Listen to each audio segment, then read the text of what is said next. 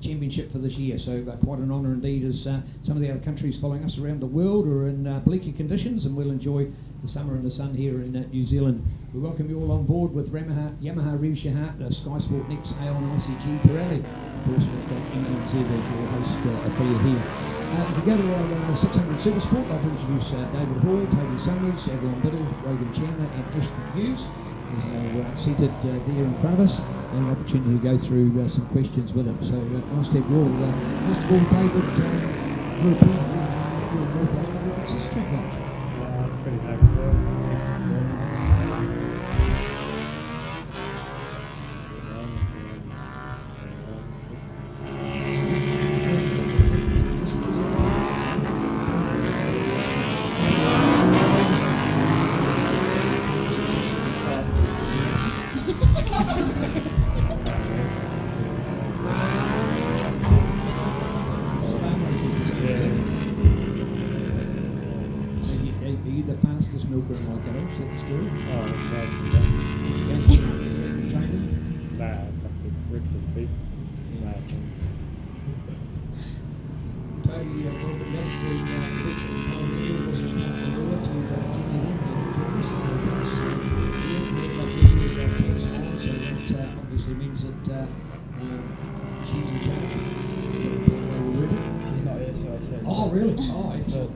No, well, I didn't know I was riding until a few days ago. I was up north camping, and then plan was not to do the nationals. And then Carl messaged me, was up on the beach, said, "Do you want to do nationals?" And of course, I'd love to do nationals. That's why I'm here. And yeah, so cut the trip short, sorted out tyres, flights, etc. And yeah, shot down there. Fortunately, the team hadn't left, so I managed to go and drop my bike off for them in Tauranga. So they drove the bike down and flew down east there. Back in the paddock, everyone gets on with everyone. Got a big family. Everyone's here for the same thing. Everyone wants to win. Everyone wants to win. So initially, setting up here and.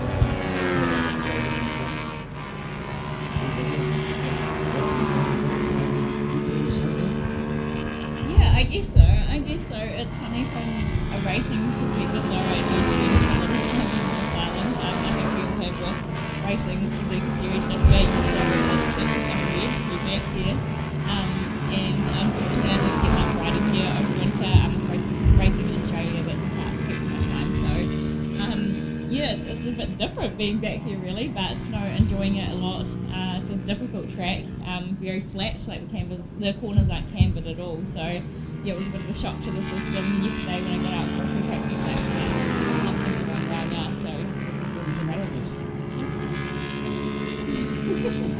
Logan Freshman was number one plate F2 at the Suzuki Series. Was that a box tick? Was that your aim with the Suzuki Series? And what does that do for you here for round number one? Yeah, just because it's a North Island Championship, it's a bit easier for us to sort of do the championship, and notice a lot of South Islanders come up. It was actually quite better this year. There's a few of them, but no, that's been a goal of mine for a long time to sort of looking just to get through these South Island ones. I always feel pretty uncomfortable when I come down here. So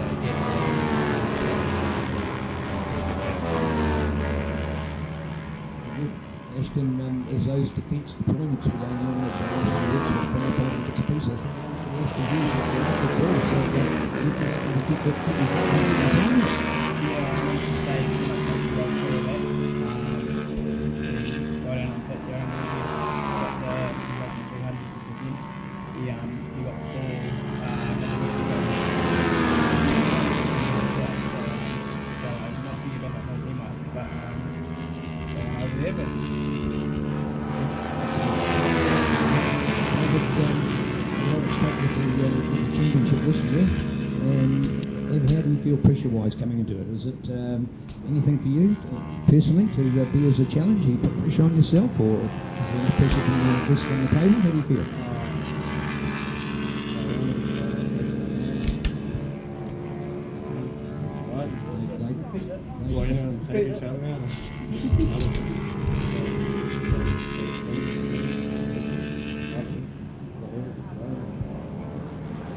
Toby, as a visitor from the North Island, what does Ruapuna mean to you? I really enjoy the track. I haven't had the best results of the last year. We didn't even get to race. We've done one race lap, which I don't know, half a lap. And then I was on my way. you were leading my fast. Anyway, I love the track. It's really good. There's lots of corners. It's fast. Nice fast straight, a nice big fast first corner. All the infields exciting. Road race tracks, you've got corners. It's not just drag strips. So I like the track. Like I said, I'm not great success here. But yeah, all five of us are capable of winning the championship with moving races on our day, but as we all know, winning the championship.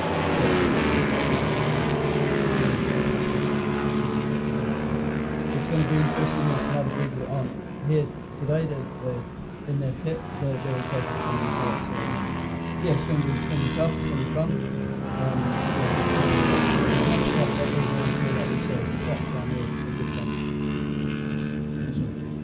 Appreciate it. It was amazing. I think parties almost went down, so to speak. Another dominated class. How's the year been? And here for round 1? Yeah, it was definitely awesome for me to achieve that goal. It's probably something I never thought I would achieve when I was in the school classes. I sort of thought 125 GP would be it for me. So to win a 600 championship was amazing. The year went too quick, and I feel very vulnerable with that number 1 flag on my bike now. I think it's the best depth we've seen in the 600 field for many years now. We've had fast guys, Damo, Shane, Jake and James on the Triumphs, who were really quick, but then it was fairly spread out behind them, whereas this year I think even the top 10, it's going to be so close. Richie Dibbon isn't here, but we all know that he's definitely got the pace nailed. So yeah, there's huge depth out there, and I definitely know as soon as you make a mistake, it's not one person going to get past, but it's 3 or 4 who are going to pass you. So yeah, like Rogan said, I think finishing all the races and scoring points down here in the South Island before we head north is going to be key. Moto 3, MotoGP. Were you buzzing like we were back in New Zealand as well? It was a good experience. It's sort of, you're always pushing, uphill a bit to do something like that, especially with those kind of guys that have been riding it for the whole year. And I think I rode it twice before. So yeah, it was definitely an experience. I'm glad I did it, and there's things I've learned from that I don't need to realize I've sort of head into my racing now, and I think it helped mature a bit as a rider and mature sort of even just personally, because yeah, I don't know, those guys are crazy. They're so fast. And they sort of taught me how slow I actually was almost. I was like, man, I need to speed up. This is bad. So it was alright. It was a cool experience, and maybe we'll do another one. So, I was about to ask you that. So we're going to still never lose track of the big goal at the top, And Ashton, change your team for you. So still similar bike, but change your team. What's that done for your confidence? Yeah, it was the same bike, and then in previous years it's pretty much been all family funded or thereabouts. So a little bit earlier, or midway through this year, we kind of had a bit of a discussion on that with Jaden from Scott Structure about me and Dale being in the team. As you know, he did the last 2 rounds on the Triumph last year, and we kind of worked together in that, and it worked really well. So so when Jaden come forward and said put a bit of finance into it, that was how much the issue of the year. So it's a lot of it's a little bit of pressure, but a lot of pressure off, because you don't have to worry about your family funding, as much. Going back to that famous question, David, who's going to win your Supersport 600 class and why?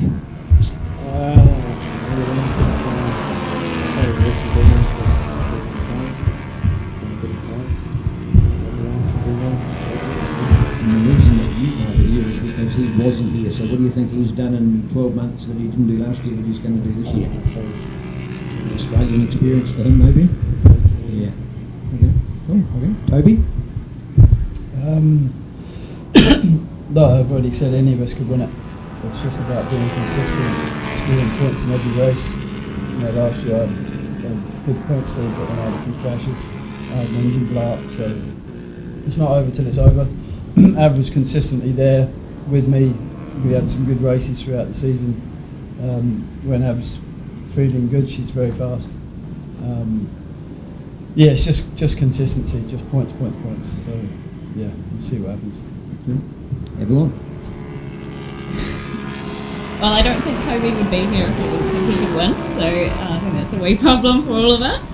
He's finished second far too many times. 3 times. Yeah, that's 3 times too many. Once is too many.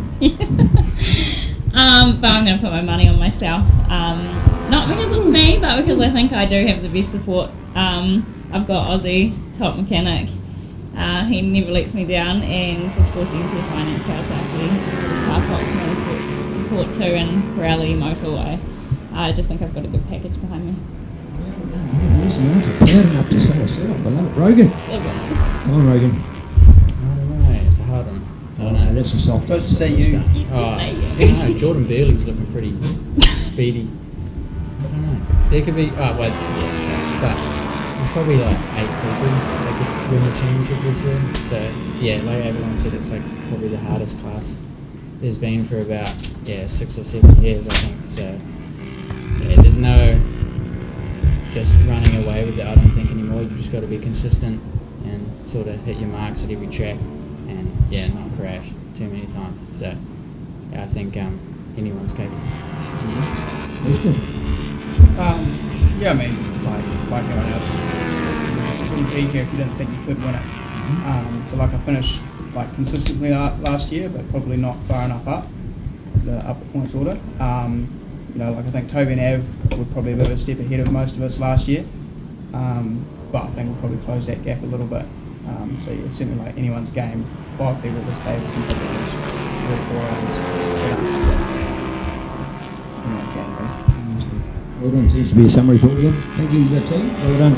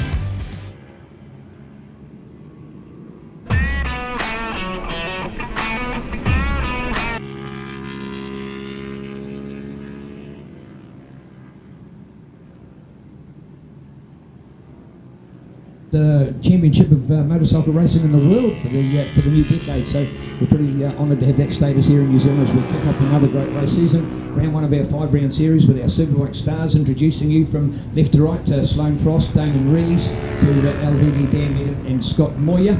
And starting with you, Dan, if I look along there, probably, sorry, Sloane, my apologies, to the team lineup here. And are you the person that's been here to most of these championship events in the last 10 years? And is that experience a real value to you here at round number 1? Yeah, I think I probably have. Certainly in the Superbike class anyway. But I think I've been riding about the same amount of time as all the boys, but they've all sort of come up through the ranks, whereas I just sort of jumped into the deep end.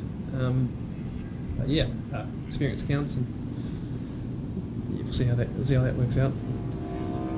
All right, so I'm not quite sure whether CRC Motorsport this weekend will pick up your slight little hiccup at Cemetery Circuit on Boxing Day, or they might have weeded that part out of the coverage. But how are you, the bike, and everything for this round?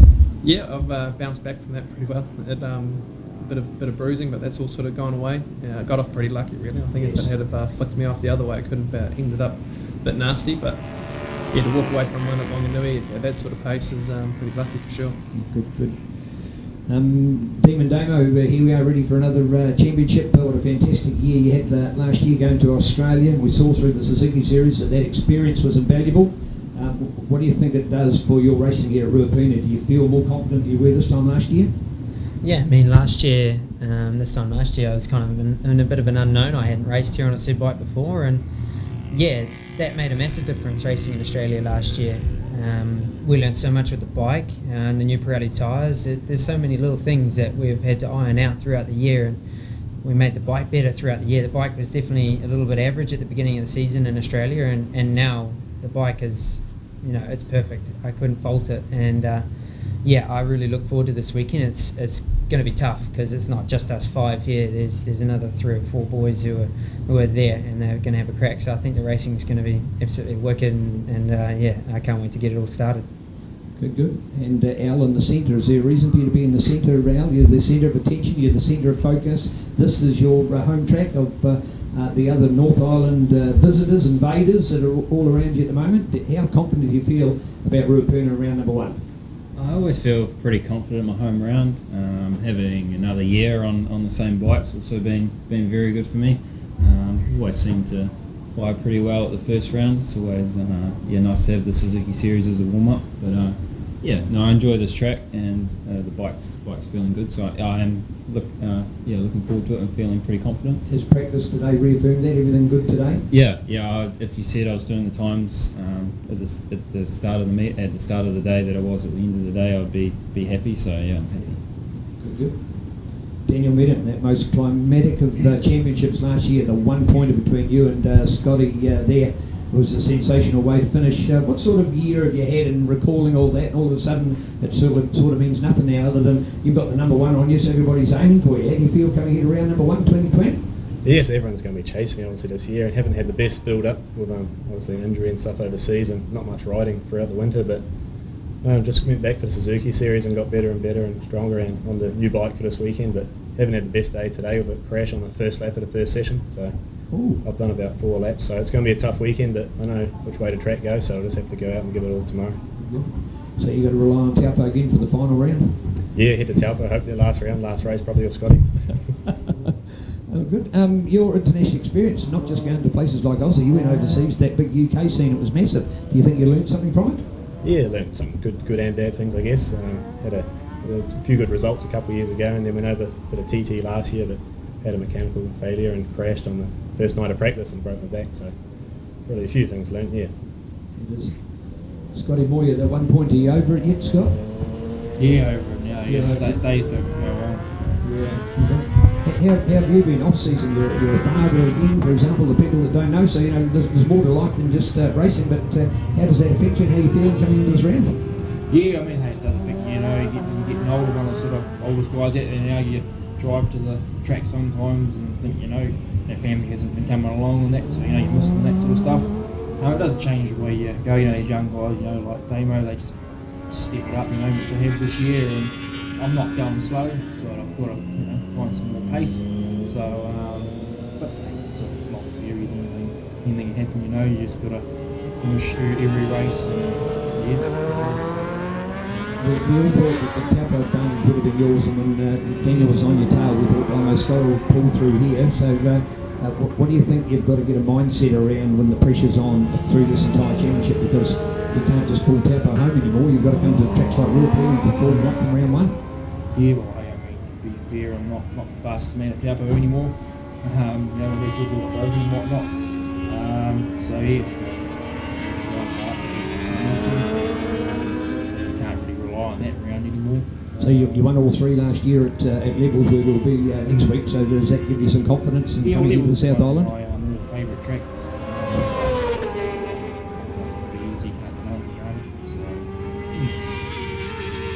speak to Sloan. Sloan, from a, I suppose you'd say from a bike point of view, it seems to be that Frost Industries Fujitsu stables just keeps on bringing them out. Doesn't matter whether it's Lachlan that's riding with you or a bike that Richard Cooper here, who did so well at for the Suzuki series. It seems like there's a factory there. You've been so instrumental in helping these young Gixxer riders and even going to Suzuki at Wanganui and helping them get their bike set up. So there's more to life than just Sloan Frost out on the racetrack now. So how do you feel about your total involvement? Because you're totally immersed in the sport. Yeah, for sure. It feels like I don't have much time for a lot of stuff, to be honest. But you know, it's sort of like picking the bets really. So I can. If I don't perform so well on the track, then at least my team does. No, I've been really lucky to work with some really good guys. You know, it's super fun to work with Lee and Richard. It's amazing. And, you know, working with Lachlan as well. You know, there's 3 completely different personalities there, and you know, I think Lachlan, it's first time he's seen the track today. Real fast, I think. You know, just about as fast as anybody really. So. Oh no, it's my life, and then you know I can't race forever as much as you can race forever, but whether you can be at that pointy end, and if you can't be at the pointy end, then it sort of takes the shine off it. So you know, if I can make a name for myself outside of actual racing and as a team manager, and that's what I'd like to do. And yeah. What sort of is it a privilege to be involved in helping younger guys? How did that feel for you with getting involved in the Gixxers? It's sort of like for sure. Starting all over again. I didn't have much of a chance to work with the younger riders really, but work with Suzuki and stuff, and you know, help them develop the bikes and stuff, and trying to get something on the track that was going to be affordable. So yeah, I enjoy working with the younger guys whenever I get the opportunity, and you know, like Kevin and Dennis and the Canterbury Club here have been, you know, potentially working on something for real young riders from the age of like 7. So, you know, if I can jump in there and help them with that, and obviously I've got my young boys coming up through it, and you know, the go-karting and the motocross, all those skills sort of lean towards the road racing, and Nixon's shown quite a bit of interest recently, and he jumped on the bike today, and he's pretty excited to do it. So, you know, we've got a long. You're not here for 5 minutes. Nah, that's right. You know, and with, like you see with the Rees boys and stuff, and Tony now taking a step back, and you still get the same enjoyment out of it if it's your kids, if it's your team, or anything like that. So I'm just completely immersed in the sport, like you say, and yeah, just keep riding as long as I'm at the pointy end. Keep doing riding as well. Nice to see. Well done. Now, from memory, was it 2 years ago, and you're all of a sudden you went from one result, and I can't remember the place, I'll say a 4-5 to winning the next one, and you admitted afterwards you had a phone call. That you got inspired to, in polite words, I think, was pull the pin out and go for it. So have you had that pep talk before the first race, so you can save that 4th or 5th and just go straight to first? Well, I feel really happy this year, which is, you know, for me, if I'm feeling good, I tend to ride quite well. So I feel good this year, and you know, like Scotty was saying, you know, the younger guys are just really pushing that pace forward, and even my pace out there today, which was. I'm sure it was a bit slower than the other guys, but you know, for a Friday, it was really good pace, I think. Compared to other years. So, but funnily enough, Lachlan's been talking to the same guys that gave me that sort of little hurry up anyway. So, looks like Shane that may turn up to Timaru to help Lachlan, and I think I'll just you know, push him over to my side of the truck. So. Well done, thank you, Sloan. Demon Damo 2020, wow, what a massive year. Hopefully this time next year we're talking about what a huge year it has been. But for you, just to ride this round and also here in the South Island, but not do the championship, but there's a bigger carrot sitting out there and the opportunity to go to BSB. How are you feeling about that now? Yeah, I mean, my mind right now is still set on what I'm doing here and now. So the focus is to come to these first 2 rounds and push the Team Rees, Mitch and myself, and hopefully bring away some wins and podiums, and then do the same again next weekend. And then after that, the focus will then switch to BSB.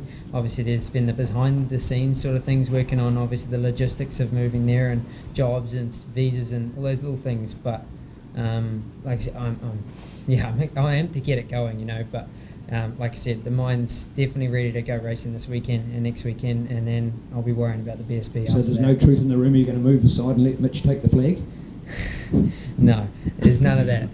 He might be my brother, and I've given him a couple of toes today I'm not quite happy about. So he's going to ride really well this weekend. Whether I don't think I'll be able to lean over and let him by. We saw that He'll on have a Boxing go. Day, didn't we? He's not going to just let me let him by. I think it'd be a bit more demoralising than that. So I'm like I said, I'm here to win as well, and if I can, I will. But like I said, he was on the pace, and all of these guys are fast. So it's going to be a pretty exciting weekend. Thank you. Al, with the Yamaha team that you were part of last year, now you're saying you got more experience. That Yamaha team's turned into sort of like a pit tent in a van to being an all-out class-looking team. It's a whole revamp. Yamaha has just lifted the profile. Has it felt much better to be coming along with a team like this now? Yeah, it's grown tenfold. So overnight. Josh and Amy have been absolutely awesome with them, and got part of my old team back as well with Red and Hank and Nigel, the old nice. Triple R crew. Yeah. So working with guys I've worked with since I first started on the 600. So and for them to jump in with the big sea of blue out there now is pretty cool.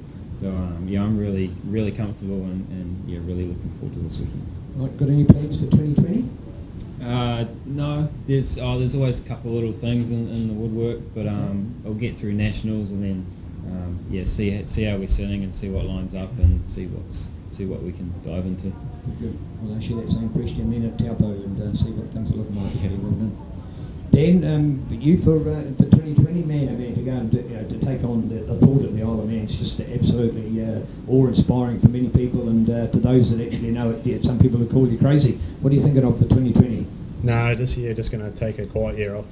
Okay. Off season, just race the summer here and then work towards racing again in the summer here next year, and then see what happens after that. So just take a year off doing anything overseas. Good.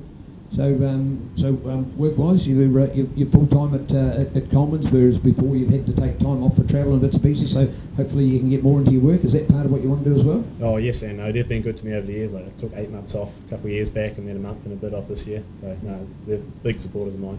Nice. Yeah, well done. Scotty, for you, it almost seemed like in taking a break when you came to the Suzuki Series, you didn't feel like you were quite as well prepared as you might have otherwise been. That off-season in some ways is good to have a bit of a break from a referee's point of view, but on the other hand you can be less prepared. Does that put a bit of pressure on you for this round, thinking, well, the Suzuki Series wasn't as successful for you as you might have liked it to be? So how are you feeling preparation-wise now? Yeah, I mean, hey, it's always been good to end the Suzuki Series winning it, 2 years in a row, so it definitely is a positive coming into Nationals. So starting on the back foot, and I was crook coming into Taupo, missed a day, that was a valuable day of testing, missed and whatnot, but not riding through winter, it is tough, because you do get rusty, you lose a couple of seconds easily, takes a while to pick it back up again. So, I mean, it's always the intention, I'll go do a track day, but it doesn't happen, especially, being a family man now, so you got other priorities, so, it's just a good hobby that you do, you do it because you love it. So so it's going to be a hard fight. In a final run through, starting again with you, Sloan, who's going to win the class and why? Oh, well, I might be a bit forward to going back myself, being that I'm at this end of the table, but I'd like to say, obviously, I'm going to do my best to win it myself, and we'll see after this round how we're all shaping up, but I'd really like to see Lachlan Epis win it if I can't win it. Another rider from my team, and Suzuki, and be nice to see me win it even if I don't win it. So. Yeah, exactly. Nice answer. Well done. Damo. I'd be dumb if I didn't bet on Mitch. I mean, Taupo showed what he could do, and then he had some small issues with the bike set up at Manfield, and he was still fast. He went faster than I did at the Nationals last year on the same spec machinery. So I think he's showing true pace, even though it was a tough field at the Suzuki Series at Manfield. And then at Wanganui, we got that bike working, and he was unmatchable. I mean, Richard Cooper was out of shape just keeping up with him, and there was no way I was running at that speed. So, and then again today, he was on fire. So I think it'd be dumb to bet against him. If he can iron out his little Manfield woes, I think he'll be at the top. So, yeah, and we'll go for Team Rees. Nice answer. Well done. Al Hergy. Well, yeah, I'd definitely love to say me, but it'd be stupid to rule anyone else out as well. Like there's 3 or 4 guys that aren't sitting up here that it'd be silly to rule out as well. But I know what I've put in over the winter. I know what Yamaha have put in. So yeah, feeling pretty confident. But yeah, like I said, it's a long championship and anything can happen. So we'll ask me again later on. Thank you, Al. Daniel. Yeah, I don't know. Everyone has said they'd like to say themselves, but I'd just like to personally see a Suzuki win, because they've been so loyal to 3 of us here, for a few years, and it's last year with the support, so they've been winning for 16 or 17 years now, so it'd be good to see them win again. Nice answer. Well done. Scotty. Yeah, well, so close last year. So, I'd obviously like to do it like we all would. But, more or less what sort of Dan said, obviously, Suzuki law. Dan, he's proved it. So, if we do it again, you never know. Well done. Thank you very much, guys, and to our audience. Thank you. Well done.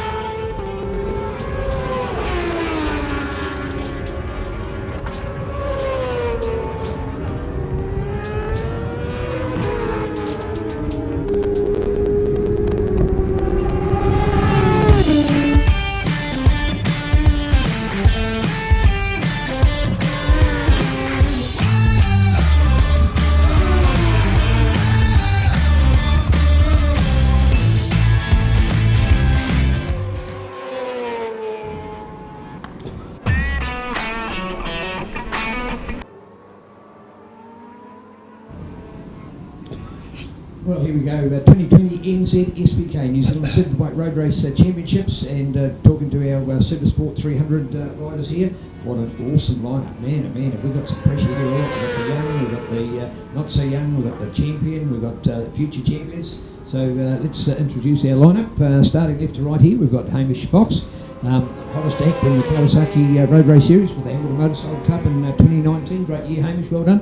He's sitting next to the champion, Jacob Stroud, who probably 8 months ago didn't even know who Hamish Fox was. So that's how young and inexperienced Hamish was. Welcoming Harry, so it's nice to have South Islanders here. Harry, nice welcoming you to be turning up to the press conference. because it seems to be dominated by North Islanders today, and to Nathaniel Diprose. Welcome back, Nathaniel. And Nathaniel's getting in here without crutches or none of his arms bandaged or anything like that, so nice to see you this year. Potentially doesn't have to be hot water quite, but the courage that you showed in that adversity last year was something amazing, so you should be congratulated, so well done. And with that 300 class, well, all I can say is, folks, MNZ put an agenda together a few years ago to build this 300 class. We saw what it was doing around the world. We had 2 full pages of 30 entries for our championship this year. It was going to be fantastic. Hamish, here you are. You were appointed brand new place when you came here. Did you need Google Maps to find out where you were coming to? Yeah, we're lucky in New Zealand. We've got CTAS, so I managed to watch previous races, which has been absolutely fantastic to have that resource. But yeah, I didn't step foot on a road bike until I was 23 years old. It's my first time here. I've never run a national race, let alone a championship. So we're very, very excited, Neil. Great answers, man, oh man. We hear those facts. In fact, here we are talking about the fact that it's an opportunity to introduce young people to our sport. It doesn't matter how young you are. If you're coming from another background, in fact, Hamish, tell people that it's not necessarily your first introduction to motorcycling. You've done some other racing. No, I've been riding motorcycles basically my whole life. Normally I race the National Enduro Championship, so not being dirty in road racing is a major plus. But yeah, I've been racing the National Enduro Championships for a couple of years now. I'm 6th in the AAE1 class nationally, so we had a good year there, but the transition has started. We're focusing a lot more on road racing these days, thanks to Connor Lunging for getting me into it. He's been fantastic in providing me with support and equipment to make this transition, and he's really believed in me the whole way. And we certainly know Connor, and I'll never forget his 3rd place in the TP meeting at Motorfest Hampton Down, so you've got a good mentor, that's for sure. Jacob, here we go, an opportunity to have young guns, and as I mentioned, people like Hamish who you hadn't seen, or Harry is a young gun sitting to the other side as well. I don't think you've got it quite your own way. I don't think you've been quite as easy this year for Jacob Stroud. Yeah, no, I mean, this is actually my I haven't done full seasons, but probably my 4th year in 300s this year. Our full year last year was awesome, being able to win the title with Lizard Racing, and again just being consistent. We didn't win every race or anywhere even close to that, but we finished every race and stayed healthy and had it. We lost the Suzuki Series in the last race by clipping a white line and going down, and after winning every race and losing the championship just by a couple of points because we didn't finish the last race was. It was a good learning curve actually, so one of the best things that I guess happened to me, and decided that falling off was not really my thing. Not going to make a habit out of it, and big fan of finishing races and being consistent, and really looking forward to the year with some guys that again is really fast and really quick, and would for sure not have it in our own way, and probably not even the fastest guy out there at the moment. So. Good. 2019 certainly from winning that championship turned some heads of some people around the world. You had an opportunity to go to other countries and other tracks. What was the experience like? For sure. Really lucky in terms of the doors that I got opened for me the last year, which was really cool. Racing in Moto America in the American National Series, which was really awesome. Just finishing off the podium by 10th of a second in most races. Really cool to see. Really opened my eyes to how hard and fast you have to push to be anywhere near the front, which is a real big eye opener for me. How obviously there's some real close battles here in racing, but how much more they want over there and how much younger they start. Racing against people like Hamish who are 23 and that sort of age where you go over there and your kids up to your knees that are 14 and you're still trying as hard to beat them, and it's just wondering really, it's not really fair, and we all didn't jump on bikes until we were at least that age here in New Zealand, so. Kids have been racing every day for the last 4 or 5 years, and it was a really good learning experience for sure to see what it's like there and racing in France and the World Championship as well, which was really cool to have a Kiwi there and really an eye opener as well, and to bring some experience home was really cool. Beautiful words, thank you for that summary, and I'm sure a lot of people will enjoy those words, so well done. And of course, Harry, a taste of Australia, mate. What was that experience like? Yeah, it was hard work. It was a big eye opener. Like Jacob said, we overseas and see how small the kids are. They're just tiny, and they're little rocket ships. But yeah, we made some good improvements near the end, but I had to work my butt off to get to the mid pack. They're just little rocket ships over there. Yeah, so you think you've sort of got to go on a diet, and you're already a thin guy, so... I don't think we've got much more to lose. Exactly. Yeah. So what are your expectations coming into the series? I'm hoping to stay on the bike every round, Yeah. just pick away at the points, and hopefully get the number 1 on the front of the bike and do Yamaha proud, because I've got a good team backing me, and Steve Lloyd's built the bike with Dave Coles, and I think we're pretty well sorted. So see how it all plans out. Nathaniel, Superlights, the old F3, that's gone. 600, you had a bit of a dabble at that and played around, but you've come back to this 300. You like it? Yes, well, I do really enjoy racing this class. I think it has a great field at the moment, and the speed's good speed for just getting some hard, good racing. And the main goal this year is to stay injury free. As should be my second year in the championship with 300s, but last season I missed the whole South Island round because broke my collarbone right at the start. So did the North Island rounds and they went well, but planning on a full season this time. Good. Your bike you got? Thanks to Gavin Beltmeyer, I'm riding the 300s really because it's his bike. He still owns it, but he's now retired from racing and has offered that to me to ride for the season. So yeah, stoked with that. It's a great opportunity, and yeah, awesome class to be a part of. Right, well, back to you, Hamish. Who's going to win the 300 Supersport class and why? Oh, realistically, Neil, I'd love to sit up here and tell you that I'm going to crush everyone, but that might not be the case. I'm here to learn. There's a dark horse who's out in the pits at the moment, Jason Hearn. He's coming off Moto 3 250s. Oh, of course he is. Onto Yes. the 300 class, and he's showing some real pace and up in the North Island at the Auckland Motorcycle Club rounds. It'd be nice to have someone else under the Biggles Racing umbrella take the championship. So, hey, if I had to put my money on it, I'd say Jason's. And we watched what Jason did last year with our 250 GP, so the Moto 3 class effectively. So when he was out there on the bike. So IMD, I think he rode deer. So good point. Thank you. Yeah, in fact, the reason you guys are here is because of the credits that you've got recently, and Jason hasn't had that. So bring on 12 months later, and here we go. Jacob, you're going to win, aren't you, Jacob?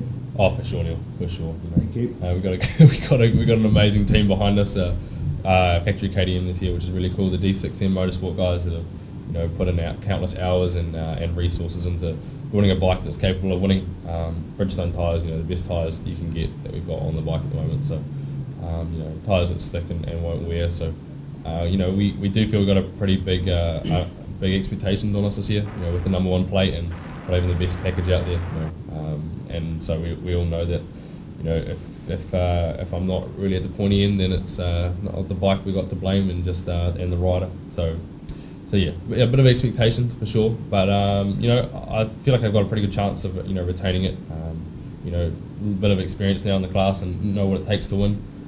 But there's other guys out there, like Jason Hearn and Caleb Gilmore, and guys who have had overseas experience in other classes as well. People like they've been in the class a while. Again, Clyde Banks, Esme Williams, people that. Again, could be the year, So a lot of people out there, and especially with 300 racing, we could be a front group of 10, 15 riders, when it comes to the race day, with the slipstream, and no one wants to give an inch and not letting anyone get clear of the group. So there might be a big thing here at especially here at Ruapuna, trying to break clear of the group and working with other riders to improve your own race. We think we got a pretty good chance, and our racecraft's improved the last 12 months, obviously racing overseas. So I'm gonna put my money firmly on me and Katie and Bridgestone. Nice answer. Well done. Well cool. And congratulations, your presentation, your professionalism. Well done. So America's taught you a lot of things as well. Harry, but you can beat him. Of course. These 2 tracks aren't even his. He hasn't got any experience. He's got a honey-coloured bike and all that stuff. Dirty orange bike, eh? Oh, mate, dirty orange lap record though. I think it's going to be a hard one because there's 30 of us on the grid, and the top 10 anyone can win it.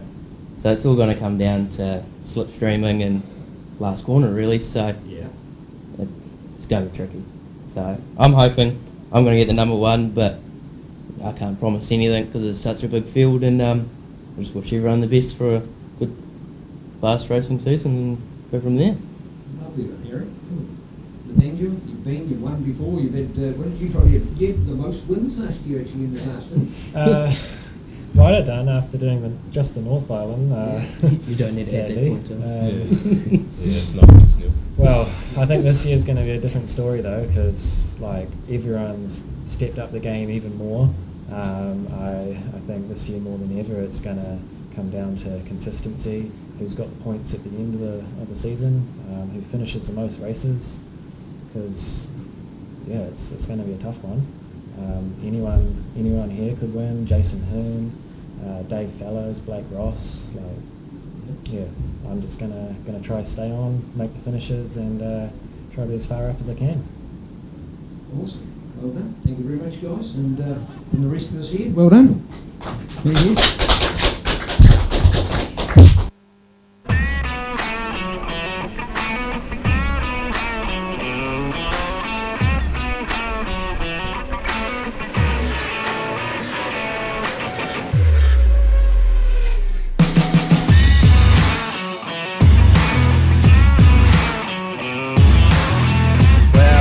Good afternoon and welcome everybody. Yes indeed, on behalf of Motorsport in Canterbury, proud to present round number 1 of the 2020 New Zealand Superbike Road Racing Championship in conjunction with the New Zealand Motorcycle Grand Prix. The elite status of the events coming up here over this weekend of racing. To those of you out there on the live stream, we welcome you as part of Sky Sport Next, and with CTAS Live covering some fantastic coverage of this great event. So we're excited, you betcha we are, and Brad will be up shortly, in fact, with a pit walk and a preview of what we're doing, and certainly on Sky Sport Next at the moment. We've just run through a few of our pre-event media conferences held yesterday, our time at the end of our unofficial practice from Friday. Welcome indeed to Motorcycling New Zealand, proud to be your host of this fantastic championship event, and we welcome our awesome sponsors on board. Could not do it without them. Yamaha, Revs Your Heart, Aon, ICG, Pirelli, brought to you with Motorcycling New Zealand, part of Sky Sport Next, and thanks to Hyundai, and proud to offer that Santa Fe free elite upgrade, and our thanks to Mid and South Canterbury Hyundai for their medic support vehicle for this championship. So here we are, ready to preview our day, and what an awesome day it will be, I'm sure. First of all, from our practice sessions to our qualifying, and one more of those to go, as we will take you through our pit walk, and then we'll be in for racing. Yes, indeed, one full round of racing on our calendar here this afternoon. We have a further then 2 tomorrow, so 3 races per championship event, so thoroughly looking forward to it. So today, after our lunch break, will be our Superbikes over 10 laps with Pro Twins over 8. Our Supersport 600 over 10, followed by our Supersport 300. What a class that is this year with our 8-lapper. We have our Supersport 150 and Gixxer Cup 150 with 6 lappers. We have sidecars at 8, Supersport lightweight support at 5, and our 250 production support at 5 laps. So that's our program for you here this afternoon as we look to the grid at the moment and see our update for this final practice. Qualify, my correction. But coming up shortly will be Brad in the pit walk as we preview 2020 NZ SBK, coming at you here from Ruapuna, Mike Perra Motorsport Park, Christchurch, South Island, New Zealand. We'll be back shortly. Stay with us. Brilliant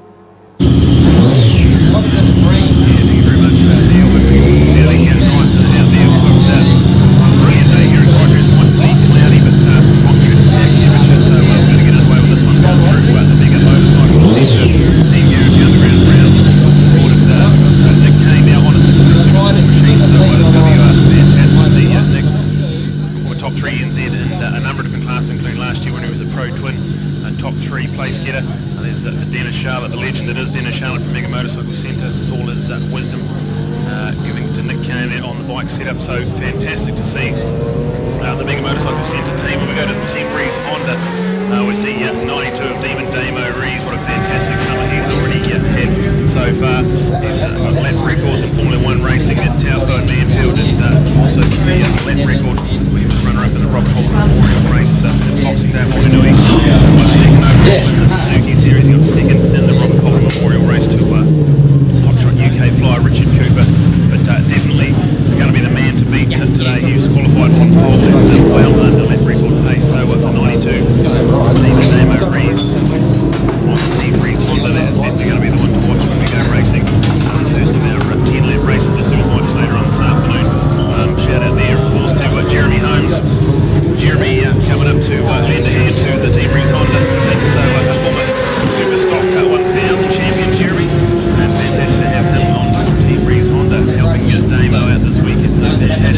decent stuff from the Honda boys at the HRC garage. So definitely Mitch, his older brother, qualified fourth. So front row of the grid stuff for Mitch. Dave over on pole. The all-important one to go next door to the Blue Crew Yamaha team. That is the 43 of Alistair Hugenbo's in there. So he is one of two ones on the grid. The Blue Crew Yamaha team, former 600 Supersport champion. Fantastic to have Al Hoogie. He is qualified in second place and he's under lap record pace as well. That'll be some fantastic racing when we go later on this afternoon. 10 lap Superbike race. And Al Hoogie under lap record pace, qualified in second.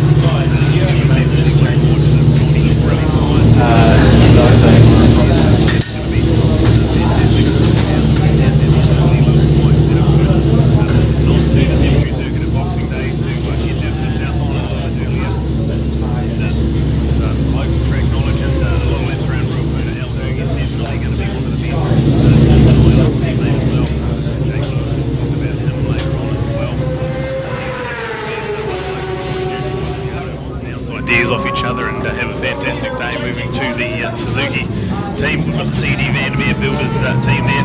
Here's Jake Cavell.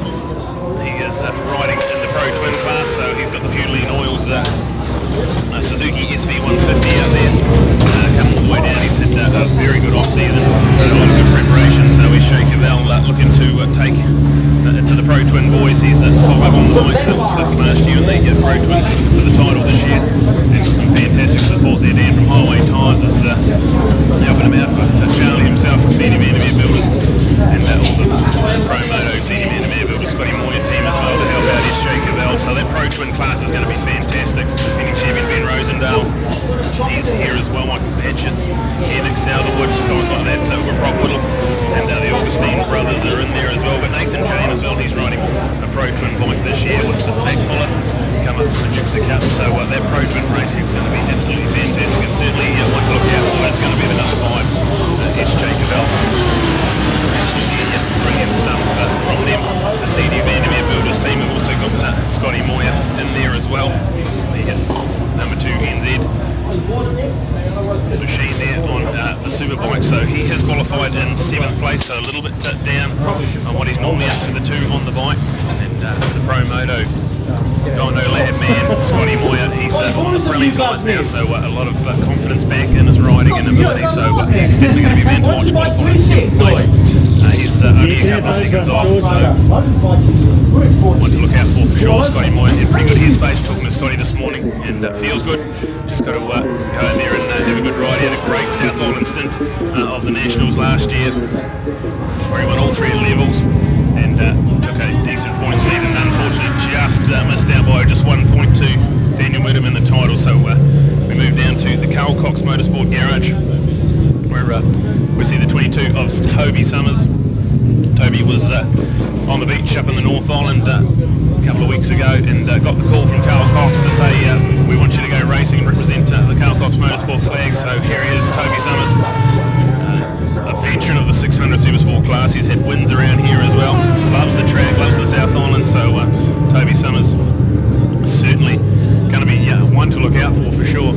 He's pretty good qualifying times. He's provisionally on the front row, so we'll keep an eye on Toby Summers, the number 22 machine, the Mad Love Media man. We move to the number 11 and the new look at Seth Devereaux racing team. So the SD11 of Seth Devereaux this year on the Hallicraft MV Augusta. So a beautiful looking machine, and what a team to have Rod and Radar and the boys there doing a fantastic job. Some great sponsors behind that Hallicraft team. Certainly a world-class looking outfit, and Seth, talking to him, he's had a lot of issues trying to set the bike up, but he's got it pretty good where he wants it, so he's looking very fast out there, and fantastic to see Seth Devereaux this year on the MV Augusta and really enjoying it. So one to look out for sure. Talking to Connor London there, good to see Connor in the pits. There we go to the Suzuki team, and that is the 88 there of David Hall.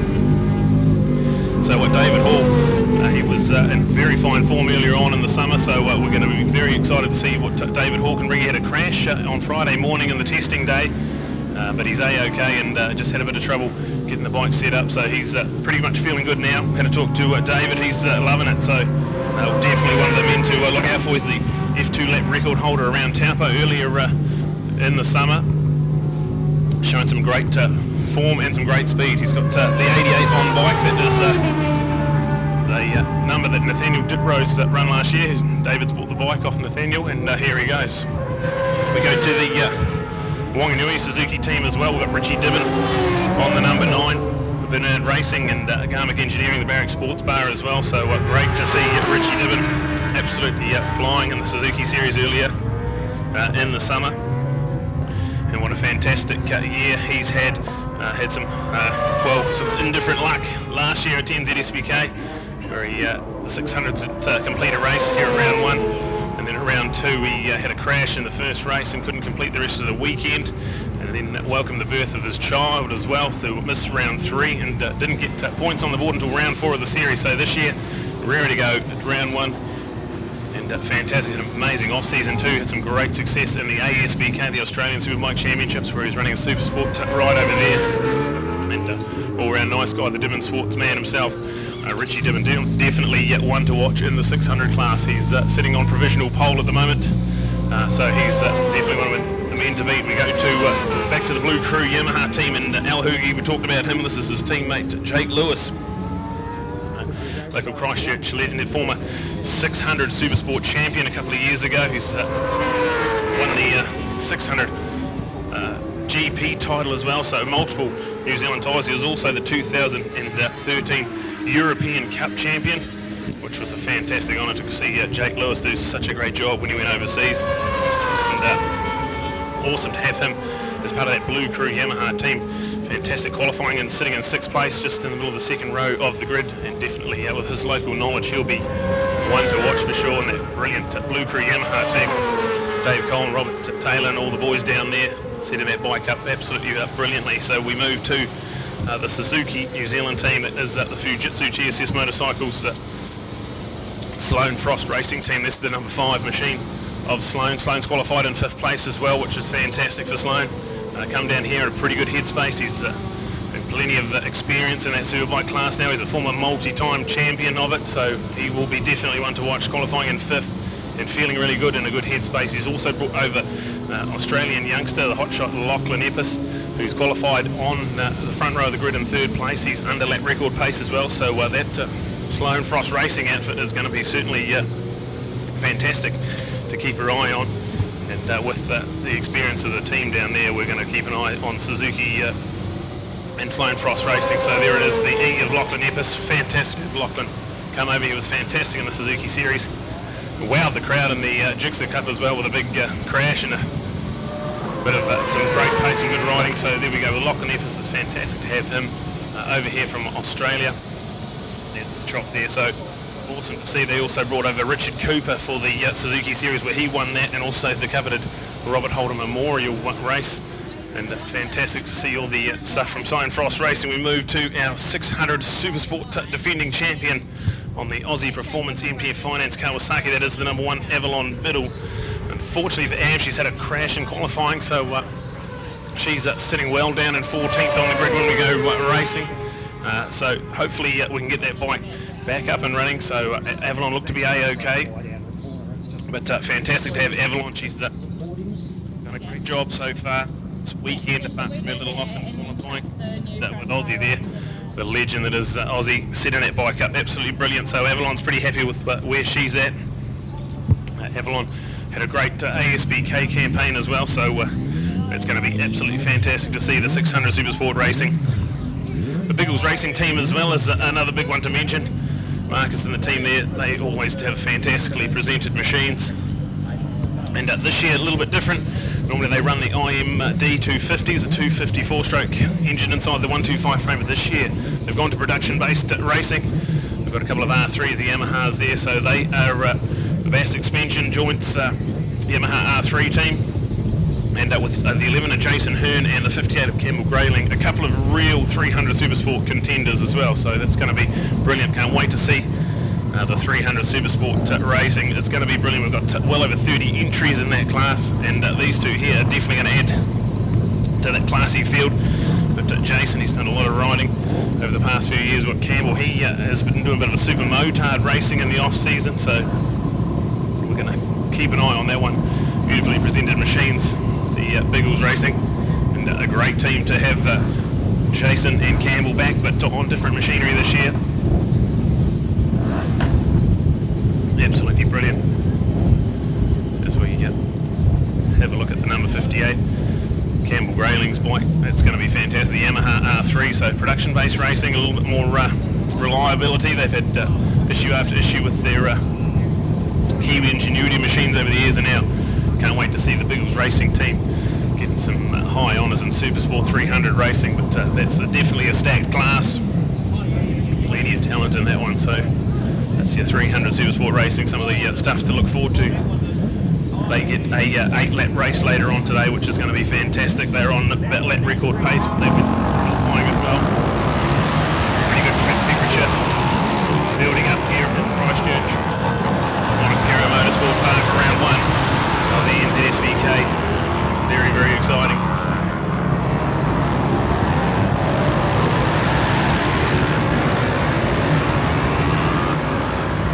See there the 42 of Nick Burke as well from Whakatane on the Bay Ride Motorcycles R6. Great to have Nick out there. He used to ride a 300 Supersport machine last year in the Carl Cox Motorsport team, but this year he's got himself an R6 and was the senior champion at the Hamilton Motorcycle Club's Winter Road Race Series, so fantastic to have Nick out there. He's opted not to do the Suzuki Series to come down here, and on his Yamaha R6 he'll be one to watch for sure, so part of the Bay Ride Motorcycle Training Academy as well, and an all-round good guy. So Nick Burke on the number 42 machine, it's going to be fantastic to see him. Fine tuning for Nick. We go have a look at the TR20 team. What a fantastically presented team this is. The MV Augustas there, we see the number 20. That is Dylan Telford's MV Augustas there. Fantastic to have Dylan. He was a fantastic qualifier here in the 600 Supersport class as well. He's our current 600 Super Stock champion as well, so that class is no longer with us either, so he will be the sole 600 Super Stock champion, and fantastic part of the Horsepower Motorcycles team down there. Dylan actually had a couple of seasons racing over in Italy back in 2017 and 2018, where he's racing Aprilias and doing very, very well, so fantastic to have Dylan back. He's a qualified motorcycle technician from the Bay of Plenty, and the TR20 team absolutely fantastic with the 19 there of Gary Morgan from Te Awamutu. He's in the 600 class as well. We look at Rogan Chandler as well, another one of our contenders in the 600 Supersport class on the Yamaha Lazu Blue Crew team. So fantastic. He is our current F2 Suzuki Series champion, where he did a fantastic, consistent performance there. He's got pace around here as well. So definitely keen to look out for in the off-season. He did the Australian Grand Prix as well on an Odo 3 machine, where he qualified and raced in that race. So fantastic. First New Zealander for a long, long time to race in a Grand Prix, and absolutely fantastic to have Rogan Chandler. He's in a good headspace. He knows what he needs to do, and he is definitely going to be one to watch. Fantastic qualifying for Rogan as well, so a very hot pace for him. Looking at the other of the Team Rees Hondas, this is 62 of Big Brother Mitchell. The legendary Tony Rees there with him this weekend doing some tyre changing and all the setup work. So the 62 of Mitchell Rees, very excited to see. He is a two-time Formula 1 winner around the cemetery circuit in the summer. He's also the outright lap record holder around the cemetery circuit now as well. So he's definitely found some form, and he went under lap record pace here yesterday in testing, and then he's also right on lap record pace and qualified in 4th place, so on the front row of the grid, and with his younger brother out there as well. It's going to be fantastic to see both Team Rees Hondas right up the sharp end. We're having a look at the smaller bikes in the pits as well. That's the orange background, which indicates a 250 production class. This is a support class here this weekend, run by Motorcycling Canterbury. But we still have our defending 250 Proddy champion, Leon Jacobs. We have top 3 in New Zealand, Angela Charlotte, she's riding as well. We've got the legendary Dennis Charlotte riding. He's a former 250cc production champion as well. So it's going to be some great racing. They've got about 20 odd riders out there. The 250 production racing, they get a 5-lapper later on this afternoon. It's going to be some frantic racing. We also look at some of the local talent around here. Number 36 of Nick Clark there. That's one of the few Kawasaki's that actually run the 300, the Ninja 300 in the 300 Supersport class. So that's brilliant stuff from the number 36 there, local Christchurch man, Nick Clark. He's going to be certainly right up there on the KTM. There we go to the team of D6 Motorsport, Double 6 Motorsport, fantastic, well presented factory pits there. Great to have Logan Rowell there, the number 26. So we've got Logan on board, and we also have the number 1, now defending 300 Supersport champion Jacob Stroud. He's in that pits as well. But Logan definitely likes the bike, has it set up pretty good, doing a fantastic job out there at the moment. So Logan Rowell on the 26. We've also got the number 1 of Jacob Stroud.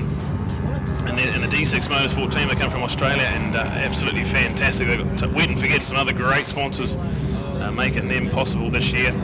And we had the D6 Motorsport team over here. They brought a couple of Moto 3 250 4-stroke machines over. And the pilot Yoni Shaw won the 125 GP class at last year's Nationals. And then we have a look at some of the team there, did some fantastic work. But the number 1 of Jacob Stroud is also in their pits. Jacob had an absolutely fantastic year last year. He was the 300 Supersport champion. He was also the Super Light champion, the Formula 3 champion from last year. So he had a great off-season as well, where he went to Moto America and contested a few rounds of that series. And did a fantastic job, did New Zealand very, very proud. And then as he was due to come home, looked at the call-up to go and represent in the World Supersport 300 French round. So that was fantastic to see Jacob Stroud, the number 1 on his bike. He's in a good headspace as well, good frame of mind. Heading into the weekend, knows the number 1's a bit of a target on his back. He's never run the number 1 before, so uncharted territory, but seems he quite likes the challenge. And is raring to go. So the Jacob Stroud show is there with the D6 Motorsport team. He's also running the MT-07 in the Pro Twins class, so he's a little bit down on horsepower and performance, but definitely going to be trying to mix it as good as he can in the Pro Twins class as well, which is just fantastic. The 300 Supersport class is going to be definitely the favourite for mine to have a look at. Some great racing. There's about 15 odd people that can win it. And there's just so much talent coming through. They're quite young guys as well, experience in there. To graduates from our Jigsaw Cup coming through. So 300 Supersport. There's one of them there. That's the 27, Justin Maunder, young man from Levin, doing a great job. He was a graduate of the Jigsaw Cup as well, and now he's found himself running a 300. Himself an R3, and got some great sponsors like Snorkel NZ and Use Us Levin. Moto TT on board with him as well. Pirelli tyres getting in behind Justin Maunder. He's a young man from the central North Island. There's Caleb Gilmore. That's the 72 machine. He's going to be definitely one to watch. He's a young man on the move in New Zealand road racing. The Gilmore Homes and Builders and other great supporters behind him. He had a great off-season as well. Had some overseas experience. Went over to Europe and did a fantastic job there. So that's the 72 of Caleb Gilmore. Definitely one to look for when we go racing. We've also got the 21 there of Luca Durning. Oh, and he's gone to a Yamaha R3. He had the KTM, he's moved to the Yamaha, so fantastic to see him out there. He's done a great job. And the Suzuki Series where he ran the smaller power 300 in the Formula 3 class and did a great job there. So Luca Durning, young man from Wanganui, he's another graduate of the Jigsaw Cup. We have a look as well at 46 of Isaac Markham Barrett as well on the iTools Q Science KTM. Fantastic to have him out there as well. Just another one of these young Supersport 300 riders. We've also got the 52 of Blake Ross to mention as well. He's out there on the BRM Dyno White Line Kawasaki Ninja 300. Brilliant stuff in the Supersport 300. We move to Nathan Jane, who's now found himself in the Pro Twin class. Fantastic to have Nathan Jane go Pro Twin racing. He's definitely mixing it well with those boys. He's fast and got the pace straight away. So in the 600 Supersport campaign last year, but now he's moved to a Pro Twin. Nathan Jane, definitely one to look for in that class. There's the 42 of Angus Boyd. He's gone to Pro Twin racing as well. Now he's former number 2 NZ in 250 production racing, a local Canterbury man. That's a young man as well, and fantastic to see him make the step up to Pro Twin racing. As we have a look at him. On his awesome number 42, thanks to race supplies and stuff. There we go for Angus. Fantastic to see. The local guys always shine here at Ruapuna. It's definitely a hometown track. Where you get a lot of local knowledge, helps out quite a lot. And the number 42 of Angus Boyd certainly going to be one to watch in that Pro Twin class. But, great pits here at Ruapuna, just looks absolutely fantastic.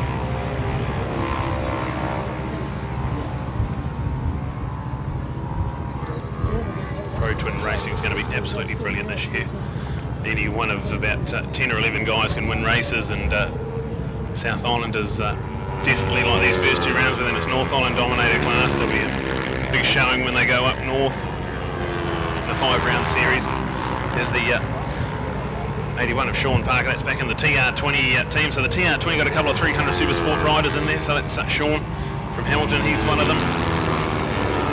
And fantastic to have him next to Dave Fellows, who's gone on to the KTM RC390 this year. And Dave, a relative newcomer to road racing, but already fantastic pace last year he showed, where he was getting podiums.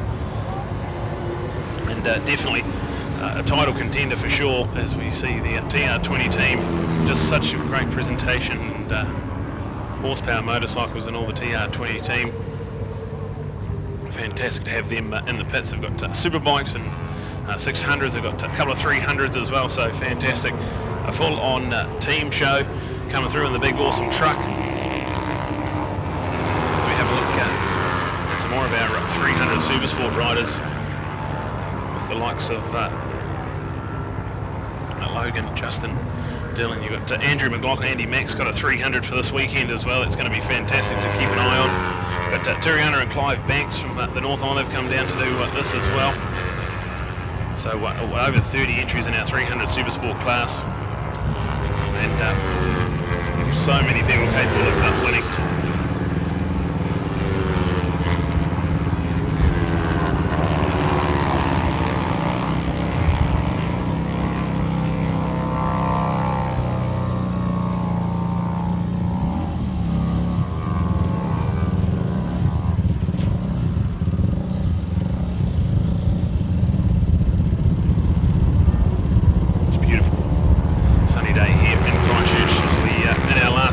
Session almost ready to go racing for the afternoon, and just checking up with Dave Fellows there.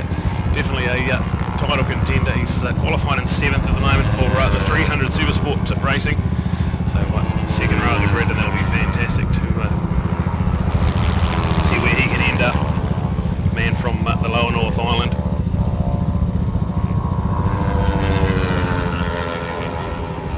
We look at another relative newcomer to 300 Supersport racing, that is the 692 of Hamish Fox. A fantastic young man on the Baz expansion joints, Vista Light Central. He's running on the front row at the moment, so sitting in 4th place at the moment, qualifying for the 300 Supersport, so fantastic to see him. He's got some great support behind him. He's got Connor London in his pits this weekend, so fantastic to have Connor's experience. And some great sponsors, Will Sport and Central Vista Light Windows and Doors.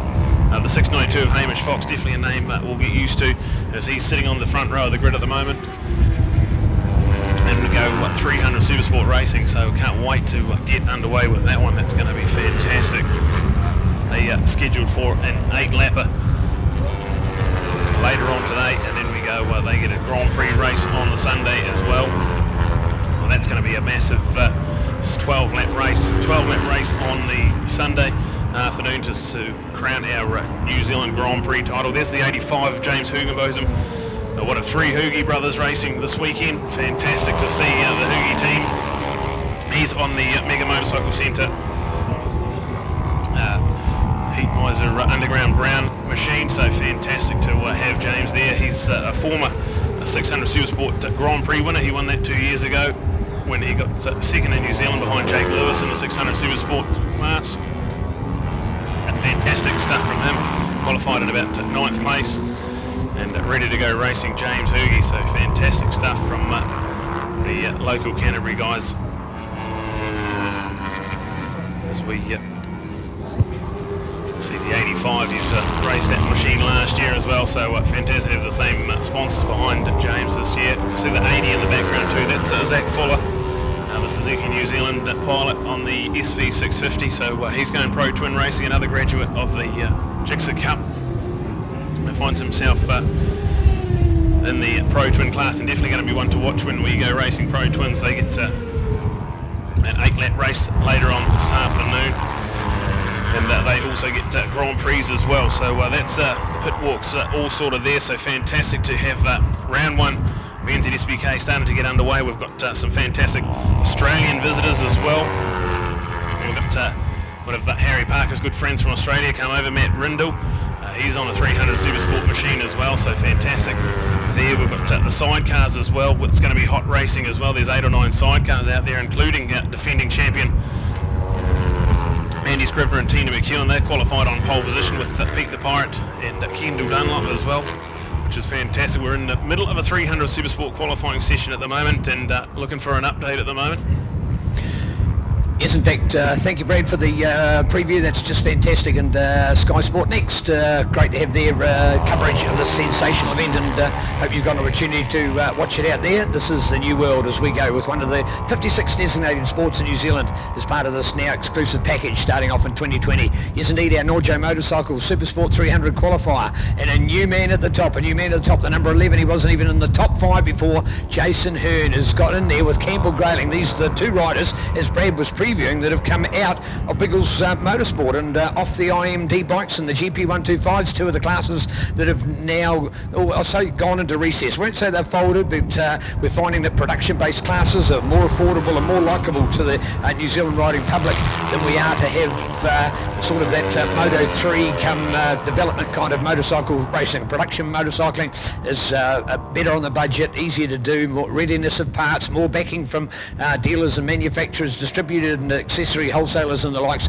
because the parts and the machinery are more relevant to the motorcycle market of today. So well done to the team in their adaptation to this fantastic class. And here we are. Oh, Hamish Fox has just done it. This man who's come out of nowhere. Met him for the first time in May last year at the Hamilton Motorcycle Kawasaki Series, and what a find he was under the mentorship of Connor London. And man, look at that, to bang it in there at the number 1. He's jumped from 4th and gone into first place. So well done to Hamish. He has never been to Ruapuna before. This is his first ever trip to this circuit. So there he is, the debut kid, fresh out of Pukekohe near Auckland, and bang, he has just gone to number 1 for the qualifying. And with the checkered flag out there, I would say nobody else with the chance to do it. That's the Andrew Stroud story to tell of way back. Left his best qualifying till the last mark, and look at that. And I know Connor London will be pole vaulting around the pits when he sees that kind of performance. He was hoping he could pull off something. He was even happy for top 5, and there he is. He's gone number 1. Jason Hearn in 2nd place out of Campbell Grayling. So the 2 Biggles Motorsport boys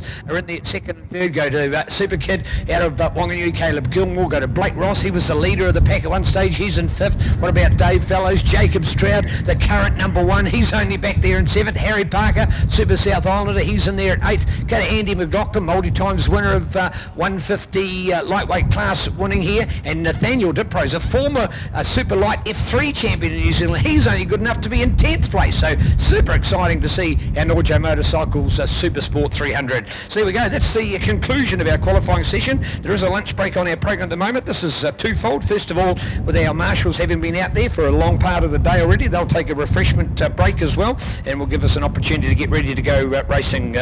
Want to take an opportunity as well during this lunch break to talk about Motorcycling Canterbury, our fantastic hosts of round number 1 of 2020 NZSBK, and they've got a junior mega raffle at $10. So there's an opportunity. They'll be wandering around. So if you do see them here at the track, or maybe if you're out on Sky Sport next, you have an opportunity to go to the Motorcycling Canterbury website and support this, supporting our young junior riders. First prize is a Kawasaki Easy Up. 2nd, 3rd and 4th prizes are $100 vouchers from the fantastic Lone Star restaurant network throughout the country. We've got getoff.co.nz vouchers. We've also got VIP NZSBK tickets for Levels, Manfield, Taupo. We've got Joe's Garage vouchers, and we've got some mystery prizes as well. So the junior members will be circulating during our lunch break break, and all profits will go towards NZSBK Nationals to support these young riders. So well done. Many thanks to our sponsors, Lone Star, Get Off NZ and Viro Ride, Joe's Garage, Mega Motorcycle Centre, Kawasaki New Zealand, MNZ and Motorcycling in Canterbury, and junior members competing in NZSBK Jixers include Sam Guthrie, Tyrone Goopers with Maddie Berry and Harry Shanks with our Super Stock 150s at Ollie Cotton, Jacob Skinner, Liam Hum and Jacob Pearce. So some of the young guns being supported by Motorcycling Canterbury. So there we have it. And Brad, a very active and interesting qualifying session.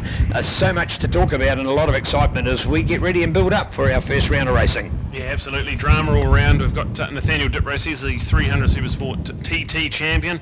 He's down in 10th place. Harry Parker 9th. Jacob Stroud in 8th. And these guys were the guys we thought were going to be the top 3 contenders. So this is going to be fantastic. Got a bit of a slight headwind down the front straight, so that'll play havoc on some of the smaller bikes as well. We've got Drama in the 600 defending champion. Avalon Biddle qualified in about 14th place.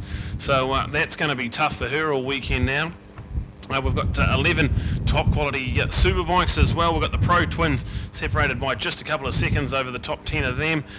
This is going to be some fantastic racing. We can't wait to get underway. This one, we've got a big short lunch break at the moment, and then we go straight into the big one, the Superbike 10 lapper.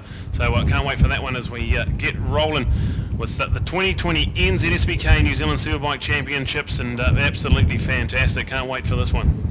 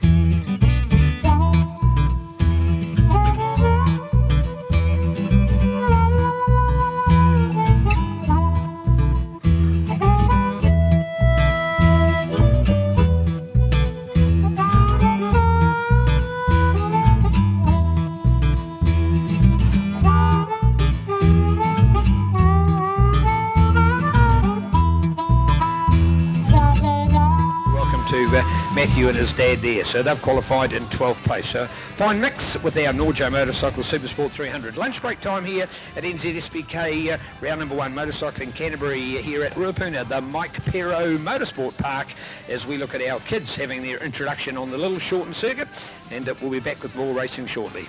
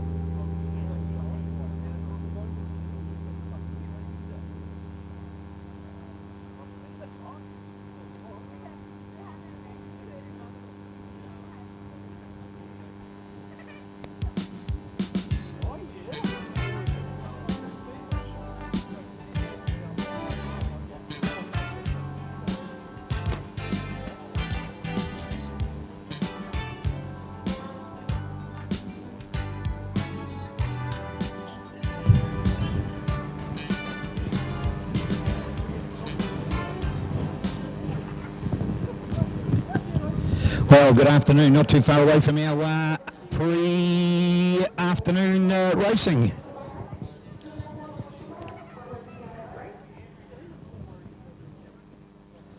Well, just our pits are pleased to make sure that supporters of the riders that are making the podium have got someone to hold the bike and somebody else to give them a drink and a cap. So we've got them here on our fantastic podium. And you'll be able to find the podium and witness the podium just here at the Christchurch Casino Lounge and next to the club rooms, next to the pit area. So catch us courtesy of Yamaha, Revs Your Heart, Sky Sport Next, Aon, ICG, Creative Content Print Experts, along with Pirelli and MNZ. Our 2020 NZ SBK New Zealand Superbike Road Race Championship about to get underway as we get ready, heading it off for the big boys. Superbikes come to the fore, followed by Pro Twins, Supersport 600, Supersport 300, Supersport 150 and the Gixxer Cup 150 with sidecars, Supersport lightweight and our 250 production will wrap out the day. Courtesy of Hyundai, Mid and South Canterbury, proud to support Motorcycle New Zealand with a support vehicle at canterburyhyundai.co.nz. So just a reminder to the pits, please make sure you have got the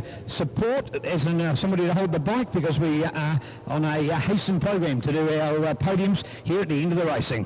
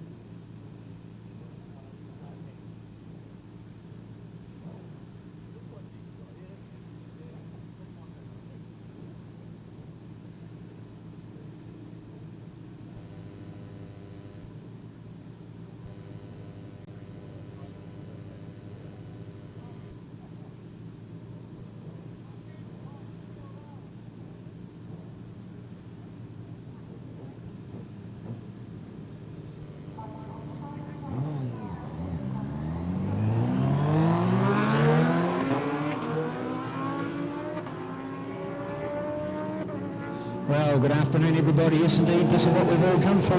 There's a practice, there's a qualifying, but now it's racing. This is where it all gets underway. To our Sky Sport Next audience, welcome to the world of Superbikes in New Zealand. You'll find this hot, fast and exciting. You may have seen it on TV with World Superbikes and MotoGP, but this is our racing right here in New Zealand, so great to witness. Pleased to be part of it. As we welcome Connor London on board. First of all, Connor, congratulations. We are seeing so much of this now, and it's talking about everybody knowing that head injuries can have an effect on people's lives, and you as a young person have had a few head knocks, and you've made a decision quite openly to say enough's enough, and you've wanted to step back from racing. But thank you as well for being a mentor, because you don't want to step out of the sport.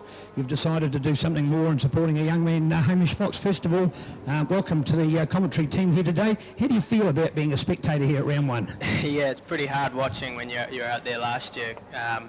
And yeah, having to call it at the time when I was going faster than I ever have and have more support than I ever had, it was a tough call, but it was the right one. You know, it was affecting me day-to-day life, not being able to work properly, so it was the right call. And yeah, I love the sport so much, and I got so much out of it, racing overseas and everything. So bit of a waste to not be able to put something back into it. So yeah, we brought Hamish Fox on board. It's his second season, and he's flying. Hey, well, we got a little bit excited there because we thought he was top qualifier with the Supersport 300 class, but in fact wasn't quite to be that way. But for his first time ever at Ruapuna to have ended up in about 7th or 8th place, you still got to be pretty pleased with that anyway. Yeah, for sure. We didn't have a whole lot of expectation to be out at the front because you know, it's his second year on a road bike for starters, and it's his first time down here at Nationals. So we sort of changed it up yesterday when we saw his lap times and he started flying. So he finished up 8th overall, and we're stoked with that. But yeah, he's got a lot to learn. he'll go good in the race for sure. All right, thank you. Let's cross over here to our update here at the Mike Perry Motorsport Park and race number 1, round number 1. And there's the grid. The Rees boys are super fast and super excited because there they are, first on the grid, 1 and 4. And we've got, of course, looking for the local Alistair Hookenboosum to take up the second place. Australians, Lachlan Epps in there at third, jumped to 5, first of the second row to Sloane Forest with Jake Lewis in there with Scott Moyer. Look at that, 2 and 1, 7th and 8th to qualify, and numbers 2 and 1 from last year's championship. So we've thrown this field upside down for sure, Connor. Yeah, that's for sure. The lap times out there at the moment are unreal. You know, Scott and Dan are down in the back there, and they've last year if they did those times, they would have been pole position. All right, we are starting to get underway. The flag is in, the marshals are coming in, and we are getting ready to get our 2020 NZSBK underway. The lights have come on, and we're about to go racing. The lights are out, and Jamin Rees gets a bit of a power wheeling going through a great start on the outside of the front row from Mitchell Rees. Lachlan Epps is up there as well, so we go round turn 1, and I think it's going to be Al Hoogie and Damon Rees fighting it out. We'll have a look as we go down the Liquid straight, a fantastic part of Ruapuna. The first sector, they go down the straight and into the iconic pothole corner, and I'm going to call that the 92 of Damon Rees in front with Lachlan Epps in second, and then go back to, I think it might even be Jake Lewis up there, I think, with the yellow helmet. So Jake Lewis is up there with a great start. Al Hoogie's in there, you've got Sloane Frost and Mitchell. Oh, Damon's run off at the hairpin as well. So change of position for front. I think with that tailwind might have just outbraked himself. So drama here in NZSBK. Our pole man is now right at the back of the field. Yeah, that was difficult. It's an easy mistake to make going into that hairpin, especially with the tailwind. Your speed changes a lot with the wind behind you. All right, keen to look out for this one, and what an upset we've got because already the number 1's gone to the end of the field, so turn this one upside down so quickly already on. Those others back behind him will be saying, hey there, we're taking it easy and we're feeling a little bit better. That first lap is so congested and tight to watch. Certainly we can witness the fact that we've got Lachlan Epps up there, but there'll be a lot of support behind the local rider and Al Hoogie. Look at that change coming up there. Mitch Rees trying to push it in there. Has he made the advance? Yes, gone to second through the Signbiz Dipper. That is hot racing and great to see the man with the outright lap record at Wanganui Cemetery Circuit cracking it just 2 weeks ago at the end of 2019, the Boxing Day effort to be the fastest man ever to take a motorcycle around here, and this guy's running hot at the moment as we look out for them coming up the what I call the John Britton straight here at the moment. There's a local man with flying out in front there, followed by Mitch Rees with Lachlan Epps in there. Got a Sloane Frost fifth from the start, but they're in fourth already ahead of Jake Lewis, going to Scott Moyer with Dan Meddon back there in 7th place, 8th for James Hoogenboosum, then go to Ryan Yanko with Mark McGregor and Damon Rees struggling there, but he's managed to get himself a place in the pack. Yeah, 9.5 seconds down, so we'll keep an eye on that time. Damon Rees 9.5 seconds off the lead, so keep an eye on that one as we go racing. There's nothing in it. Al Hoogie leads Mitchell Rees, then Lachlan Epps. What a great trio they through the hairpin and already into the Fulton Hogan Essence. Look at Al Hoogie. He has got that Yamaha Blue Crew R1 flying at the moment. Fantastic to see, and we've got the blanket. It's about 8 guys, and any one of these guys can win this race. So it is only a 10-lapper, so blink and you'll miss it. But at the moment, it's Al Hoogie, the local man, on fire at the moment. Hey, great to see and good to watch. And you talked there before with this, Connor, about how easy it is to go down there. Brad picked it up. Maybe the tailwind because it's got a little bit blustery. We changed to what's called the classic nor'wester as the day goes on. So the temperature is going to go from yesterday from about a 20, struggling to hit that, in fact, to more like a 28, 29. So we know it's going to be really getting warm out there. Yeah, the track's got up to quite a good temperature at the moment. There's a bit of a wind that'll change it a little bit, but there's not going to be too much different from qualifying. And you can just see there Mitch as he's really strong to the end of the lap, and he's all over the back of Al there, so it'll be interesting to see what happens. We're also going lap record hunting as well. We're under it in qualifying as Mitchell Rees has a bit of a moment coming out of the sweeper, but it is going to be Al Hoogie. Mitchell Rees will have a look at 129.7, so not quite there, about 3/10 of a second off it at the moment, but that headwind now down the front straight might be playing a bit of a factor. We might not still have the pace that we had earlier this morning, but that update for Damon Rees, he has slipped back to over 10 seconds, so he's losing touch with the front group as well, so maybe might have picked up an issue while he run off, so we'll keep an eye on this one.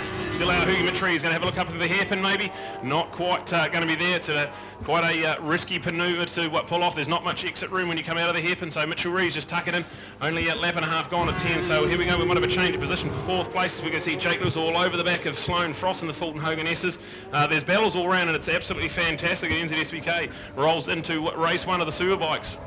Right, here we go, and looking up for this one, we come round towards the Christchurch Casino Carousel. Love this part here of Mike Perra Motorsport Park as we peel back through the infield, and they come right around towards us. I call it a bit of a question mark because it almost comes right down around on itself as we go down through Southern Salvage and head towards the Sign Biz Dipper. This is a fantastic part of the track. Motorsport fans here at Ruapuna will know it well. It literally does dip down through the bottom. Very nice to meet Basil here today. Basil, a life member of the Canterbury Car Club, who owned this fantastic facility, and he was a man who helped build this track those many years ago and talked about doing it on a TD15 bulldozer with a rock roller in there because he says we were bringing out ghoulies as big as your arms loaded. So fantastic to hear the story of the building of this great facility. And welcome Basil here as a guest today at Motorcycle Canterbury. Here we go. And looking out for this one, Connor. And how good is that? Because it looks as if Higgins extending the lead. Yeah, he's brought a little bit of a gap there, but you can also see there Lachlan Apis in third. He's catching up, so he's on fire. He had a bit of a struggle in qualifying where he was on a hot lap and got held up, but you can see you're going to find Lachlan Apis there flying, and you can see Dan met him just on the back of this group. He had a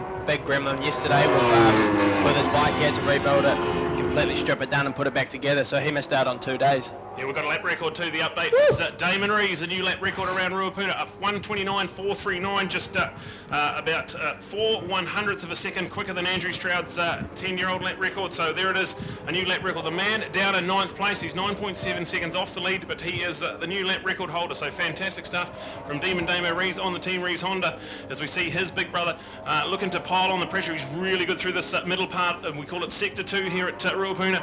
And here we go with our Hoogie, Mitchell Rees, just drifting off, and then we go back to we've got an issue with Lachlan Epis. He's dropped right back, so we've got an issue with Lachlan Epis. He's dropped right back out of that top group now, so we're drama here.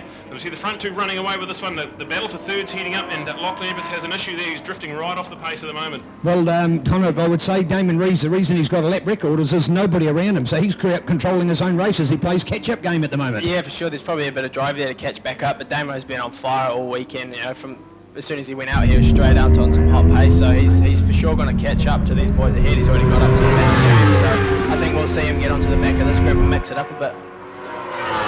Absolutely fantastic. The update, Elsa Hugomo's ahead of Nick Trees. Jake Lewis is into third with Sloan Frost.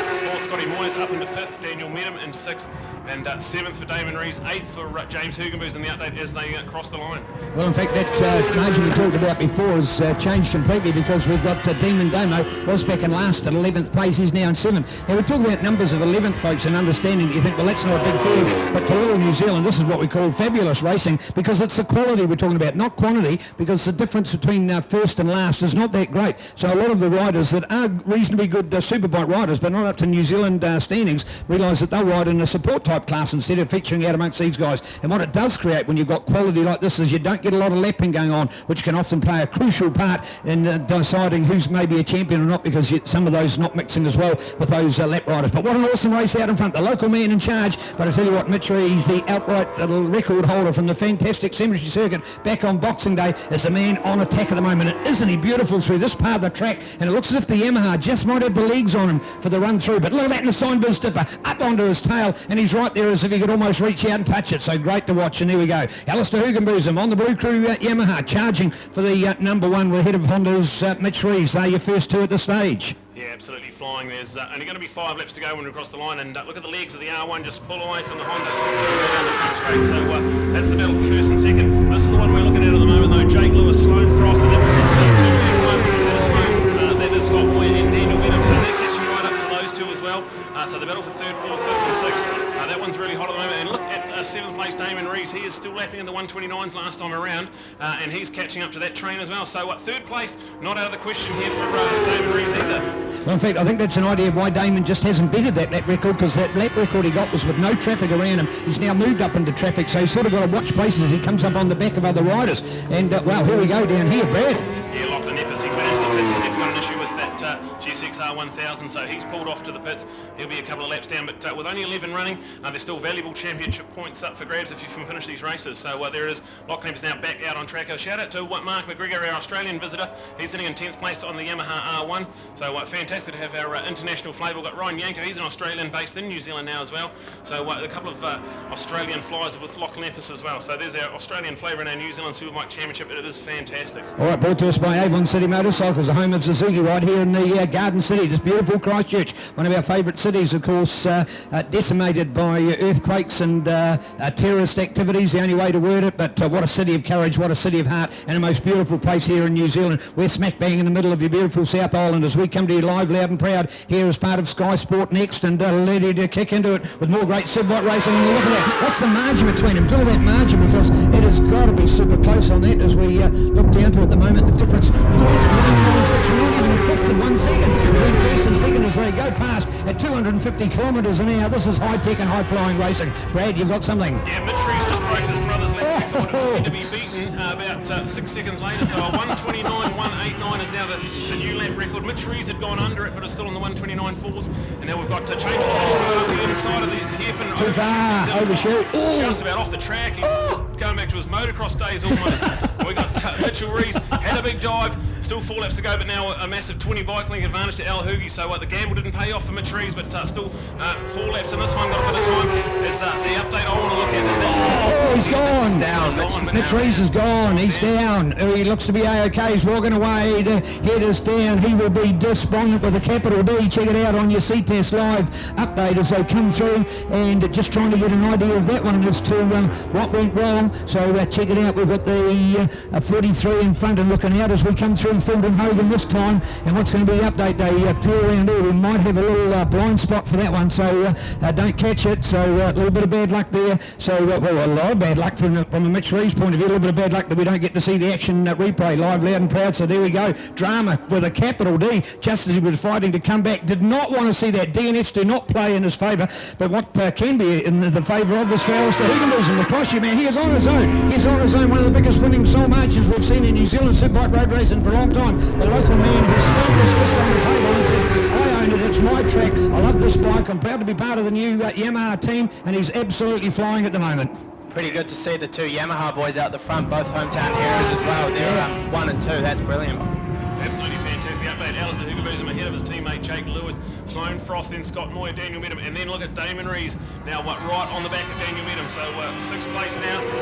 Demon Namo maybe going to have a look. No, not quite close enough, but that's now a full-on 5-way fight. 2nd, 3rd, 4th, 5th and 6th place. So we'll look out for Damon Rees. He is the man on the move. He is the lap record holder and flying at the moment. Great news over there. Mitch is back on his bike, so he is okay. The bike is okay. It's certainly rideable, and he's okay to ride it. So he'll just get a medical clearance after this one. I'm sure he'll be back for the next one. He'll be gutted with a capital G as he tries to fight for this championship. That is not the best way to start, but he's got a real good feel for it. But a man who has got a good start is this local hero and Alistair Higginbotham coming into the racing. We talked about the press conference yesterday, Connor. A lot of favouritism split over a number of riders. As we talk about, anybody could win it, but I think this man had the edge being the local on the fast improving bike, and he's proving it here today. Yeah, and he got a good start too. That's all the difference out there. You know, you can see all the boys back there fighting for 2nd place. There's 5 of them there, and any one of those guys in that pack can win a national race, and you can just see them holding each other up a little bit, trying to find a way through, and he now has just got the clear track out there, so he's doing really well, and Jake's doing a brilliant job out the front of that 2nd pack there too.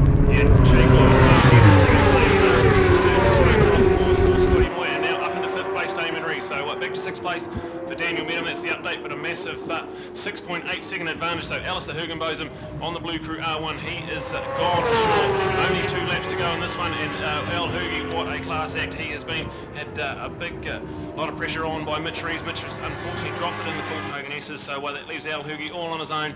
And the one we can have a look for is the battle for the podium, raging at the moment into the hairpin with Jake Lewis, Sloane Frost, Scotty Moyer, and Damon Rees there. A little 4-way fight. Daniel Medham just slowly drifting off that pace at the moment, but still a good 6th place for him. So here we go, lap and a half to go in this one, and still anyone's battle for the podium. All right, the sponsors on board, including Yamaha Motor NZ, of course, proud to be sponsoring the winning duel out there as well. So great to see. Thanks to Yamaha, Revs Your Heart with Yamalube, GYTR, Blue Crew with YMF, YMI, Aquapovic, Pirelli, Race Supplies, GB Racing, JCR, Holland's Collision Centre, Workshop Graphics with Sprint Filter, Trust Industries, and F43 Riccarton. So they call him Al. He's Hoogie, proud to wear his hat round here yesterday in the fundraiser that we did for him a few years ago. So Alistair Higginbotham is the man of the moment, and he leads this field quite comfortably. Connor, at this stage, it is absolutely Al's to lose. Yeah, absolutely. He's doing a really good job out there. He's running real consistent lap times too, and as you can see, those boys back there are just going to be going at it. I think as we see the white flag come out this lap, it's going to be a last lap battle for 2nd place. Here we go. The battle is raging. Damon Rees is all over the back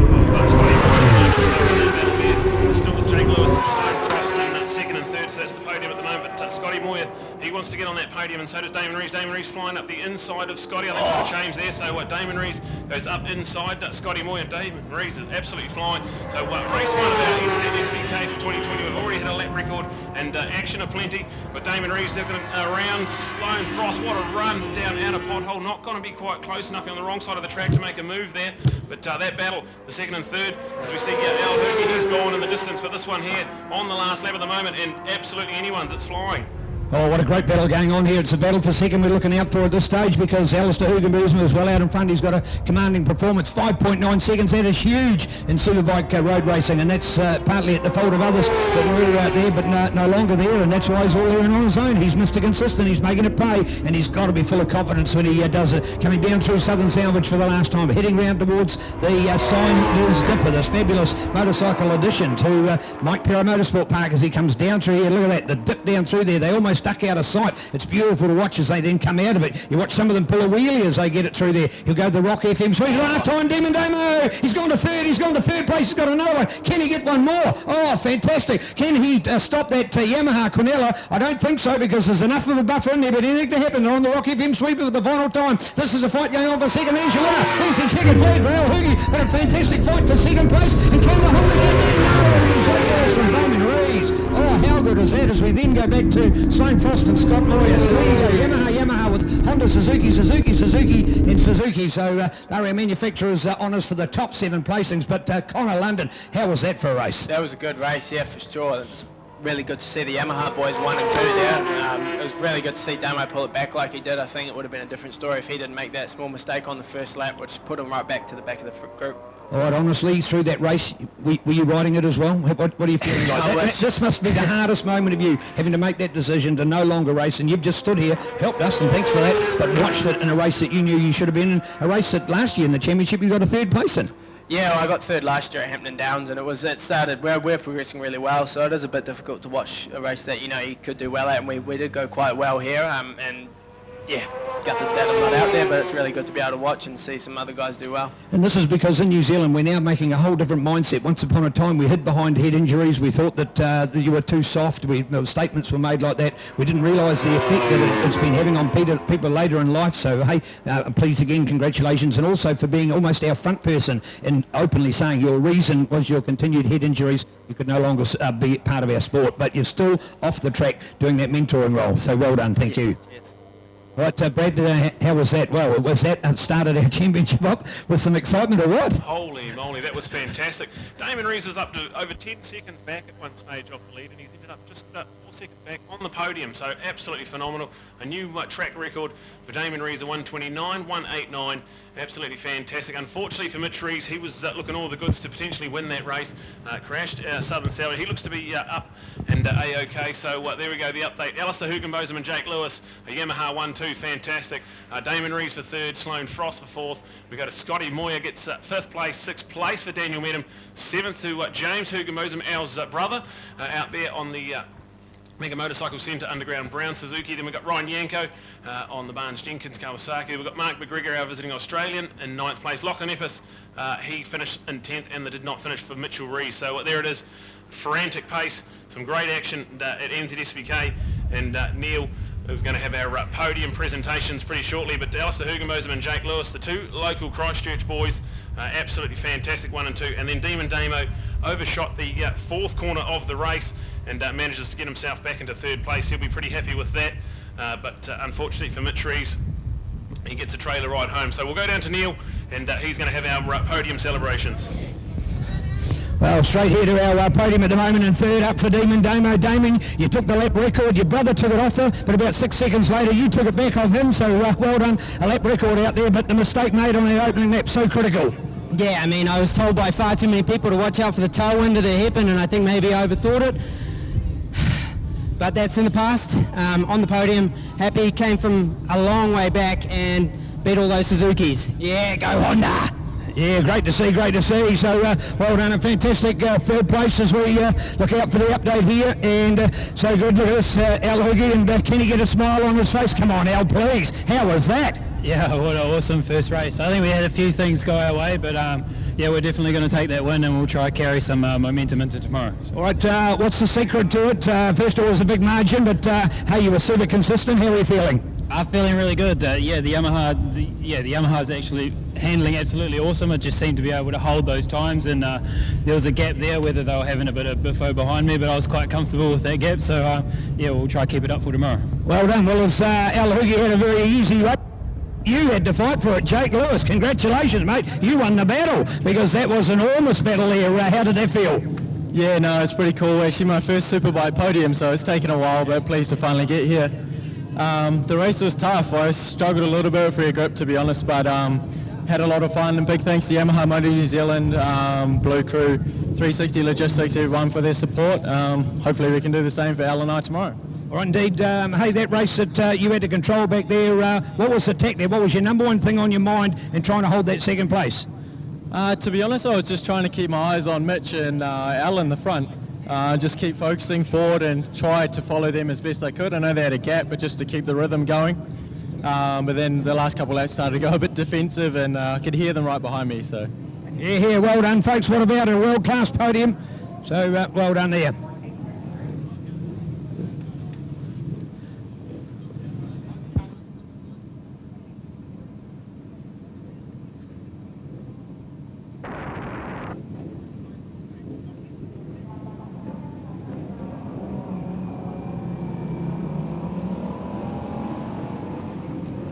Fantastic podium stuff there from our New Zealand Superbike Championship. Well done to Al Hoogie, race 1 winner, Jake Lewis in second, and Damon Rees running at our podium. Fantastic racing all around. We go to our Pro Twins now. This is going to be fantastic. They get an 8-lap race, and this is going to be brilliant. We've got Nathan Jane on a Pro Twin this year, and already straight onto pole position. So Nathan Jane, Ben Rosendale, S.J. Cavell, and Zach Fuller. That's a star-studded front row of the grid. We look at Josh Augustine, Angus Boyd, Carl Hooper and Rob Whittle. That's row 2. That's going to be fantastic. Those guys are definitely right. And we've got Michael Patchett, former 3NZ, Vaughan Main, Jacob Stroud and Chris Burt there, row 3. Nick Southerwood, Doyle Matosha, Phil Munt and Josh Dublé. That's we're going to 16th place. Al Ware, Jace Augustine and Tim Rattray, right up to 19 Pro Twins on the line, brought to us by Access Man. More than just your standard access equipment and hire specialists. Fantastic. Pro Twins 8-lapper coming up, and this is going to be some frantic racing. We've got 19 Pro Twins ready to go.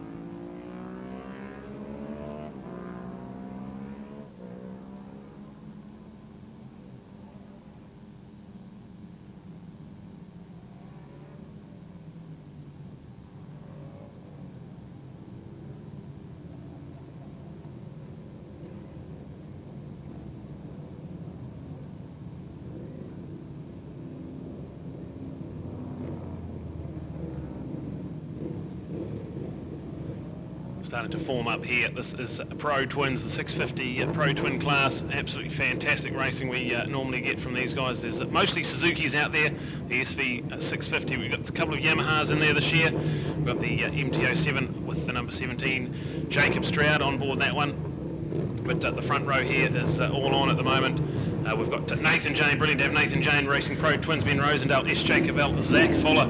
Anyone's run to the line here. We've got Josh Augustine and Angus Boyd there. We've got Carl Hooper and Rob Whittle there. So we've got a star-studded row 2 as well. The lights are about to come on. The marshals are off the track. And we get underway an 8-lapper for Pro Twins. And these guys have some fantastic. S.J. Cavell got a great jump. So did Ben Rosendale, Nathan Jean. Not the greatest start off pole. But the row 2 boys there swamping him up. But here we go. into turn 1. And I think it might be Ben Rosendale looks to be with the advantage at the moment. We'll catch the update. We've got S.J. Cavell sitting there in second place. We've got Nathan Jane, a good recovery. He's come right around the outside. He's in about 5th place at the moment, but we go racing. And a great start there from our Pro Twin boys as we fly around Pothole, and looks to be Ben Rosendale at the moment, S.J. Cavell, and Nathan Jane in the update. We've got Zach Fuller there. It looks to be him in 5th place with Josh Augustine in 4th as they jostle for position. So into the hairpin we go, and Ben Rosendale, the number 1 on the bike, defending champion. He is flying at the moment. S.J. Cavell, he's talked to him earlier. We've got an issue with Nathan Jane in 3rd place. He's slowed right up, so something's gone awry there. So unfortunate stuff. Drama here. Nathan James pulled off into the Fulton Hogan S's, so we've got drama. And we've got a change of position out in the lead. We've got the Butylene Oils, number 5, S.J. Cavell from the Hawke's Bay has gone up into 1st place, so he's going to pin his ears back and go. S.J. Cavell, what a start on the C.D. Vandermeer Builders Eastfield Engineering machine. We've got Ben Rosendale now in 2nd place. Oh! He's gone down. We've just put the commentator's curse on him. He's just overdone it into Southern Salvage, so he's up and okay. But unfortunate stuff. We've got plenty of drama on the first lap here of the Pro Twins 8-lapper. And Ben Rosendale gets a nice comfy lead out of all of that at the moment. Brad, that's 2 of the top 3. Going to be 2 of the top 3. Nathan Jane, top qualifier. S.J. Cavell, easily one of the top 3 favourites for this class going into it. And that's 2 of them that have won out with mechanical. The other's gone with a crash. So we've got more drama than Shortland Street's got in a year. We're all locked and loaded for you here at NZSBK with our Pro Twin class. This great class brought to us by Access Man, making height easy. More than just your standard access equipment hire, everything from scissor lifts to knuckle booms to cherry pickers, telehandlers and spider booms as well. They've got approved training and operations, 8 branches throughout the country, and also 1,200 machines available nationwide. Access Hire giving you our Pro Twin lineup as we look out for it with Ben Rosendale, the man with the number 1 on his bike ahead of Zach Fuller, the super kid. Zach Fuller, fresh out of motocross, then into Jixer Cup. So 2 years doing his apprenticeship in that class, including a runner-up, in fact, on 2 occasions. And here he is now to have come through for this class and finding himself a 2nd. In fact, all of a sudden, Ben Rosendale, he had to square the corner off. They were all having problems at Euromark hairpin there today, Brad. Yeah, nightmare. That wind's just strong enough to really catch people out. It's a fast-flowing bit leading up to it, and then it's a very, very tight. It's probably the tightest hairpin, I would suggest, in New Zealand Motorsport, that corner there, and it's not very wide either, so not much of an exit on it, so very easy to get it wrong. But Ben Rosendale, he's still in charge of this one ahead of Zach Fuller. We've got Angus Boyd, a young man fresh off 250 production racing. He's mixing in the top 3 at the moment. Rob Whittle, Carl Huber, Nick Southerwood and Josh Augustine there. So Jacob Stroud back in 8th. This is fantastic. We've got one down into the Christchurch Casino Carousel as well. So they look to be up and okay. So we've got plenty of drama. There's a couple of run wide. So hopefully there's nothing on the track down there because there's definitely a lot of carnage in the Christchurch Casino Carousel. But we've still got a handy lead there for Ben Rosendale. Zach Fuller giving chase. This is going to be fantastic, this Pro Twin racing.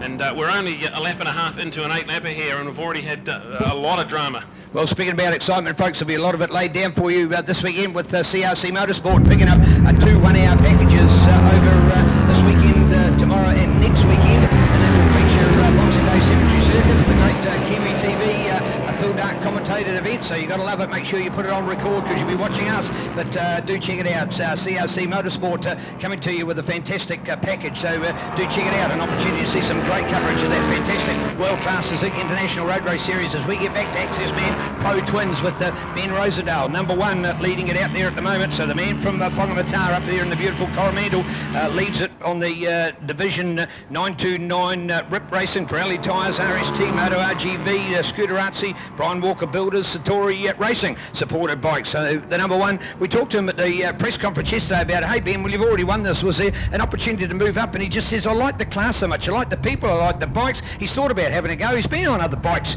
and realised, no, this is where his heart is with Pro Twin. So the hardest thing, because he's got the mark on his back, he's the number 1, everybody wants to catch him. And at this stage, Brad, you'd actually say that is not a massive margin at only 0.607, so he's got some work still to hold on to it. Absolutely, this is a fantastic drive from Zach Fuller, sitting there in 2nd place, just stalking him, just keeping that gap pretty handy. He was the fastest lap in the race up until Nathan Jane just clipped him. So the man in 14th place is Nathan Jane. He's the fastest man on track. So don't know what happened to the bike, but he seems to be a-okay and getting good pace now. So Ben Rosendale, Zach Fuller, Angus Boyd doing a fantastic job in 3rd place. Just a young man from Kaipoi there in 3rd. Rob Whittle, a veteran of motorcycle racing in New Zealand. Fantastic to have Rob out there in 4th place. And the Augustine boys, Josh, there in 5th place with Carl Hooper in 6th. Nick Southerwood, another one to keep an eye on in 7th place. The Pro Twin action There's about 12 guys who can win races in this class, and it's fantastic to see at the moment. Got it with the number 1, Ben Rosendale. Right, well, as we look back, it's the opportunity. One of the things, if anybody takes an exit from the track, you actually see a puff of dust, super dry here in Canterbury over a beautiful summer with very little rain. And of course, that meant that the grass, instead of being a lush green, is a dull brown. What it does mean is anybody trespasses that we do see that puff of dust. Some of them, the likes of Damon Rees in our previous Superbike race, well, he didn't crash, but he still went off the side of the track, whereas we've seen others like S.J. Cavell in that one, and he had a puff of dust that was almost as great as White Island. So there you go. It's all on for love and war, but I'll tell you what, Brad, that 0.8 buffer has gone to 1.8. At this stage, Ben Rosendale is showing us exactly that he is Ben Rosendale. He's number 1 from last year, and he's looking hot for 2020. Yeah, this is actually a bit of a worrying sign for the rest of the Pro 10 boys, because he didn't have a very good South Island stint. He did most of the winning when he got back up north, yeah, so to see him leading by nearly 2 seconds at Ruapuna, a very worrying sign for the rest of the Pro Twins class at the moment. Ben Rosendale, he's got the number 1 on the bike. He won the TT as well in Hampton Downs at MotoFest. So a class act. So there he is. He's into the Signbiz Dipper at the moment. A further about 1.9 seconds back is Zach Fuller in second place, and then there's a full on-train 4-way fight for the podium, and Angus Boyd doing a good job ahead of Rob Whittle, Josh Augustine, and Carl Hooper at the moment. So there it is, third, fourth, fifth, and sixth. Definitely all on for the podium here. We've only got going to have 4 laps to go when they cross the line, so we're about half race distance and starting to heat up. Well, indeed, what a fantastic Suzuki series for Zach Fuller, the man here in second place at this stage. He made the move, and what a move to make. In fact, he didn't know quite which way to go. We talked about it at the press conference yesterday. Was he going to go to a bigger class? How big was he going to go? 2 years in Gixxer, then going up to Supersport 300, bigger than a Gixxer, or are you going to jump and go all the way to Supersport 600? He's done the right thing in going to Pro Twins. This is a very good class. These twin machines at 650, they don't have the power of a 600, even though you think, well, a 650 you'd think is more, but they're not a performance-based bike such as we see from a 600. So the Pro Twin, the right kind of bike. He's the right height, Brad. He just sits on that bike nicely, and with his Gixxer experience, he's slotted right into it. And that is a superb second place, because he's not too far away from being the race leader. But on the other hand, as a young rookie, the class rookie's bolted clear of the dominant pack of 5 riders then fighting it for third. Yeah, it's about 2.8 seconds back from Ben in the front, but then he's got a 2.9 second back to third place. So that's the perfect result there. Just keeping neat and tidy, out of trouble. And second place for Zach Fuller on the Kiwi Rider Suzuki New Zealand machine at the moment. So Ben Rosendale leads ahead of Zach Fuller, but then it's still Angus Boyd ahead of Rob Whittle. That battle for third's fantastic. There's only a couple of bike lengths in that as they head around into the Southern Salvage uses. And there we go with that update there. We've got Josh Augustine, Carl Hooper, Michael Patches up in a 7th place, so this is better stuff from him. He was a top 3 place getter at Ruapuna last year, so likes these South Island tracks.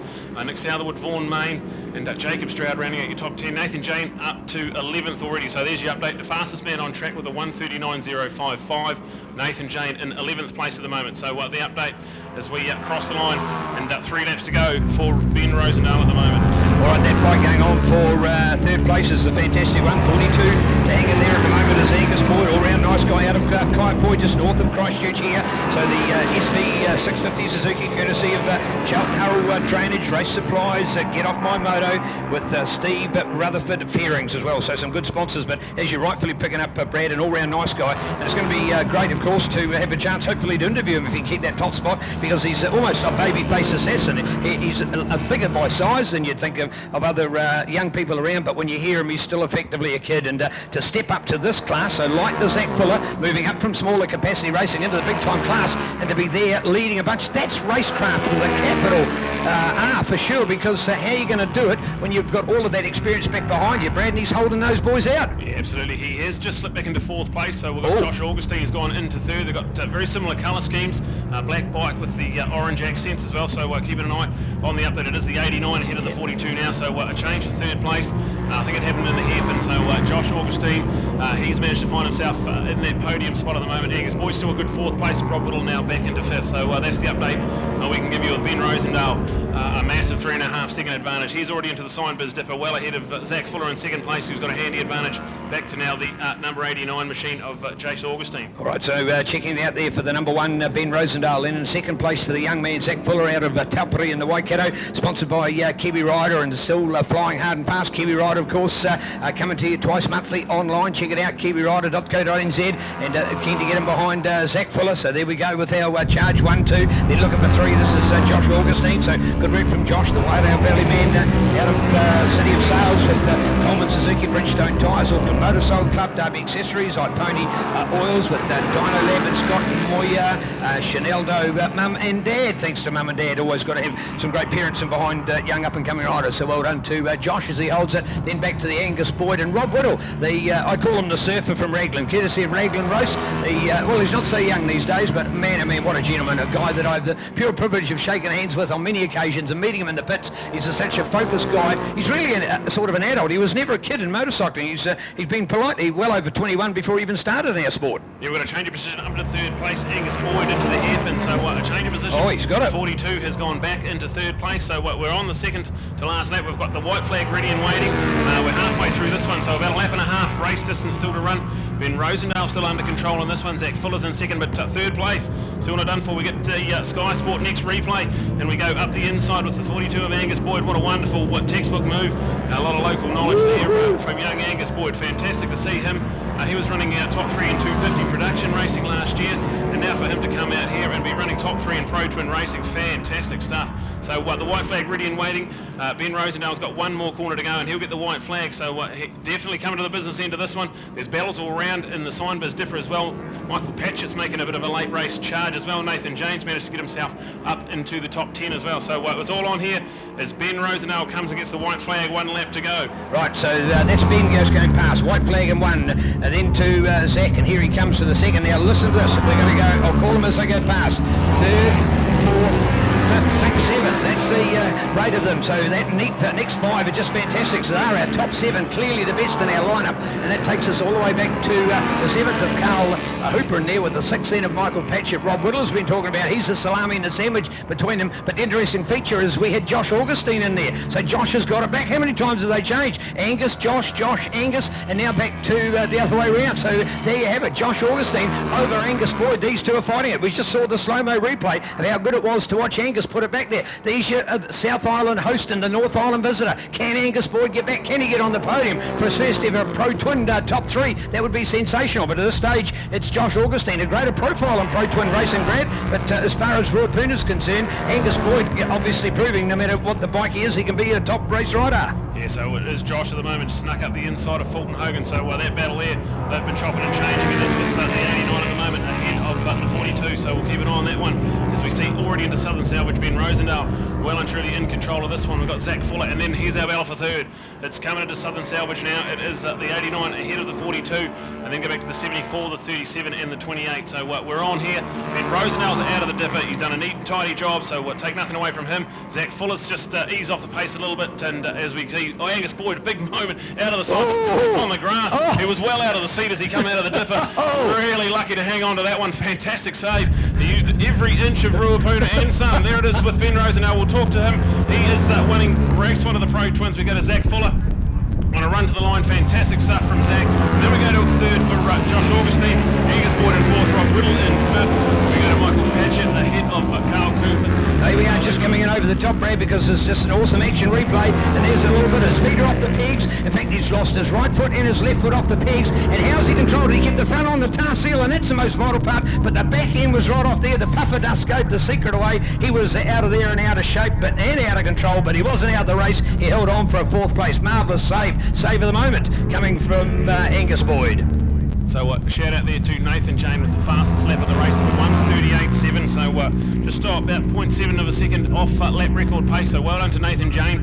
I'm not sure what happened. He had issues with the bike early on in the race, so that slipped him way down outside the top 15. Good damage control to get back up to 8th place in a very long championship. So well done to Nathan Jane.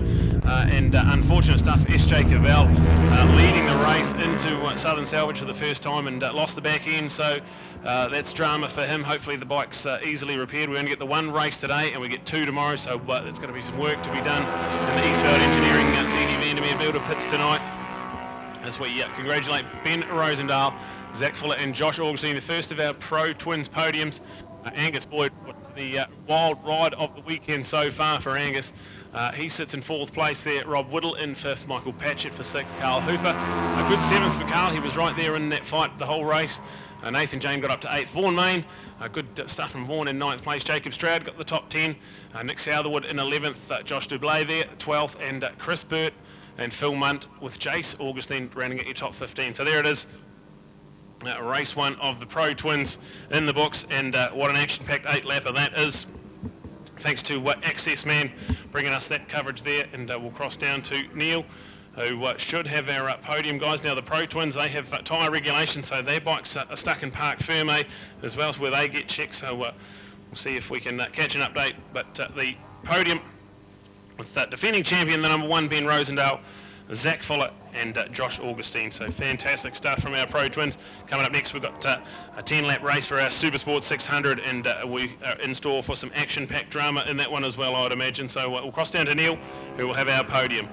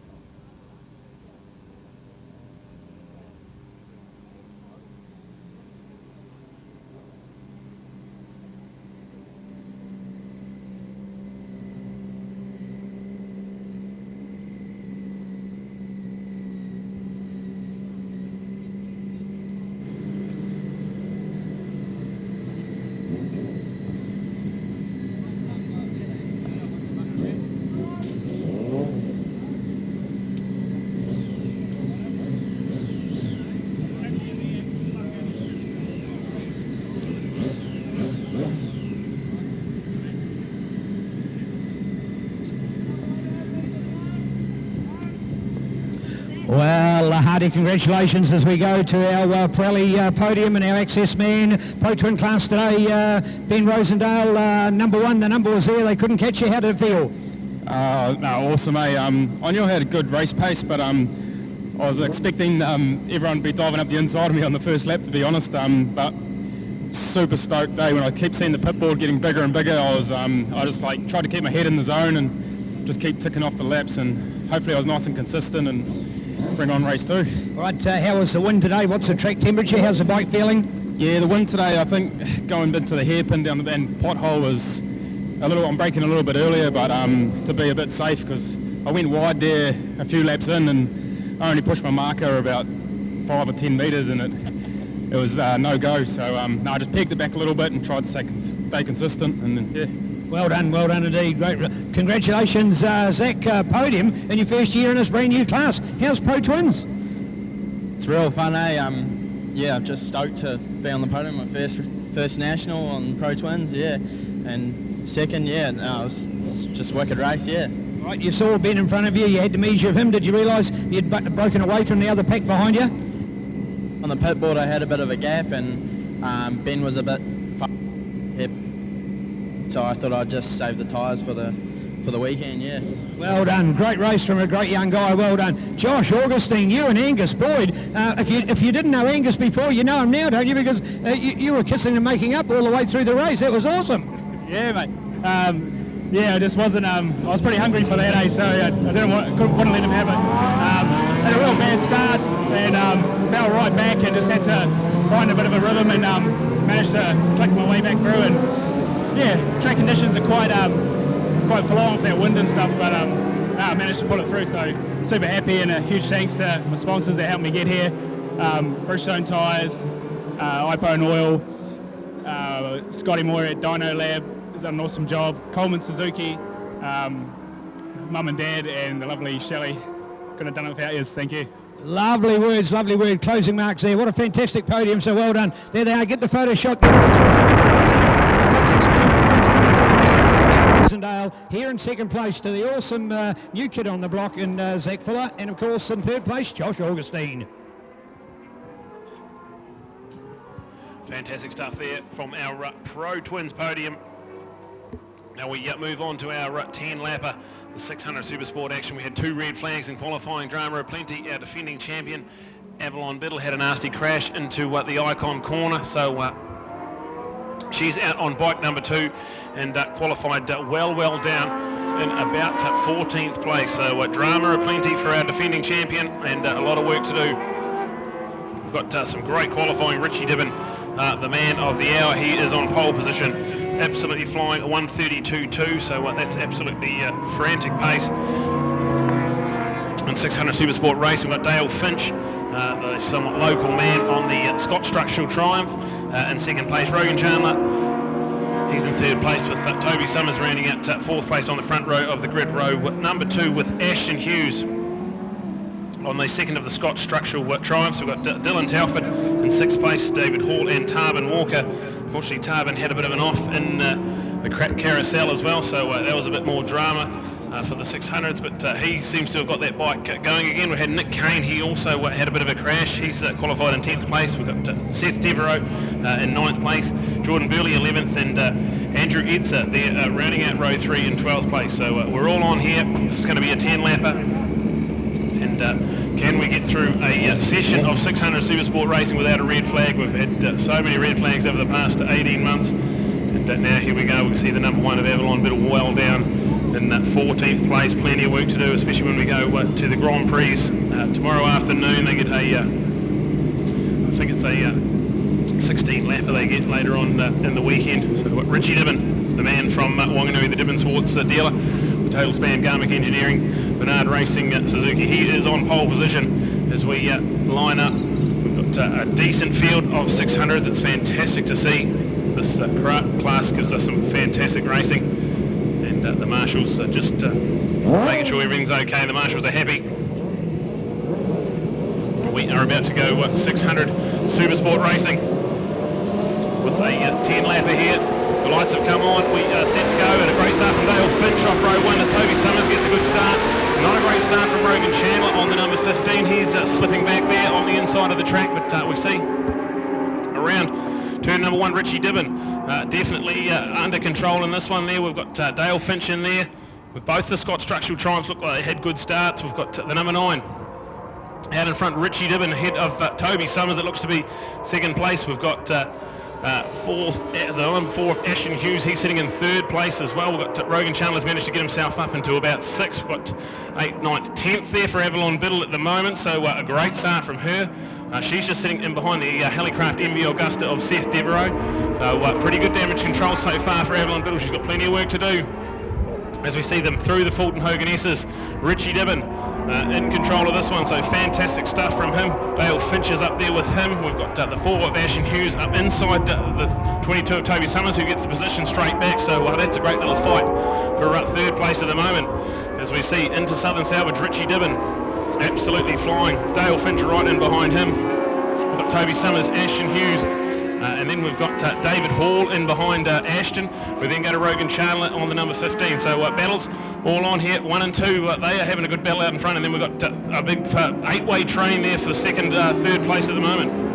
Wow, it's all on here at the moment as we head to the Rock FM sweeper here at the magnificent Mike Pero Motorsport Park. Looking good as we come up the front, John Britton Straight here at Motorcycle Canterbury, home of racing, Ruapuna, and we're all on at the moment. What a bike battle, and going good at this stage, so keen to check it out at the moment as we go there with Richie Dibben and Dale Finch. Wow, talk about that for a finale. Richie Dibben all the way out of Wanganui up in the North Island, courtesy of Berwick Sports Bar, Total Span, along with Mick Paul Inspections, Garmac Engineering, and a whole lot of other great supporters, including, of course, his own Dibben Sports Motorcycles Suzuki dealer right next to the headquarters of Suzuki New Zealand, and of course part of the pit area at Pacific Place right there on the cemetery circuit. And this man, of course, has been the master of our Supermoto class for a number of years, and stepped up last year for the first time to a 600, and didn't have a very good run through the championship with a lot of ups and downs in his performance, but look at this, he started well. Let's hope he can stay positive for a great start like that. And Dale Finch, wow, check that out for Dale, the man from Christchurch here on the Scott Structural ATR Electrical Access Man Black Track's fastest, Dyno Works level, supported Triumph 675. Now we talk about it as a Supersport 600, but that's the 3-cylinder bike compared to most of the other Japanese bikes with 4 cylinders, so a 675 is comparable to, in fact, the 604, so we put it into this class, and effectively it's an F2 Formula 2 bike as well, so neat to see how well he's going. Of course, this is a hot shot previously out of Speedway, so this man knows how to slide it and go sideways. So look at this, good work from Dale. He's also had to go at motocross as well, so one of our awesome versatile motorcycle riders. So check it out from local man Dale Fitch. But at this stage it's the Wanganui visitor out there in a flying good start with the ace on the Suzuki, Richie Dibbon. Yeah, fantastic stuff, Richie Dibbon. He has got the start he wanted off pole position. Dale Finch, he got a good start as well, so that's 1 and 2. There's less than a second in between that battle. Then we've got Toby Summers, good job in 3rd place. Ashton Hughes ahead of David Hall and Rogan Chandler, so a bit of toing and froing going on there for 5th, 6th and 7th. Avalon Biddle's up into 8th place ahead of the MV Augusta of Seth Devereaux, with Dylan Telford running at our top 10, so we're all action aplenty, and fantastic stuff. Richie Dibbon and Dale Finch. We talked to Dale earlier today, and he's feeling very, very good about his title chances. He was really good on that Scott Structural Triumph, and here he is in 2nd place, doing a great job. All right, the battle of the rest, and it's the great of Toby Summers yesterday, Carl Cox Motorsport, Mad Love Media. We love Mad Love Media, and of course, speaking about Mad Love Media, we've got Lucas on board this year. He's going to be doing some slow-mo video work, so media more than just photography, but also the video work as well. So check out Mad Love Media, something you can follow on Facebook as well, and get him behind them and doing some great work. And of course, Kirsten herself under Kirsten Summers Photography, doing some great work as she's done in the past with wedding photography and other special family events. So great to have Mad Love Media, and a special welcome to Lucas, who's joined us. He's got to come back to support his little nieces. I'll be back here in Christchurch at Easter weekend because these beautiful girls do BMX, and great to have the BMX Nationals here in Canterbury over Easter weekend, and they'll be in hot flying form for that event, and certainly as well using their the race numbers of what Dad used to race as well. So that's a pretty cool kind of thing in there. So we're fans of the Summers family, and you should get them behind them too. The Auckland Plumber in hot flying form out there. 22 for Toby, and a very good 3rd place, Brad. So here we go, the update is Richie Dibbon and Dale Finch. Nothing in that battle at the moment, still less than a second in that as they cross the line with 7 laps to go. Toby Summers in 3rd place, and then the good battle, Rogan Chandler and David Hall. They've swapped positions about 3 or 4 times in the last couple of laps, so that's all on at the moment. It is with Rogan ahead of David at the moment, so fantastic racing from those guys.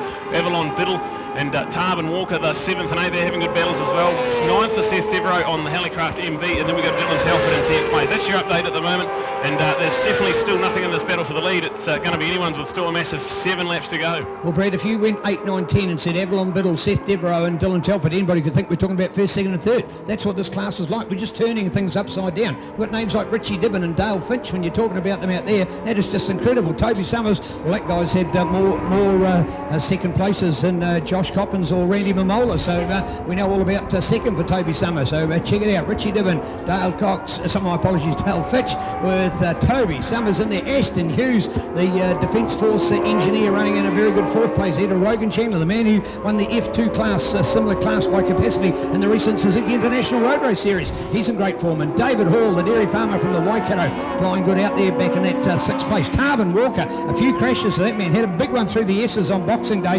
2 weeks ago and almost disintegrated the bike. They got it back together. He raced here yesterday, had an off. He's had an off already here today, and to be coming back out there, TWR on the pink bike, Brad, that is absolutely superb. A 7th place. He's lost no confidence. Yeah, he's not only he lost his race bike engine halfway between Cemetery Circuit and now as well, so he's had so much bad luck, unfortunately, for Tarbin. Doing a fantastic job keeping the defending champion at bay at the moment on the 21, the TWR machine, the bright pink.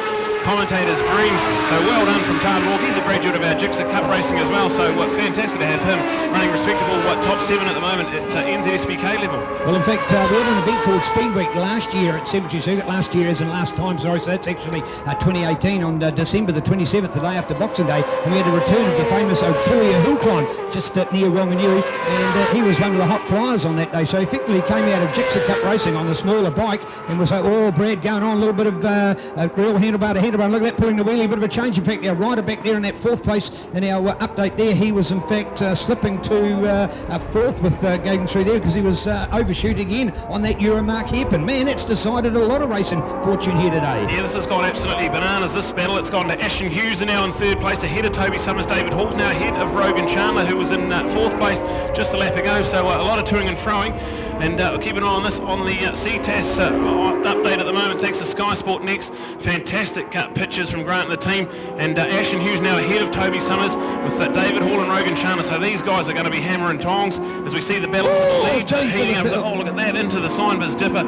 Absolutely fantastic. So nothing given between those guys. I think it's Rogan. So where you see a good picture, and we're talking about it was 1, 2, 3 and 4. They're actually the 3, 4, 5 and 6 overall, because the top two have bolted. They've gone out here. They're racing their own. They're smoking it out there. Richie Dibbon and Dale Finch, the margin 0.160. Nothing in it. And Dale Finch, best lap time out there of a 1:32. Don't think we're overly on top of that record stuff, so don't worry about that at the moment. But hey, great race going on here all the same. And what are we seeing now, in fact, from Ab? That's going to be the one is, I think, looking back there, 7th place, Brad. So, hey, maybe not so much. It might have been a walking wounded before, certainly a bent little bike that she had, but thanks to her super mechanic and Aussie performance, she looks to have got herself back on track. Yeah, what a resilient character, Avalon Biddle. She was limping around about half an hour ago. Gets back on her bike number 2. She's done a decent amount of damage to her good bike, so unable to get that one racing at the moment. So here she is, already up into 7th place after starting 14th on the grid. So what fantastic character for Avalon. Remember, we've got 15 races in this championship this year, so it's still anyone. So to be coming 7th place is still some fantastic championship points on offer. All right, so she's got the number 1 on her bike after a fantastic year last year, and deservedly a nomination for Halberg Awards Sportswoman of the Year. Outstanding performance when you consider the fact that it's a totally male-dominated sport, and this is the second-tier league of our sport in the world. So you've effectively have Superbikes as number 1. Supersport 600 is the next tier. So we're not talking of a support class. We're not talking of a low-down or lower capacity bike. This is next tier. This is number 2 of what you find in the world, and you see this the likes of Moto 2 in the world, or Superbike Supersport 600s. They feature that as part of World Superbike racing as well. So we're not talking of any lower grade results. So this lady is an absolute number 1 performing act on the MTF Kawasaki out there. So looking forward to seeing Ev holding on to that 7th place. And hey, she's looking good, and so is the bike at the moment. But hey, back with the Richie Dibbon Dale Fitz show, and that margin at 0.5, that's a half of 1 second as we slip back and through to 7.7 to Ashton Hughes. But Ashton, Rogan, Toby and Dave, and it's Rogan Chandler. Now Rogan was the overshoot on Euromark happen, Brad, and slipped from that 4th in the pack, or 6th overall, and slipped 1 position, and here he is fighting his way back. Could be another one, could be back in the air, might be on the inside. Oh, is he going to do it? Is he going to do it? Yes he is, yes he is. There he goes. So Rogan Chandler, it's no fluke that he was F2 winner for the Suzuki International Series. This is a hot rocking performance, Brad, and this is our Dyno Works class. Dyno Works, what is Dyno Works? Well, it's motorcycle tuning, full workshop repairs and servicing, it's tyres, it's parts, accessories, engine rebuilds and performance upgrade. And of course it's all about putting your machine on a dyno machine to see whether you're getting the most power of it. Dyno Works works with an X, and they're at home of course with Mighty Andrew there in Ashburton. Dyno Works proud to be sponsoring Supersport 600. Yeah, fantastic stuff from Rogan Chandler. He's now up into 3rd place, so that's the update for him. He's not fond of the South Island stint. He's openly said that he just wants to get out here with some good championship points, but this is fantastic performance to be dicing it there. Sitting in 3rd place, we've got Richie Dibbon. He's just slowly stretching up. He's got about a 25 bike length advantage. Back to Dale Finch, that gap now on about a second. So Richie Dibbon is in race control mode. He's got 3 laps to go, and he is the fastest man on track now with a 1:32.2. So Richie Dibbon, the man from Wanganui on the Dibbon Sport Suzuki, he is flying. Dale Finch doing a good job in 2nd place. Rogan Chandler's now into 3rd. Ashton Hughes 4th, with Toby Summers 5th, and David Hall right in behind him in 6th place. Avalon Biddle is slowly catching those guys, but she's 6.9 seconds back from David in 6th place. So probably 7th place is about all Avalon can hope for in this one, but fantastic performance nonetheless. All right, so Dale Finch changed from the MV onto the Triumph, a different kind of bike, but a similar engine configuration, so he's used to the way the geometry of the bike and how it performed for him other than a different engine. And this in fact is the ex-winning bike of what we had Jake Lewis on 2 seasons ago, so the bike's used to winning with a different pilot on board, former Speedway and motocross star, and Dale Fitch, he is doing it out there, doing it for Canterbury here on his home track as well. So go do it in style out there. That is Scott Structural, AOTR Electrical, Access Man, Black's Fastness, Dyno Works, Level NZ, Blair Print, Hughes Motors, Big Bush with Pirelli RST Leathers, Sabaki Chains. This man Dale Fitch delighting the Canterbury crowd with this awesome performance, and behind the Wanganui star Mr. Richie Dibbon as they fight 1-2, but Brad, as you've been picking up the best racing going on for third there, and it is the master of the moment in Rogan Chandler. He has gone 4-3-2-1 in that battle. Yeah, absolutely. He's done a fantastic job. Sitting in third place at the moment, Ashton Hughes, who had third just a lap ago. He's now in fourth place. Toby Summers is not out of this battle either, and neither is David Hall. So the battle for the podium is still anyone's. David Hall there in sixth place is still not out of this one. So keep an eye on that one. They're heading down the front straight into turn one at the moment. So fantastic little battle. We always get great racing in our 600 Supersport class. We go to seventh place with Avalon Biddle with great stuff there from Dylan Telford in 8th place, Tarvin Walker in 9th, Seth Devereaux now down into 10th place. So there we go with the update top 10, classy top 10 when you've got guys like Jordan Burley and Nick Kane 11th and 12th. This is fantastic field of 600 Supersport racing, and a lap and a half to go. Richie Dibbin well in control of this one. Yeah, loving it, but can he keep it up? He's not been regarded as a super consistent rider. He's had the opportunity to be New Zealand's fastest Supermoto rider. Supermoto, a different class that we see really come to the fore in the Suzuki International Series. Effectively, they're a motocross type bike which are modified to go road racing, and they make fantastic racing around the world, as Supermoto is a superb world championship under the FIM, our world governing body, entirely on its own. So to have that racing at the Cemetery Circuit and the Suzuki International Series is fantastic, and this is where he's done his apprenticeship. This is his background. After all, he came like his brother had before him. His brother, by the way, was second to none other than Darryl King in New Zealand miniature TT fast track grass motocross racing in the past. So the family knows how to go fast, and he's come from that down, there we go, into the dipper, and he hits the ground. That is disappointment with a capital D. That's Rogan, and that's Rogan. Yeah, and that there is tears. He is thumping the ground with his hands. He is disgusted in himself, and he's lost it. He has lost it and gone. So there you go. That is your race leader. So some real drama through there at the moment as we look at the next group to come up the straight, and man, they go wham past the camera as quick as that. Richie Dibbin, Dale Fitch, Aston Hughes, Toby Summer, David Hall, because Rogan Chandler is gone and done the right thing, left his bike behind, and he's gone behind the safety barrier there with the marshals at the moment. He will be gutted, Brad. Oh, absolutely devastated. So Rogan had a lap and a half to go and has put the bike down in the Signbiz dipper. Absolute drama. He's seen his Yamaha teammates go 1-2 in the Superbike class. He's doing a fantastic job. Unfortunate stuff. We've got the battle for third. Still red hot at the moment. We've got Ashton Hughes, Toby Summers and David Hall on the last lap of the race, and this is on fire at the moment. So Richie Dibbin, he's heading into the Christchurch Casino Carousel at the moment. He is gone. He has a massive 3.6 seconds back to Dale Finch, but Dale's got a huge 5.8 seconds back to third place, but third place could be anyone. It's Ashton Hughes at the moment ahead of Toby Summers and David Hall, but I would say this is not over now. This is all on, so we'll keep an eye on this battle for third as we see already into Southern Salvage Richie Dibbin, but the battle for third is coming in behind him now. So here we go with David Hall takes a tight line there, but not quite close enough to take the line away from Toby. But here's the Signbiz dipper. That's where Rogan come and done a lap ago. Ashton, neat and tidy, good defensive tight line through there. Does a good job and gets on the power early. So the structural triumph. His teammate Dale's in second place, and then here he goes. He's done enough. He's into turn 10. We've got the race win here for Richie Dibbin. He takes the checkered flag. What a fantastic performance. A massive over 4 seconds back to Dale Finch in second place. Another drag race to the line. It's with Ashton Hughes at the moment, Toby Summers and David Hall. No change. It will be Ashton Hughes, Toby Summers, and then to David Hall. So fantastic stuff. And how about that? 2 Scott Structural Triumphs on the podium with a Suzuki of Richie Dibbin. So fantastic 600 Supersport racing.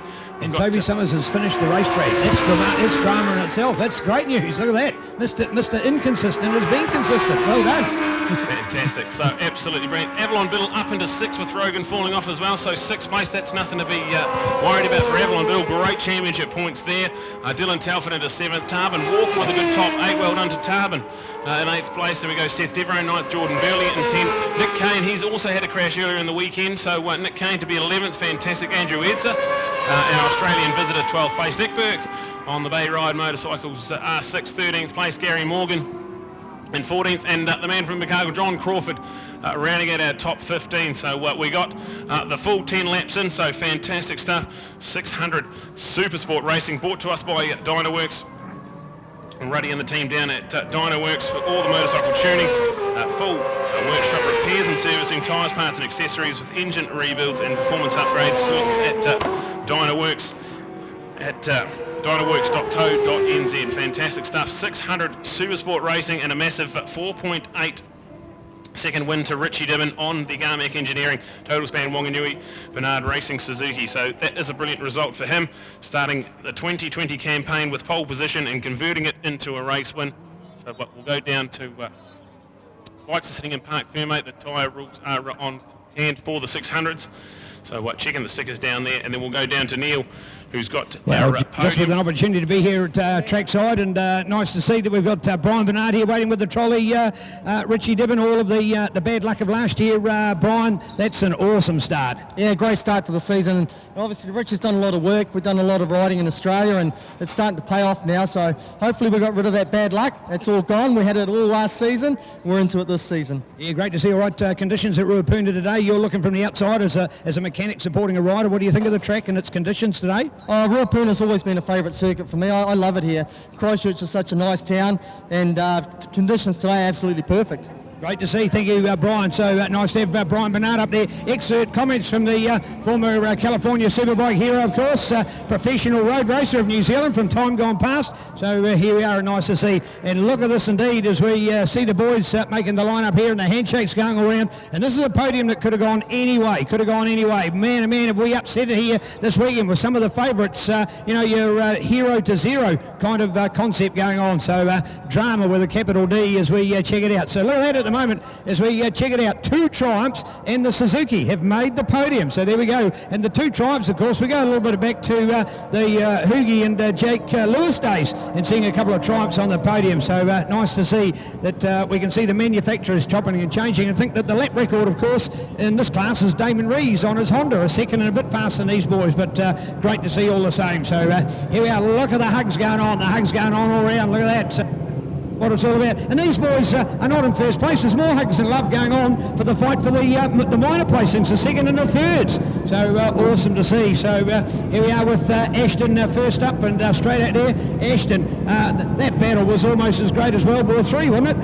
Yeah, pretty much. I mean, I knew someone was hot on my tail. I didn't know whether it was Toby or Rogan or Dave or someone else. Toby got past at one stage, and then once Rogan come through, he sort of pulled me along a little bit, and felt we had a bit more pace. So eventually got the pass done. Rogan was sort of clearing off a little bit, and I was wondering how, I didn't think I could hold him, and then he just unfortunately tucked the front going to the dipper there. Congratulations to Dale on his first podium. That's bloody awesome. Yeah, it is awesome, isn't it? How's the bike going? Yeah, really good. Seems to have really good pace. Certainly not short of legs. Yeah, great to see. So here we are, waiting for our podium here at this stage. So looking on it, it's going to be too slow. So here we go. And not hanging back there at the moment. Hey, well done, Dale. First podium. Yeah, first podium. So happy with that. Richie was just fast off the start. I was trying to hang with him, but I run a zero in qualifying, and it just started to go off at the end of the race. I didn't want to do anything stupid. Awesome result. Yeah, well done. And here we go, our number one. As well, we're waiting. We are waiting. So let's have it here with Richie and the handshakes all around. Richie, all that bad luck from last year. It's over. You've had a win. Well done. Yeah, no, it was good to finally get a race win in and just pump some good laps out. And I could hear Dale behind me, and I just sort of kept chipping away. And it was a good race, and happy with the result. I'd just like to thank Mick Paul and Denise from the barracks, Bernard Racing, Steal It, Roger Crowley, and everyone else that's helped me out. So, cheers. What an awesome podium. In fact, if you were to put TAB money on this one, folks, the trifecta would probably worth $1,000. So there you go, quite unpredicted all the same. So well done, some new champions, importantly making our front row here. So well done. Let's bring it on for more NZSBK in our lineup for 2020. Brought to you by Yamaha, Revs Your Heart, Aon Insurance and Pirelli Tyres. Absolutely fantastic. What a fantastic podium that is down there. 600 Supersport. Can't wait for the rest of the weekend's action from them. They get a Grand Prix race on Sunday afternoon as well. That's going to be absolutely breathtaking. But Avalon Bill with some more time up her sleeve. That's going to be a massive 16-lap race we get on the Sunday afternoon. So plenty of time in that one. And we have got now a 8-lap 300 Supersport race. This is going to be brilliant as well. Got a massive field of 300s, 28 300s into this weekend. So this is going to be all on, and well done to the Biggles race team. A 1-2 front row lockout on the grid with Caleb Gilmore and Blake Ross, a couple of young men there, third and fourth. Well, that's going to be brilliant. So we've got some Yamahas there, Kawasaki. Then we go to row 2 with Dave Fellows and Jacob Stroud, a couple of KTMs there on row 2. Harry Parker and Hamish Fox, 7th and 8th. So that's row 2 of the grid. And then you go to Andrew McLaughlin, Nathaniel Diprose, Billy Foskett and Matthew Rindo, a classy 3rd row of the grid as well. This is going to be brilliant stuff. So all on here, 28 races in all, and we are in for a 8-lap race here. So blink and you'll miss this one. This is going to be action-packed. We're joined here by Dean Watson, the NZ Cylinders man. You've been in this class as well, Dino, and how's this to have 28 top-level 300s on the line? Yeah, in one way I'm a little bit gutted to miss out on all this action being 28 bikes, but then I'm also quite pleased I'm not going to be in this melee of a first lap with 28 guys going for this turn 1, which is going to be action aplenty. Well, it certainly is, and what a fantastic preview for this class man-to-man Supersport 300, brought to us by Norjo Motorcycles, home of Kawasaki. Let the good times roll at www.norjo.co.nz, Norjo, for the latest in parts and accessory. You mention the code Ninja400 at the checkout for your 15% discount. Proudly supporting our Supersport 300 class at Norjo, Main South Road, Sockbed, right here in beautiful Christchurch, the Garden City of New Zealand. Coming alive with NZSBK, Roy Bruno, Mike Bruno, Motorsport Park, round number 1, we're off, 300s go! Fantastic start there from Jacob Stroud off the 2nd row of the grid. He is in the bright orange leathers on the D6 Motorsport RC390. He's got a wonderful start. We also seen a good start from both the Biggles boys, but they seem to have slipped to about 4th and 6th place there. So around the outside of turn 1, Jacob Stroud is a fantastic start there. We've also got a great start from Harry Parker, it looks as well. We've got guys all through there, so we go through the Icon Corner pothole, and it is a fantastic run at the moment. We've got Jacob Stroud, he's definitely the one in 2nd place. We've got Jason Hearn in 4th. We've got Harry leading, I think. It is Harry leading with Jacob trying to go up the inside. So we've got Jacob up the inside of Harry. So 1-2. Then Harry comes back on the undercut. So Harry Parker, the man from Timaru Yamaha, he is taken back the lead of this one with Jacob Stroud in 2nd place. We've got Biggles Racing bike in 3rd place. We'll try and catch an update of who they are. I think that's Jason Hearn with that yellow helmet. So there we go. That's the top 3 at the moment, as we see them all get away pretty cleanly on the first lap of this 300 Supersport race. Yeah, great to see, and how fast it's going. Looking here with Dean Watson as our expert comments man from this class. Dean, how hard to be a spectator today? It's a little bit hard. I'm quite pleased I'm not dealing with a lot of the stress of the warm lead up to the race and that, but I am definitely missing out there. The weather's not too hot, so that also makes it a little bit harder. I'm not regretting when it's really hot. I don't really regret not having to sit around the leathers and wait for the warm up and do some tough races. This first race of the season is always the toughest, even though it's only a short 8-lap race. You're generally a bit more tense, so you end up getting a bit tired, and you come away from it going, how am I going to survive that? All right, here we are, the run coming up the front straight. Look at this, nothing in it, nothing in it. In fact, now side to side, you wouldn't even split it. You wouldn't even split it. How close was that? And it's gone the way of Harry Parker. Jacob Stroud, it's a 007. It's a James Bond gap in there. That's 007. That's 7th 1,000th of a second. I tell you what, it wouldn't be more than a matchbox in the margin between 1st and 2nd. That is wicked. And we started off by trying to see the advantage of the slipstream. Brad, do you think on the first lap they might want to use the slipstream? But Jacob Stroud, very aggressive to try and come through there on Harry Parker, with Harry holding it and it just hanging in there at the moment. Can he do it any longer, or is it Jacob coming back into Euromark? Here we are, the dab down on the inside. Run deep toe. It's gone way wide. And lost it. Yes, Dean. Yeah, you saw it. What? Too fast, you thought? Yeah, he's gone in a bit hot, and with this wind, it's still a little bit gusty. So that tailwind in there, so he may have misjudged it, and lap 1 might have been very little wind, and that one there he's just been caught out. I want to cap it with those orange leathers back there in 5th place. That is absolutely dynamic, and Campbell in there at the moment, he's dicing in amongst them. At this stage might have slipped back, Jason in there. So in fact it was Campbell that we got up there when we talked about the 2 there from the Biggles Racing. In fact it was young Campbell Grayling, hotshot kid out of 125, 250, and looking good. How we going, Brad? Yeah, he's out in the lead at the moment, so Campbell Grayling, he used the slipstream down the front straight, went right around the outside, and now he finds himself in the lead. This one is the 58 of Campbell Grayling. Through the sign bits, then you go back to the 1 of Jacob Stroud. Harry Parker's in there. We've got Caleb Gilmore, that in 4th place, with Jason Hearn, the 2nd of the Biggles Racing bikes. We've also got some other, I think it might be Logan Rowell up there with a good start as well. Dave Fellows, he got a fantastic start. That's him on the KTM 390 up in that pack. So fantastic racing all around. But Campbell Grayling, look at this, qualified second and now find themselves with a good handy lead as they cross the line. Campbell Grayling in front of this one. Well, that's what I talked about with the fight there before from Jacob Stroud. I thought that was the wrong tactic. There was no point of being aggressive. It's not the run going for the checkered flag. It was only the run for the line. Doesn't matter, but no bonus for leading a lap. He should have used the slipstream, because once that Campbell has done, and he's got that advantage. Remember, these bikes slipstream is absolutely huge, and cyclists would know all about this. So there you've got Campbell Grayling. He's capitalised that, and he's pushed Jacob Stroud back by a whole 1.1 second. Doesn't sound a lot of time, but in racing that is mega distance. So good work from him. Better racecraft there, Dean, from young Campbell. Yeah, he's managed to take advantage of a double slipstream with Jacob and Harry there, but as they've gone side by side, they've pushed a massive hole in there, and he's taken full advantage of that, and taken a lot of that lead out and coming into that turn one, as those two try to scrap for that same place. So what Dean's referring to as the hole is the vacuum in behind him, and that can literally draw you along, and that's why Campbell Grayling's got the best lap time. He was only in third place when he got the lap time. How's that, Brad? That's a lap record. That is a new lap record too on the fast first flying lap of our 2020 season, and we've got a new lap record. So Campbell Grayling, what a fantastic job, and he had a dive bomb from Jacob Stroud to contend with in that lap as well. So absolutely flying on the Beagles Racing R3. Campbell Grayling with a new lap record, and I suggest that'll go again. So still 5.5 laps to go in this 8-lapper, and Campbell Grayling finds himself with a new lap record here at Ruapuna. Down through the sign biz dip. I love this part of the track. This is Ruapuna at heart, and it's great to see a different line there taken by Jacob Stroud. He tried sort of to tuck into, then try and drive down through on the apex of the corner, but it nearly backfired on him because he nearly lost that placing. So I don't think he'll be trying that again. That's done two things. First of all, it's put the third place closer to his tail, and it's given a bigger gap. And as we go to the line, it was the 1.1 update, and I'll tell you what, I'd suggest it's going to be a little bit more this time.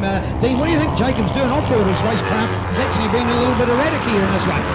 Yeah, it has. Whether he's obviously Campbell's got that really nice gap there, and put Jacob under pressure, and he's now got to respond and put in some hot laps, and probably going to have to break that lap record to be able to catch Campbell and put some more pressure on him. So that's where we're seeing these wee small mistakes. So he's having to ride over what he's comfortable in, and he's also just lost out on second place there to Jason Hearn, so he's got a lot of work to do, and this also bunches up the rest of this grouping behind, allows them to carry on latching on, and it becomes a little bit easier for those guys that I've got that slipstream with this headwind going down the straight. Jason Hearn had a little bit of a moment there. I think all of a sudden he realised, hey, if all of a sudden that man, Jacob Stroud, overshoots on that corner, I'm the one that's going to pay the penalty for that. And he just backed off that fraction. As it turned out, Jacob did not overshoot or make any mistake there at all. That was perfect corner. You're a Mark Hairpin. But what it has done is just given that little bit of a buffer back there to Jacob at the moment. He's got the number one on his bike, and he's riding a similar bike, not the same bike, but a similar model, the KTM RC 390, this fantastic single out there. Some of the other bikes are twin-cylinder bikes. They're all 4-strokes, but you've got singles versus twins, so twins having the longer legs on them, but the single at KTM, man, it's got some punch out of the corner, so it can really perform well when each. You see Harry there sticking the nose up and using that. That's a famous local passing manoeuvre. Everyone loves to do that. Just run a little bit wide around the left-hander and stick your nose up, and the guy on the outside into the dipper has just got to hold up and hopefully get him coming on this long straight. He was in the lead, then he was in second for a long time, and bingo, he's now been forced back. Brad, Jacob Stroud's getting some riding lessons. Yeah, absolutely, and then we've got Dave Fellows on the number 4. He's on another K as well, Caleb Gilmore, so this is going to turn into a full-on scrap, and I think Jacob Stroud, he's going to feel the effects of this one. He's going to end up in about 5th or 6th place. They go in turn 1, but a massive shout-out to the Biggles Racing team. How's this for a 1-2 at the moment? Fantastic. They've only started production-based racing in the last 6 months or so, so to be 1 and 2 at round 1 here, absolutely fantastic. Marks and the team, full credit to them. And the Jacob Stroud, Harry Parker margin is .001. The only thing less than that is 000, which is a dead heat. So we're talking 1/1000th of a second. So the first part of the race was James Bond 007, 7/1000. Now here we are at 1/1000. Dean Jacob Stroud knows how to go close. Yes, and just looking at this timing screen here, it shows how competitive the class is. We've had a previous winner and a runaway winner, Nathaniel Diprose, and he's down there in 10th. So yeah, good point. Yes, and he nearly ended up taking out championship after missing one round. So just showing we've got race winners back there. We've got a previous champion in 8th of Andrew McLaughlin from a couple of years ago, running back on the KTM again this year. How's Marcus Begley feeling right now, Brad? Oh, he'll be a little bit concerned. I think they're starting to sneak up on each other as well. So Marcus Parkers will definitely be biting the fingernails, I think, but look at this, what a fantastic 1-2 at the moment. Campbell Jason trying to do that little move Dean talked about, just running a little bit wide and taking the line away, but he's not quite close enough this time. We're still going to have 3 laps to go when they cross the line. The Biggles racing 1-2 at the moment with Campbell ahead of Jason, and then that battle with Jacob, and there's Reece Lindsay up there. I think we've got Harry Parker's now slipped back into about 5th place. Caleb Gilmore's still in there, and now Blake Ross is on the back of this train. So it is a full-on train. 1 and 2, the Biggles racing team. They are 1-2, and they have a decent advantage back to Jacob Stroud in 3rd, with then Dave Fellows now the man on the move in 4th place. Harry Parker 5th, 6th for Caleb Gilmore. Blake Ross, you've got Andy Mack in 8th place. Hamish Fox 9th. There's our Australian visitor Matthew Rindle there in 10th place. We haven't mentioned much of him. Met up with the Parker team when Harry went over and did some ASBK riding, and fantastic to have our Australian visitor out there and in a respectable top 10 at the moment. Yeah, look at that. You come to a track never even seen the country before, let alone the landscape, let alone the layout of this fantastic World Puna. And Dean, do you remember your first time here? It must be really daunting, isn't it? First time here, I can't really remember. It would have been a good nearly 10 years ago now. So on a wee GL145 Honda bucket. So I've gone a wee way since then. And up into the 300s and a bit of classic racing. So, is your bike on the racetrack or it's in retirement? It's currently sitting in my old man's showroom at his workshop. So it's currently semi-retirement.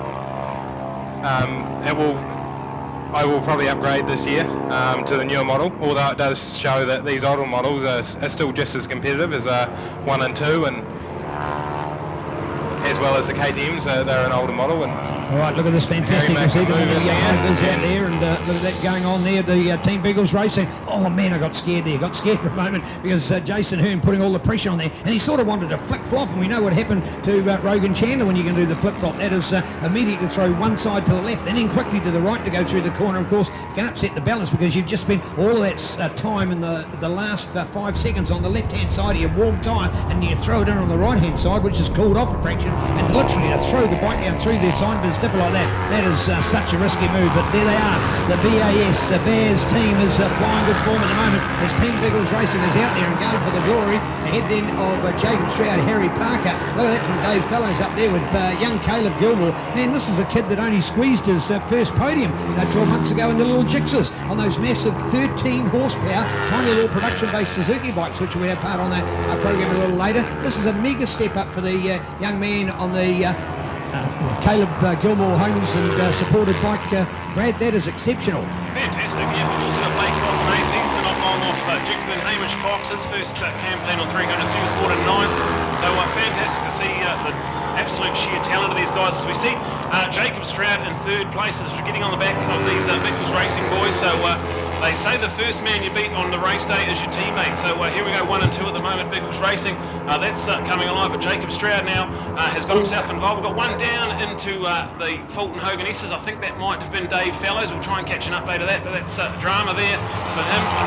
As we see Biggles Racing 1 and 2, they're into Southern Salvage. Jacob Stroud definitely snuck onto the back of this pack as well. So with a lap and a half to go, he's not out of this one. Harry Parker's still there. We've also got Caleb Gilmore and Blake Ross there. So we have lost Dave Fellows, I think. So unfortunate stuff for Dave. That's him down in the Fulton Hogan S. He's up and okay, so we'll go racing. And somebody down here as well, up for hairpin as well, Brad, and they pushed their bike over outside the wall, so drama. That's looking like, is that Andy McLaughlin there? Definitely a KTM that's having to push over there, so here we go, white flags out now. It'll be interesting to see whether Jason can close this gap coming in this final lap, and it may come down to the slipstream there. Yeah, the two of them, I think you picked that. There's 2 arrows going down here, so it's Dave Fellows and Andrew McLaughlin. They were both a part of that big group, so we just haven't lost one out of there, Brad. We've lost 2 of them, so they're falling like flies. That means that people now, like Hamish Fox and Billy Foskell and even Matthew Rindle, will be moving up places now. So we've got a new lap record from Jason Hearn that will time around as well. So he's gone a 1:44.538 to beat a 1:44.547. So what's that? Someone's, and that's looking like Jacob Stroud has gone off at the hairpin there.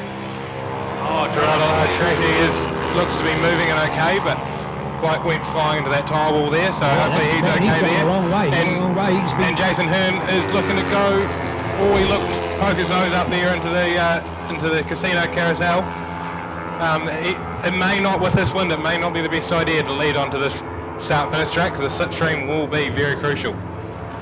So it depends which one of these has done the best homework as to their best sector and where's the best opportunity to place. Well, of course, this is the trouble for the team. In fact, it could be two heroes or it could be nothing because normally if one can make a mistake, sometimes it can affect the other, so you don't want to see that as they come around on the lapper. Lapper doing the right thing, holding their line as they do the hard work. Then we're looking back at the other battle and we've split that up. That's not the type bunch we had before. After all, we've now, in the last lap and a half, we've lost three of the top six, so we've now got a new group to come through, but it's going to be this two-horse race as we head down here towards the VIP Steel Structural Super finish line here on the front straight at beautiful White Pier of Motorsport Park. Tried the slipstream, moving out wide, tried to take it. No, Campbell's held it. Campbell Grayling has got it, even though Jason Hearn had the lap record through there. Harry Parker up to get the third place. Well done to him with Caleb Gilmore and Blake Ross. Now there's Harry, Caleb and Blake. They're all three stars of Jigsaw Racing only in the last 18 months, so well done to them to be in this class. Hamish Fox, the new kid on the block, only started racing real big time in 2019 as we check out Billy Foskell up there.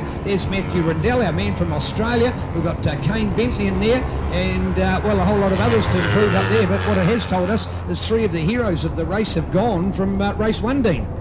Yeah, we've had a few champions crash out and then we've got a few new stars in there. I know Billy Foskett, he's only been racing for a very short time and has only been on since the winter on this R3, so he's come to grips with it fairly well and managed to pick up a healthy 7th place. Fantastic stuff from 300 Supersport, thanks to Norjo Motorcycles, and drama aplenty, just like most of our other classes, with defending champion Jacob Stroud to have flown into that far on the grass. I'd say he's dropped that quite early under brake, so hopefully he's a-okay and no damage to the bike. We've got Andy Mack, another former champion. He's crashed out of this one. We've had Dave Fallows, he was running in the top 5 when he crashed out. We've got just drama aplenty. And the update is with Campbell Grayling and Jason Hearn of Bigfoot Racing 1-2. Harry Parker gets the 3rd. We go to Caleb Gilmore for 4th. Blake Ross, Hamish Fox 5th and 6th. Billy Foskett 7th place. Matthew Rindell, our Australian visitor, in 8th place. Kane Bentley with a great 9th for Kane. Luca Durning up into the top 10. Fantastic. So Josh Goddard 11th. 12th for Aaron Woodhead. Isaac Markham Barrett gets 13th. Logan Rao on the D6 Motorsport RC390 in 14th. And Justin Maunder, the young man from Levin, in 15th place. So that's a classy top 15. And drama aplenty. Dino, how was that one? Yeah, that was what we've all expected from this class, and it's grown up to be 28 bikes full. So it was always going to be a battle of attrition out there, especially this wind. It's going to play havoc with these small bikes. They're very easily knocked off their line. Well, I knew there was going to be a bit of excitement down here in the pit lane. Yes, the hands go up. Biggles Racing, massive decision. Some of your pride and joy 125s and the small IMD bike, Marcus, they were where you're at. You realise that to be part of the future, you've got to change bikes, and straight away you got 2 winners. Mate, these guys are unbelievable, eh? Seriously, excuse me, sorry. Yep. Yeah, exactly. He's rushing over there, and she's going to congratulate the 2 of them. So Marcus, he does so much behind our sport. Biggles Racing is his team. He's always had that day-glow high-vis look about it, and absolutely loving every bit of what the boys are doing at the moment. So that is neat. Look at the hugs here at the moment. You just think these guys have won the national title. It's only race 1 of 15 of this championship, but certainly all on here at the moment. So great to see. Get their helmets off, their gloves off, the handshakes from the team, and look at that teammates. Look at the teammates picking each other up and giving themselves a great neat to see as we check out our podium straight into it. Do you want to move up? Sorry, Harry, you couldn't come this far. Hey, well done, Harry. You're at home here in Canterbury. What was Ruapuna like today? Yeah, Ruapuna was awesome. The grip on the track is unbelievable, and the boys and our team have put an amazing bike together, and we've been struggling a bit at the start, but the bike's amazing now, and I can't thank Yamaha and everyone enough for giving me this amazing package. All right, hey, racing in Australia last year, how beneficial has that been for you? Yeah, it's been amazing. It's really opened my eyes up and made me ride and really smart. It's all about slipstreaming over there, and you don't want to be leading on the last lap because you're not going to come first. You're not going to come first, well done. But the man who has come first, come on, let's hear it for Campbell Grayling. What a top result, Campbell. Personal congrats there, mate. You go straight from one class to another, completely different kind of bike from GP 125 to these fantastic 300s. And here you are winning your first race. How do you feel? I'm pretty happy about that. It felt like riding my old Kawasaki 250 again. It's back to a production bike, so I'm really, really enjoying it. it was heaps of fun. Right, 300 class, is this the future of our sport, to grow with having 28 on the start line? Yeah, I think so. I think the majority of the guys in the field are like teenagers or early 20s, so it's like a feeder class to the 600 and Superbike, so it's really good. Yeah, great to see you, well done, personal congrats. Yeah, mate. I'd just like to say a big thank you to BAS Expansion Joints, Biggles Racing, BDO, Action Moto, New Zealand Farmers Livestock, and my parents and my grandparents. Thank you. Nice, well done, and grandparents too for Gamble. Oh, Jason, mate, he was your teammate. Did you realise he's on your side? He's not the enemy? No, I thought he got away from us for a second there, and then I thought I got caught up with Jacob and the rest of them, and I managed to pull him back, and I tried everything, but no, he's quick.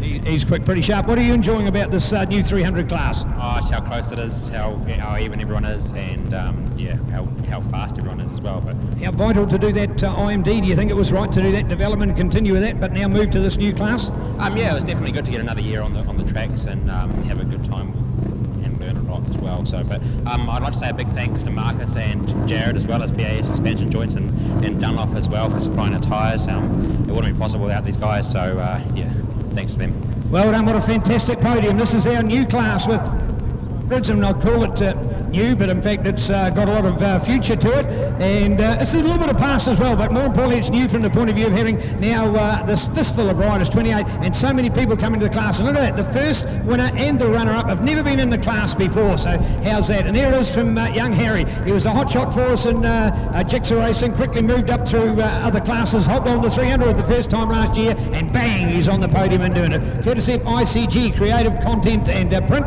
with the Aon Insurance, Pirelli Sport Next, and MNZ. This is part of your Yamaha NZSBK. Yamaha revs your heart.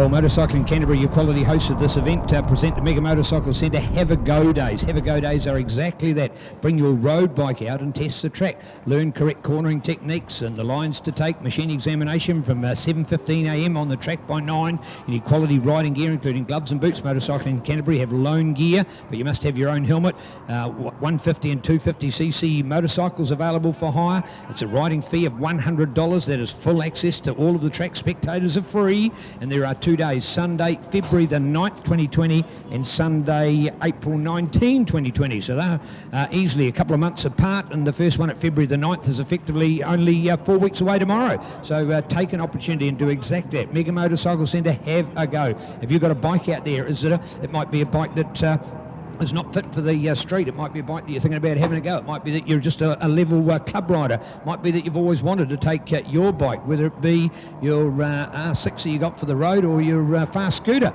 You've always wanted to have a go around here. Well, that's what you can do. The field gets split into generally around 4 groups based on ability. So similar riders, some guys use it as an opportunity to practice for racing. So you can come out here and have a go. So you can be a road rider, you could be a commuter, you could be a road racer, you could have a race bike, you could have your commute bike, you could have anything. As long as it's a fit and eligible bike, passing machine examination from 7:15 and on the track by 9 in the day, cut into those various groups. You'll have so much fun, the best $100 you'll invest in getting some of those techniques and learning from the best out here. It's called a Have a Go Day.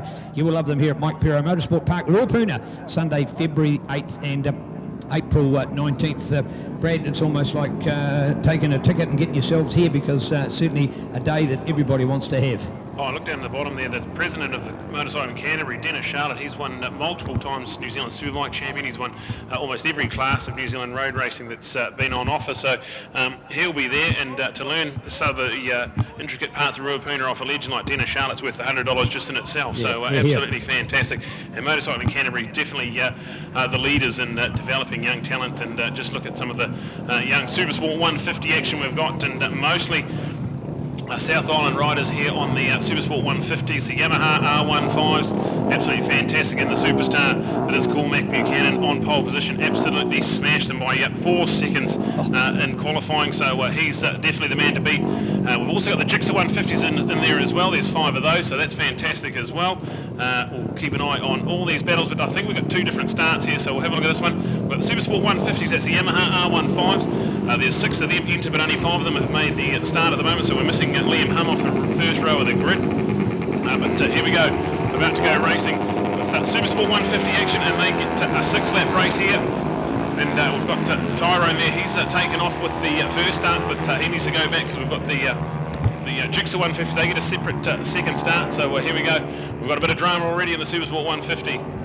Yeah, he wasn't paying attention. The others were. It's what we call a split start. So the first group away, the second group away, he'll do the right thing by letting those guys go past, and then he can join them afterwards. He's certainly done the right thing. Had he got away with that rest of that group, that would have been an unfair advantage. He would have had a serious penalty, and he's going to merge and come in behind them. Now, what we've got with these classes, they're both 150cc, but the technology of the bikes is different, and it's nothing for or against the manufacturers. It's just the sort of bike that they've made, and it's hoping, though, that we'll see other manufacturers join the field, and many of them will effectively get a machine that'll be pretty similar. So we really want to make this class grow, and 150s have actually been around for many years. They've been made by particularly Kawasaki and Suzuki, and they've generally been a little two-stroke, and they're probably arguably a little bit more high revving and high performance than these bikes are, but these have been made for the commuting market, and they're a bike that the manufacturers are behind. So Suzuki's Gixxer, or the GSXR, is a fantastic little 150, and now Yamaha have got one as well, the new R15, and it's the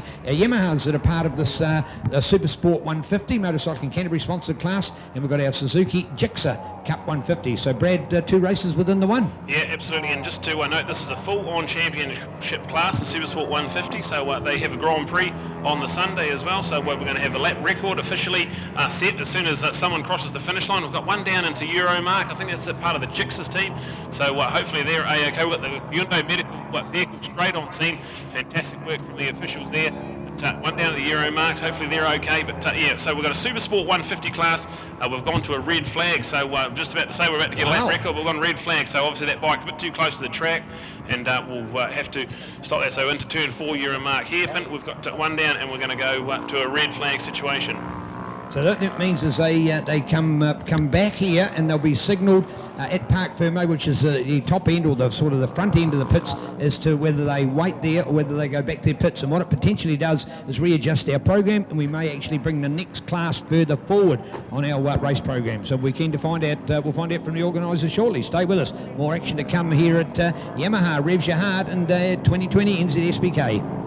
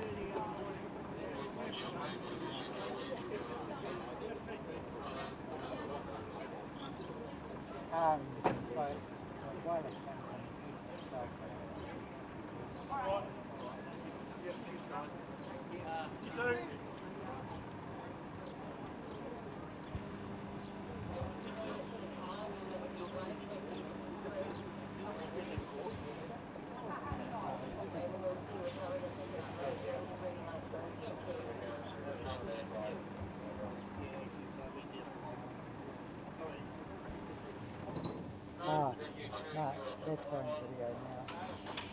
Yeah. Just move it down. Yeah, that's good.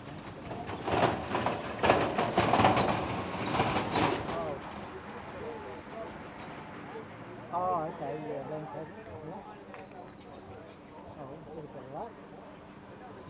Let's keep an eye on everything else.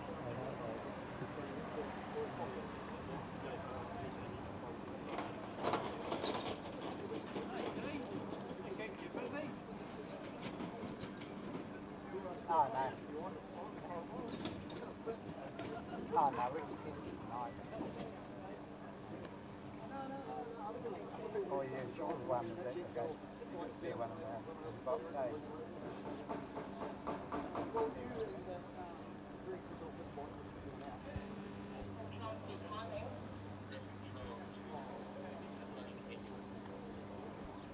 Okay, yeah.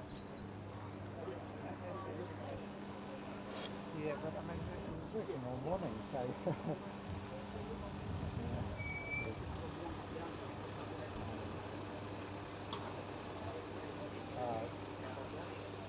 you can. Yeah, I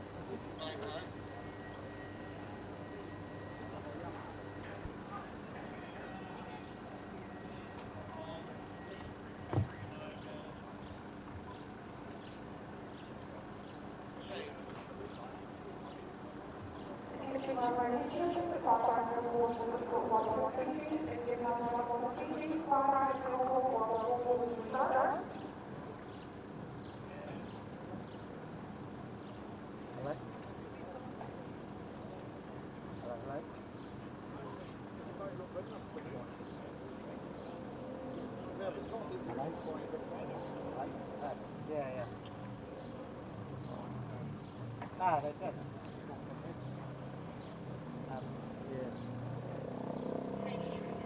Yeah, when you see red flag, that's not the way.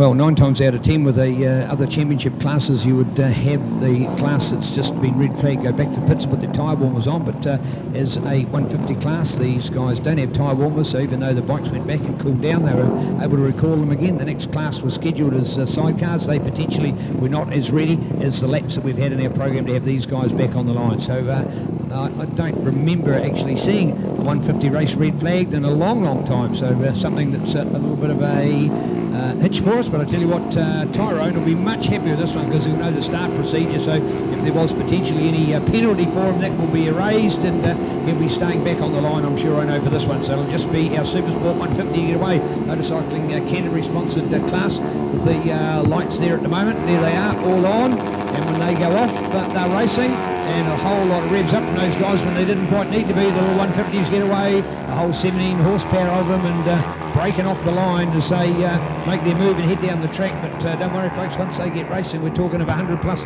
kilometres an hour for these guys, and neat to see, but more importantly, a very affordable bike to get into racing. It's certainly got that sort of a tinge of the likes of Nissan Sentra days and other production-based classes of lesser capacity engines, and much more affordable racing, so good to see.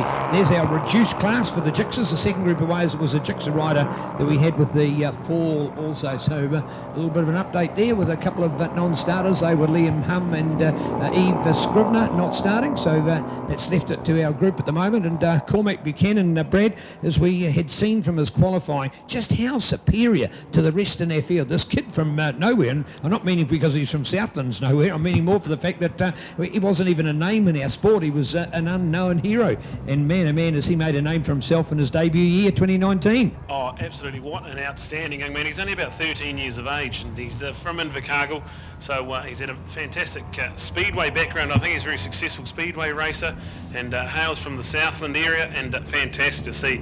This is the next big name in New Zealand motorsport. He's only 13 years of age. He was a part of the Red Bull Rookies Cup. He was part of the Asia Talent Cup where he got into the top group. Didn't quite qualify for the main thing, but fantastic to see. And look at him, he's only tiny, 13 years of age, and look at him already through Southern Savage as well. So the Supersport 150 class on these Yamaha R15s, a fantastic Supersport class, and 5 of them out there at the moment doing it. We've got the Gixxers as well.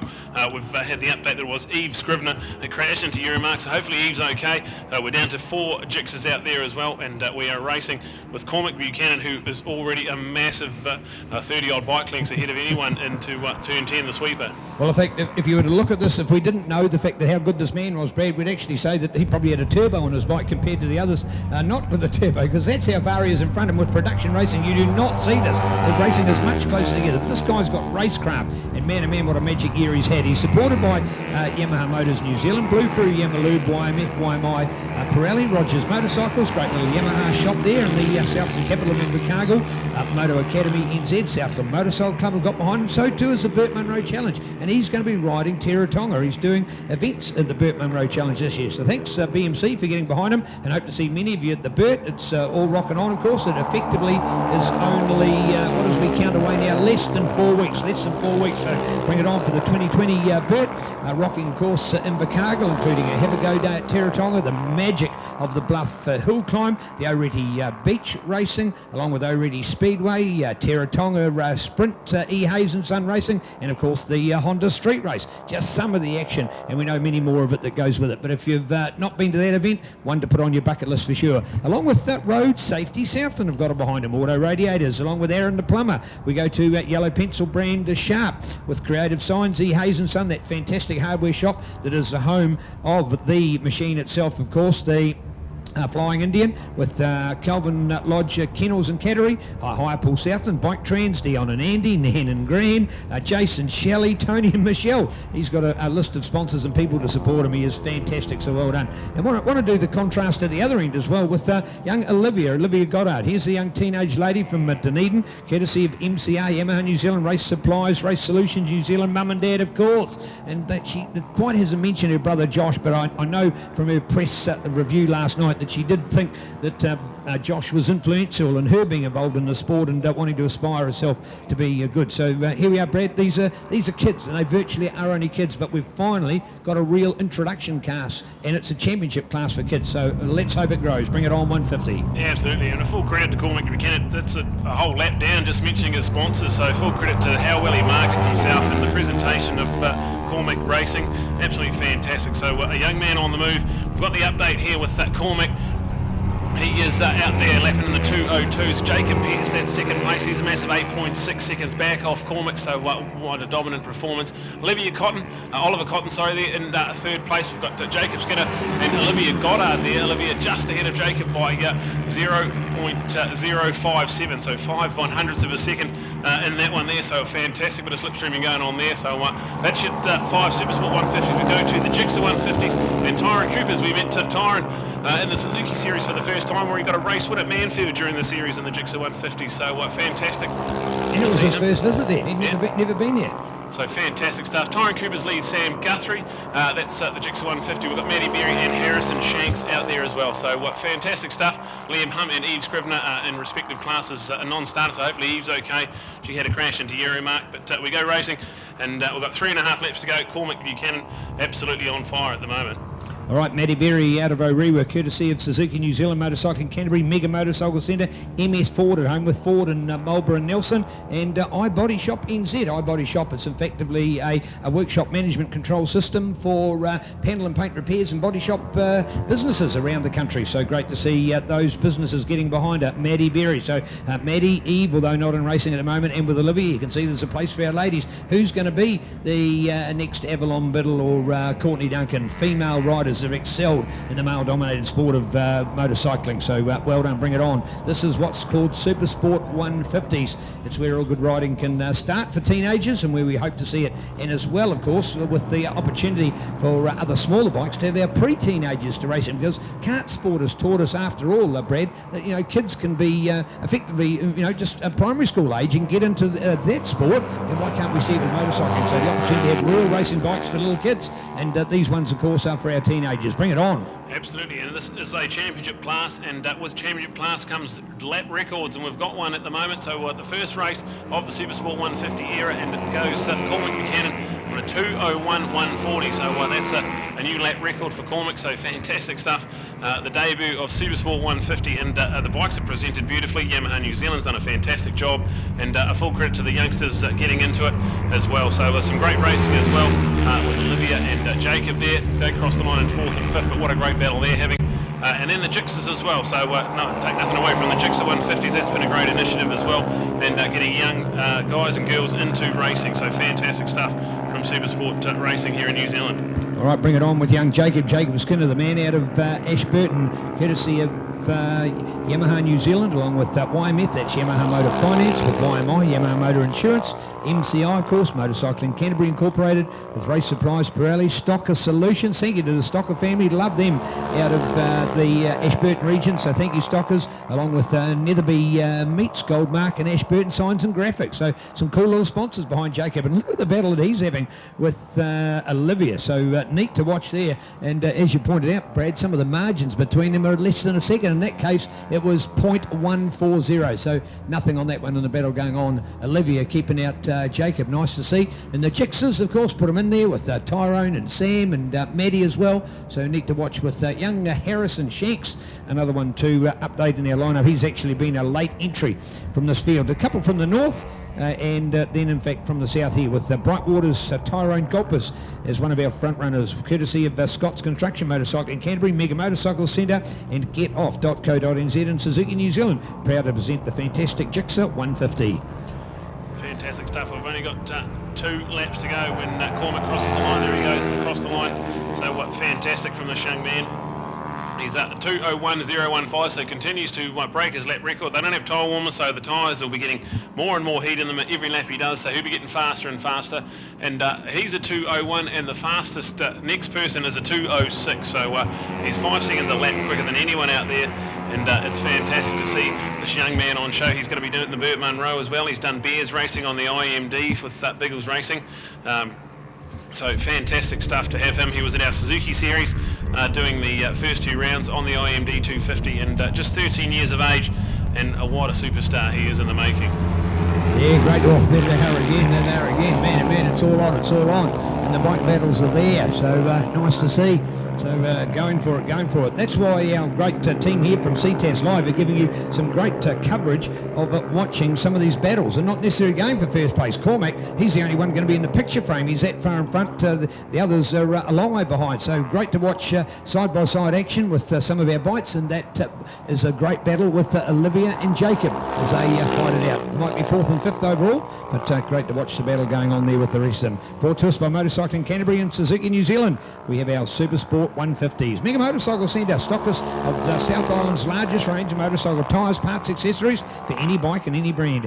Engine rebuilds, race suspension setup, diagnostic, electrical work, brake, recertification, tyres, parts and fittings, tunings with bodyworks, aftermarket genuine parts service and wolf, and puncture repairs. So brake declaration, I want to make sure I get those words right. So we offer a full race, road, adventure and MX preparation service, as well as full premium range of products. And I had to talk to Dennis about his range, and he's got something like brake pads for every model that might be suited, something like 700 sets that he'll have, because many brake pad configurations are different depending on bikes, and it's sort of one of those things you might think, well, I've got an older bike here, you're still getting it on a racetrack, man, the bike hasn't been around for 30 years, or even if you're just riding it in general and they go, I need some brake pads, you go back to the original manufacturer. No, they've no longer got it for that model. It's years old. This is the shop to go to, because he specialises in having multi-parts for multi-brands. It is Mega Motorcycle Centre. Proud to be behind our racing here today. And here we are, back to the action, back to the track, and all on with Cormac, and a massive 24-second advantage, and that time at a 2:01, and the white flag out as well with 1 flag to go. Brad, do you think over the weekend Cormac's going to break 2 minutes? You reckon he can do it? Oh, absolutely, I think so. We've got a slight little headwind down the front straight. If that dies right down, these things have got about 17 or 18 odd brake horsepower. So if he can get a little bit of a low wind, they race early tomorrow morning, I think. So if we can get them out there with some good track temperature, he can definitely go into that 2-minute mark. He's in the 2-minute .713. So maybe on this last one, as he comes around, maybe we look for a new post sub 2-minute lap for Cormac Buchanan. So fantastic stuff. Supersport 150. The update is Cormac Buchanan, Jacob Pearce on the Trevor Pearce Yamaha in second place. Oliver Cotton in third, Olivia Goddard and Jacob Skinner. That is the Supersport 150 top 5. Tyrone Coopers has a 1 second lead over Sam Guthrie, and Matty Berry and Harrison Shanks 3rd and 4th in that one. So fantastic. We've got 2 races within one, and we're on the last lap. So Cormac Buchanan, he's into the sign biz dipper at the moment, and absolutely flying. Racing courtesy of Yamaha, pleased to support the 2020 NZSBK and have some great promotions to take advantage for you. If you're wanting to get involved, follow the Yamaha Motor Racing website and Facebook page for details and live updates. Check it out for a great summer of racing. Check it out with yamahamoto.co.nz. So Yamaha proud to be behind racing, another NZSBK sponsor as we come ready, and here it is, putting it all together, and chance for the championship, and punching the air as he goes over as well, Brad. And is that the better time? Yeah, he's done it. It's a 2:00.713. So there you go. So of course this is all lap record, because this is a brand new class in New Zealand. These bikes, some of these bikes have actually only arrived in the country in the last month. So these are brand new model bikes. They haven't even been released in some of the other countries of the world who are covered by cold winter conditions. So this is the first time some of these models hit the racetrack. They probably only came off the production line in their respective factory literally only months ago. So what a coup to have these here in New Zealand. Well done to Yamaha Moto, Brad.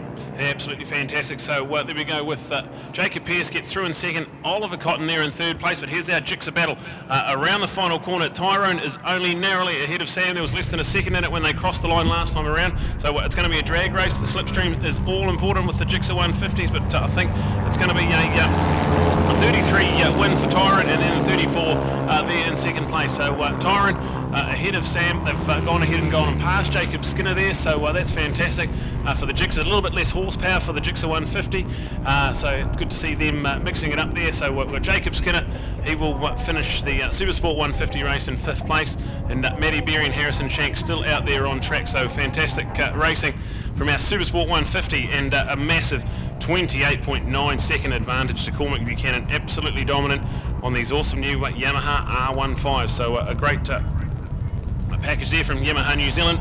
And here we go, there is the number 35 of Maddie Berry crossing the line. So she will be in a good third place for the Gixxer Cup 150s with Harrison Shanks there, the number 38 machine just coming down the front straight now. So there it is, a wrap of our Supersport 150 class, and the first up win for Cormac Buchanan and a lap record as well with a 2-minute .713. Fantastic stuff. So we'll watch them. They're already coming into Parc Fermé now, so we'll cross down to Neil, who will have our podiums. We've got 2 podiums to get through, the Supersport 150 and the Gixxer Cup 150, so fantastic stuff.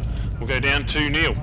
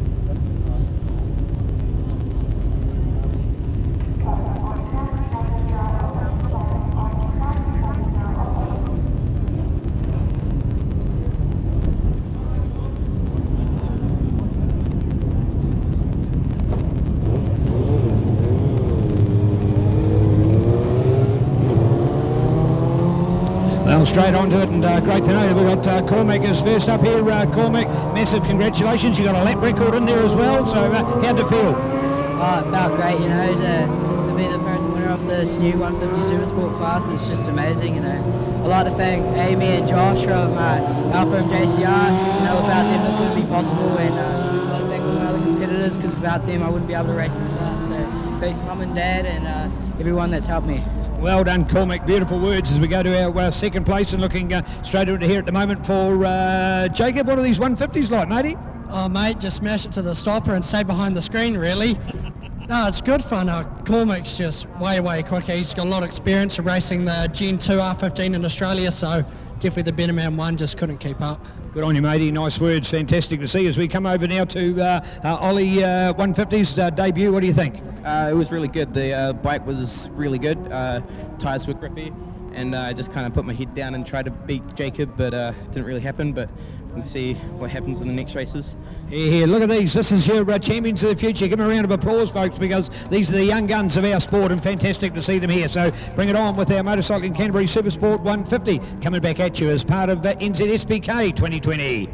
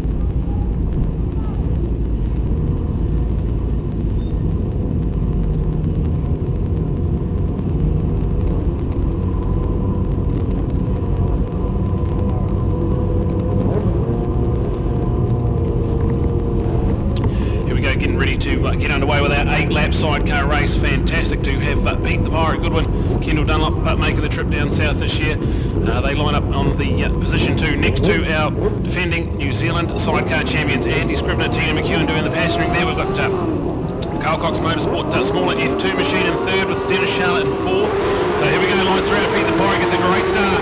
So he's underway, and Barry Smith and Tracy Bryan, they go around Andy Scrivener and Tina McKeown with Dennis Charlotte dicing there as well. So we've got a great field here. We've got 9 sidecars out there at the moment, and fantastic, brought to us by Mega Motorcycle Centre, our sidecar 8-lapper. Well, indeed, and of course this is one of the boxes that Dennis Charlotte wants to tick indeed. Arguably one of New Zealand's greatest all-time road racing motorcyclists. Why, of course, former New Zealand 600 Supersport champion, 125 champion, GP 250 champion, Production 250 champion, Superbike champion, F3 champion, and the credits go on and on. It said Pro Twins into that as well. So fantastic. Nobody else has done it like him. The one that was missing from his bunch, his absolute fist of classes with sidecar racing. So yeah, I've got to give it a go. Very few other solo riders get involved in motorcycle racing, and this is something very different for him. So he's now got a top swinger. The swinger is the person that, or the role that we call him, is the passenger on the machine, because they've literally got a swing from side to side on the back of it. So they're not just along for a ride, they're even busier than the rider is for the machine. So well done, Mr. Dennis Charlotte, lining it up there at the moment. And Dennis, I'm sure, will be in great form here for his home track event. Look at that, a close third to him. So there we go, Pete the Pirate out in front with Scrivy back there in 2nd place, looking out to Dennis Charlotte. How's this for traffic? We are all on here, Brad. They go down through the Signbiz dipper, 1, 2, 3, 4. This is hot to rock, and let's hope it can continue like that. Great to see. So the triple one ahead of the 99 from the 73 and the 63 out there. So all on at the moment in the bike battle as they go through the Rock FM Super Sweeper.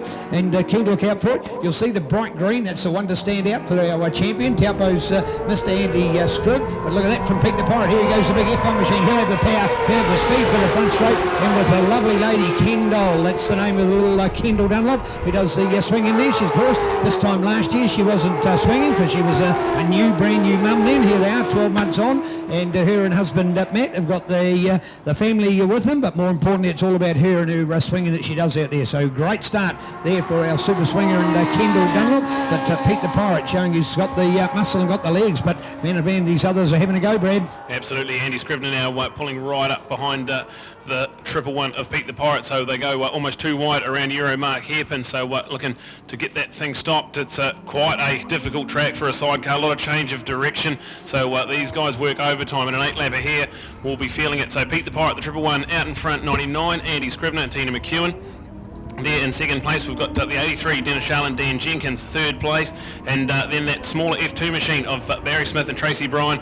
Awesome touch. We've seen the Carl Cox Motorsport sidecar team went and signed the tyre over at Pothole, the Icon corner there. So that was the crash that Barry had 2 years ago now. So yeah, they went and signed the tyre and just sort of exercised the demons, if you like. So Barry Smith out there for the first time at Ruapuna for 2 years and doing a fantastic job on the smaller machine in 4th place. Oh, look at this, absolutely bumper to bumper, and that's the best way to describe it. If they got a bumper, I don't know, but they have. But anyway, you get the idea. Super close and super exciting. Look at that from Baz and Trace. They want to get their work and get it done through there. There's a tight part of the track that they try to find their way through. The margin from first back to 4th last time was only at 1.4 seconds, 1.4 nothing in it. And look at the bunch through this time. I think it'll even be closer. This is sensational as they all line it up. You're going to catch them all here on your Skyport next update. Nothing in it.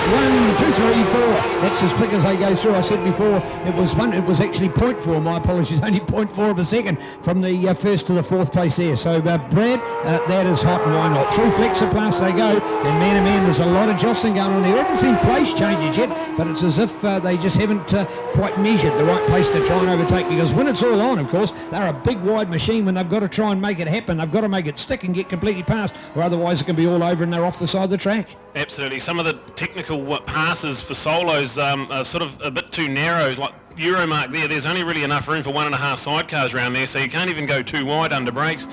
You go through Fulton Hogan and it's a right-left combination, so that's hard to sneak in front, because then you lose the inside line going to the next one. So for a solo there's a few different passing manoeuvres on hand, but for a sidecar It's very, very hard to pass around Ruapuna as we're seeing at the moment, but we have Barry and Tracy, they're up into third place, so they'll be quite good in the infield section. The smaller lightweight F2 machine will come into its own in the infield, but Pete the Pirate and Andy, they'll just have the legs down the straight, so it's going to be tough for Barry, but fantastic to see this level of racing at Ruapuna in the sidecars. Fantastic. Yeah, great to see. Of course, the sidecar, well, once upon a time, they were generally sort of a homemade company. Oh, Andy Scrivey overdid it. And Barry and Tracy have gone up on the inside. So this time a lap ago, they were pushing their nose to try and get through to first place. They've lost it back into third. So there you go. Just that minor mistake. And that's what we talk about. Leave the gap and find it, and Baz will get through there. Yes, indeed, the veteran out of Tauranga doing an awesome job on the Carl Cox Motorsport F2 machine. So this is actually a shorter cart. So they've got less power when it comes to the big straight. Now watch potentially as Andy Scriv can wind it up and maybe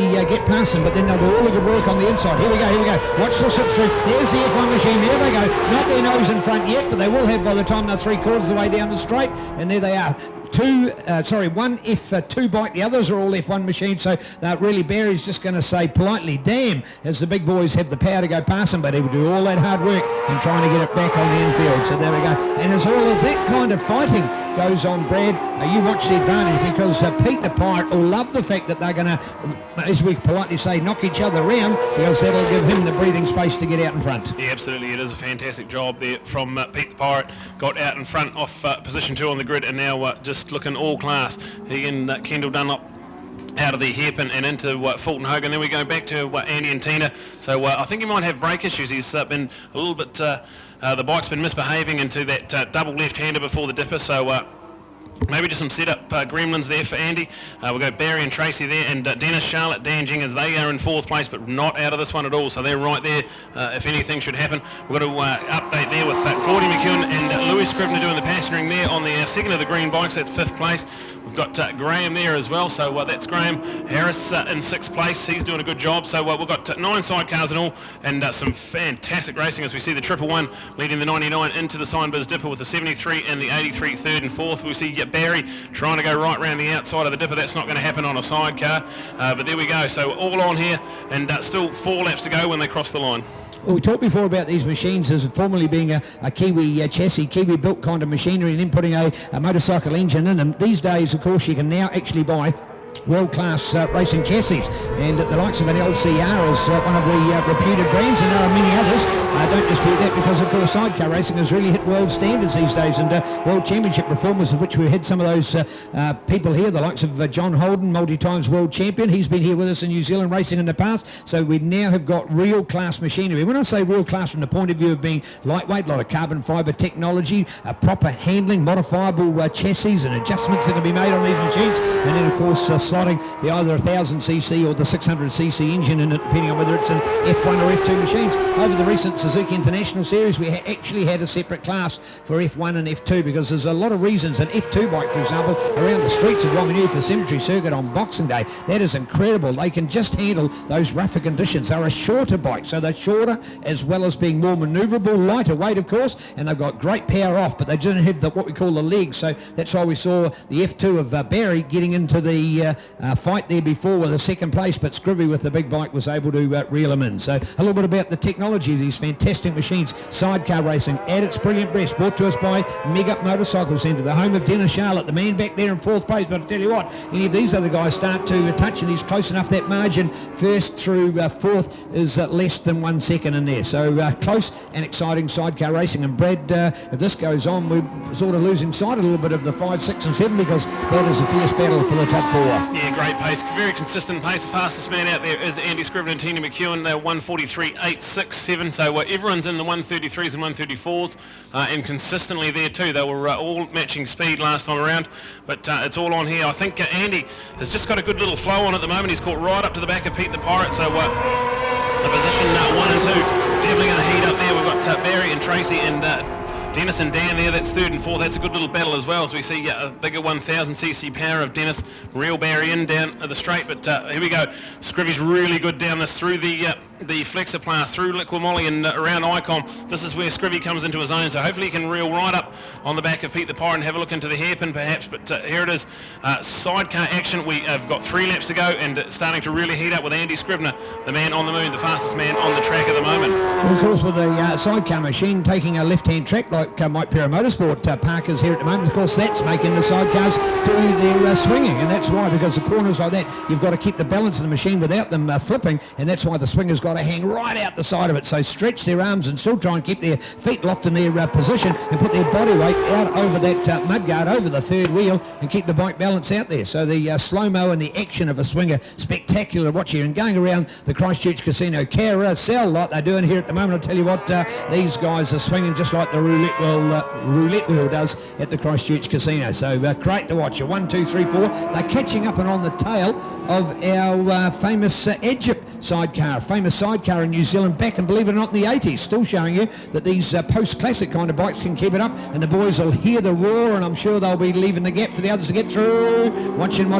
Yes, they're all going to get around it, and they'll all go outside. So good work from the classic bike and moving completely to the left of the track, allowing the others, all of them, to sweep wide and to take the advantage. But nothing in it, Brad, on the Rock FM sweeper. Look at this. And I think the margin's going to be as tight as it's been at any stage. 0.9 last time from first through to fourth. What are we going? Oh, there it is. Dennis is off. Yeah, Dennis definitely make up the move into third place. So Charlotte, Dan Jenkins doing the passing ring there. Found himself up into third place and right on the back of Scrivy. So here we go. Dennis Charlotte saving his best work to last with 2 laps to go, and the number 83, the Mega Motorcycle Centre machine, is right on the back of Andy Scrivener, who looks to be slowing. I think Scrivy, he's definitely let Pete the Pirate go out in the distance. So maybe some issues there, we're not sure. So we'll have a look at this one. But now we see the 83, the charging Dennis Charlotte right on the back wheel of Andy Scrivener and Tina McEwen. So here we go into Euromark. And yeah, look at that. I think Andy, he's got the back wheel coming up off the ground, so definitely got some brake stuff going on there. We'll see what we can do with just a lap and a half to go. We've got the update there. We've got Graham in 6th place. We've also got Jared and Kelly Winter there in 7th, Dave MacArthur and Tony New in 8th, and Elliot Woodhouse and Nathan Fisher there on that awesome SNR 1000, the number 37 machine. So we've got a brilliant field of sidecars, and there's battles all over the track, but at the moment, with a lap and a half to go, it is still with Pete the Pirate. 1.25, so 1.25 seconds between first and fourth. That's how close they are. Then, believe it or not, you go back another 30 plus seconds to 5th place. So that's how good these top 4 are, and nobody's given up. Who's going to be the championship winner at the end of this? Well, this is lottery material. How about TAB odds on this one? How good would this be? And going to be probably paying about anything from $1.90 to $2.10 each would be how close the odds would kind of be in this. So great to see anybody to pick it, and Pete the Pirate doing the best of the work. But I'll tell you what, look out for Andy, and a white flag's going to be waiting here, Brad. Watch for the Scriv. Can he come through here? Look on for it, everybody. Here he comes, Mr. Andy Scrivener, Tina McEwen on the 1999 Castrol Shell Exxon Valdez supported machine, but more importantly, just a heap of names, because as they say, it's all about the love of it. They're the sponsors, they put it all together, but show us a clean bit of racing. Yeah, fantastic. Great to see that machine going as it is, because it's getting right up next to Pete the Pirate. They're almost too wide down the Liquimolly straight. Going to change and go right around the outside into what we call a pothole. Pete the Pirate goes in really narrow, just about hits the curb. So look at this one. This is coming alive. White flag out, 1 lap to go, and the 99 now really making a run of it. Dennis Charlotte up the inside into 2nd place as well. So just muscles his way through there. The 83 Mega Motorcycle Centre machine.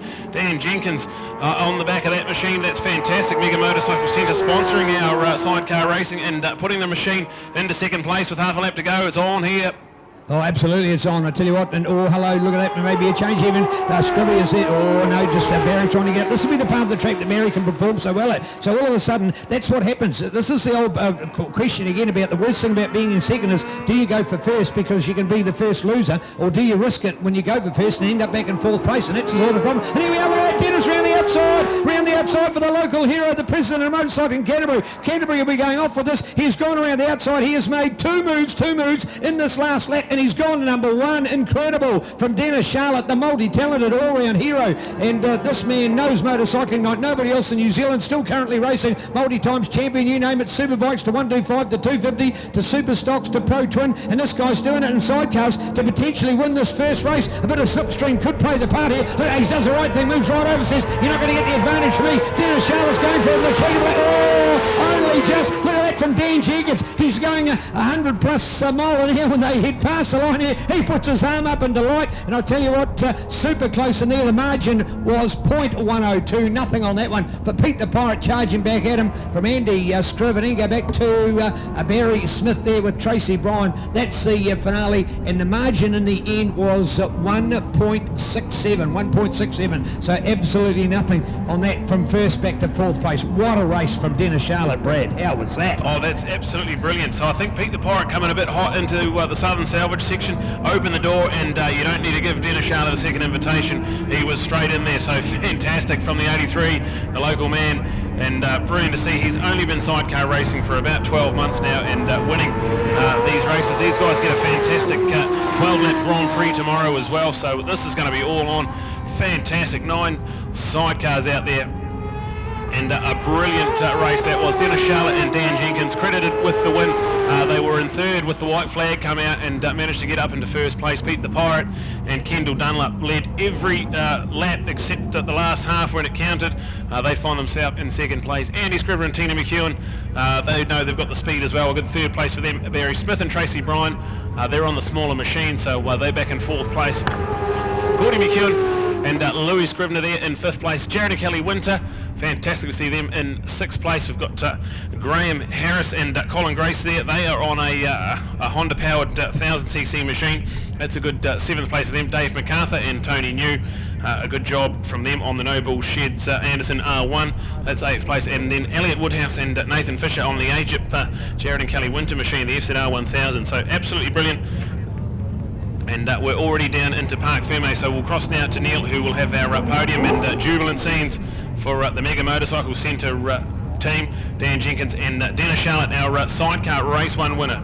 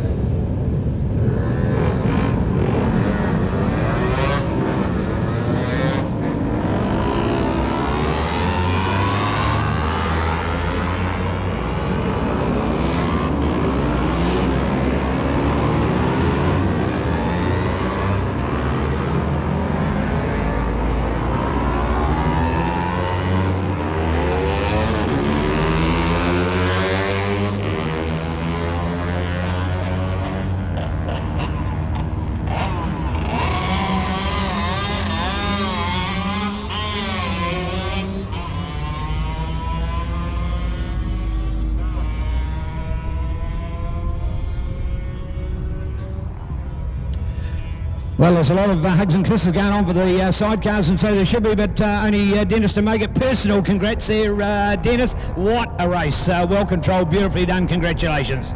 Yeah, thanks, Neil. It's been a pretty hard fought for me, and having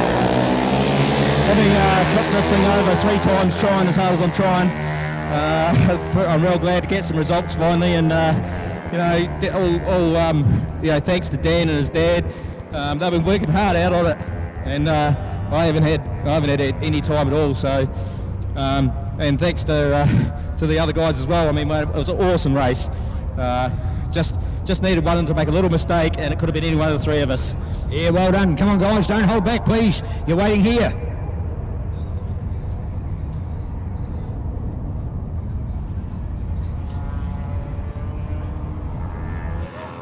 Here we go, straight into it for our second place. Pete, well done. How was that?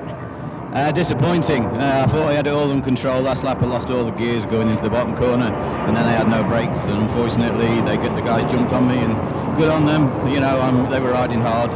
It was hard work. I was having to ride defensively all the time because I didn't leave a gap, but good on the guys. It was a great race to watch, I'm sure, but I had about 50 heart attacks. Well, how's that tucked down in the back? All the thrills?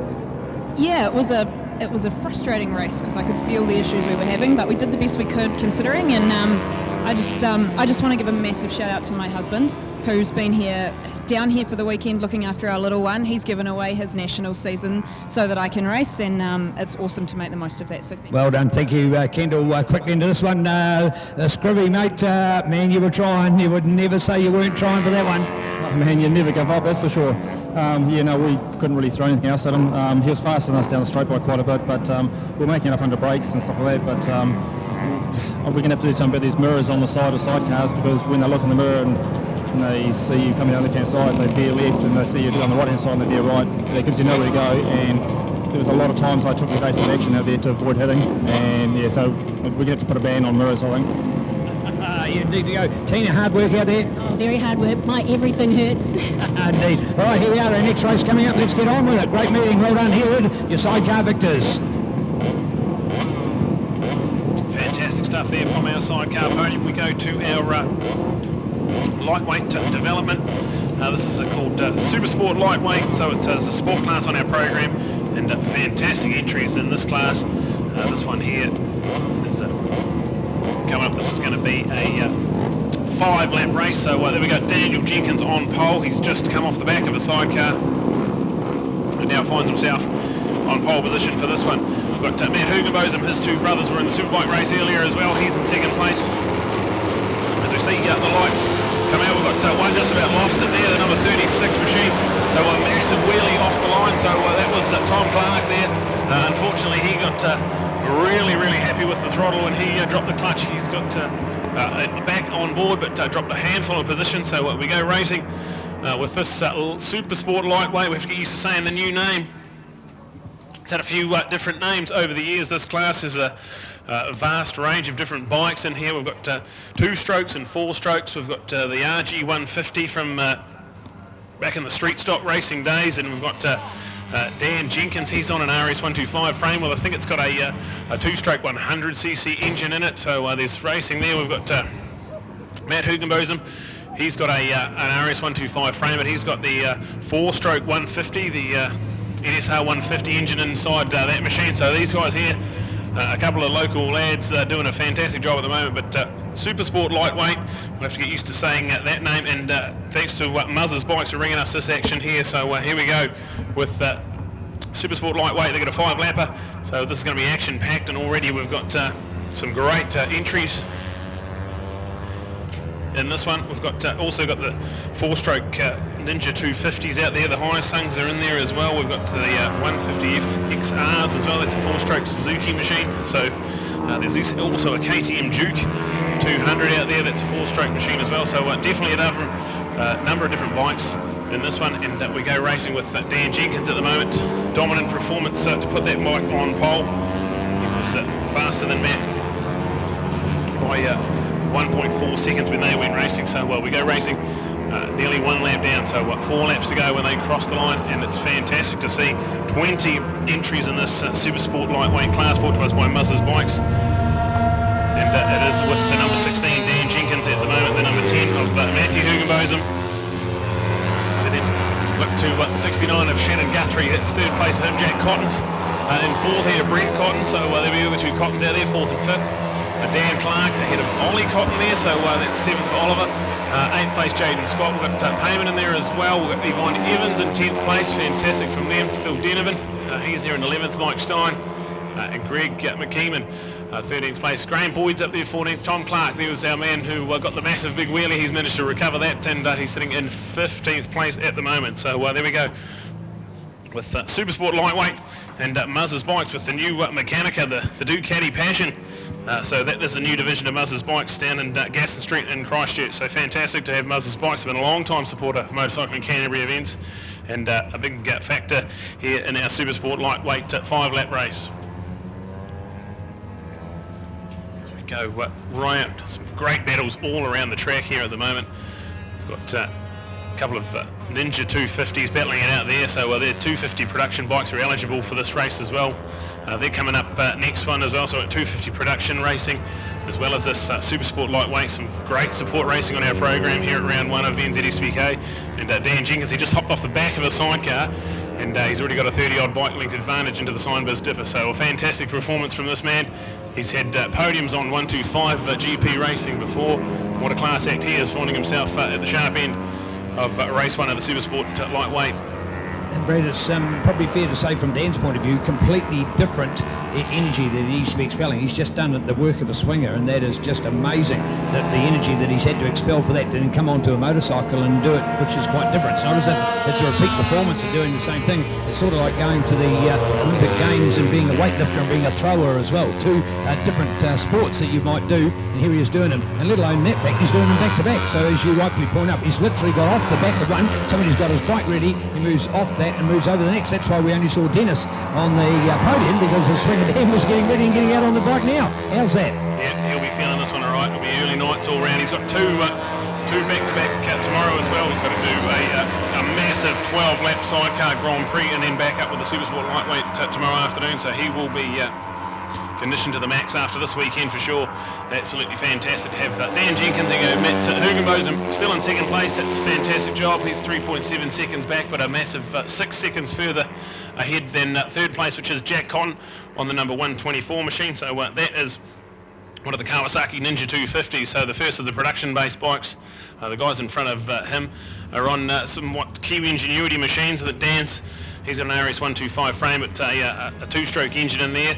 Then we go to Matt, who's got that awesome sounding NSR 150 4-stroke engine in there inside the RS125 frame. So there's our front two. We've got third for Jack Cotton. Fourth for Shannon Guthrie, who was running third before, but now he finds himself in fourth place. Brent Cotton, Dan Clark, and then Payman in seventh place with Jaden Scott, Ollie Cotton in ninth, and Phil Denovan rounding out our top 10. So some familiar names there in development classes. Had a few names over the past few years, but Supersport lightweight, it's got quite a good ring to it, and Muzz's bike's bringing us this 5 lap, and we're already halfway through it, so 2.5 laps to go.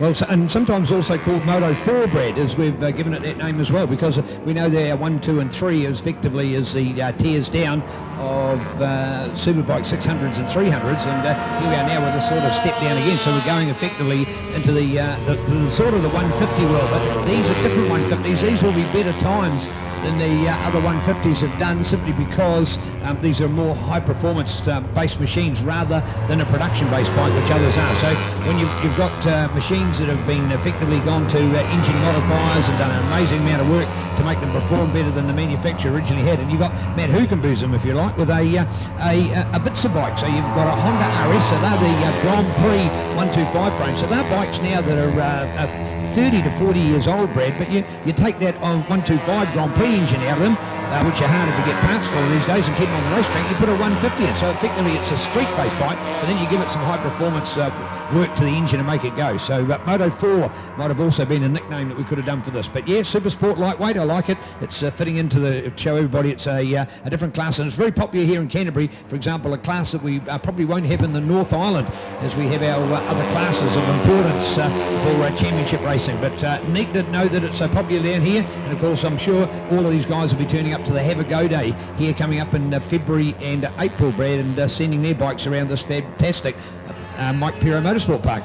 Yeah, absolutely fantastic. And if you talk to any of the youngsters out there, they've all got their bikes off a previous, MCI competitor, and it's all the interchange bikes, and there's new bikes every season. And it's just fantastic, the culture and the atmosphere they've got at Motorcycling in Canterbury, including those Have a Go Days. We'll keep talking about those all weekend. Fantastic to get involved with Motorcycling in Canterbury and Have a Go Days, and one in February and one in April, and have a look at that. So that's fantastic. We're going to have the white flag ready and waiting for the number 16 machine, Daniel Jenkins.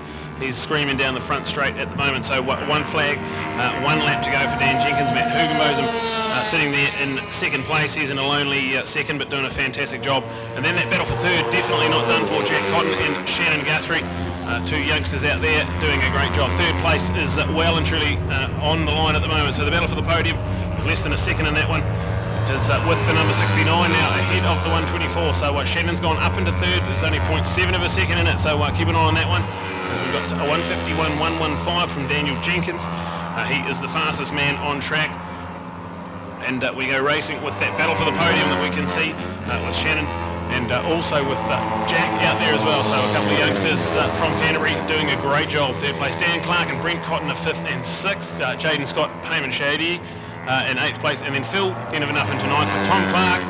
Now he's up into 9th as well with Phil dropping back to 10th. So Tom got a massive wheelie off the whole shot. He was well down after lap 1 outside the top 15 and now finds himself inside the top 10. So a good late race recovery from Tom, who was our 5th fastest qualifier, but come unstuck on the whole shot. So here we go.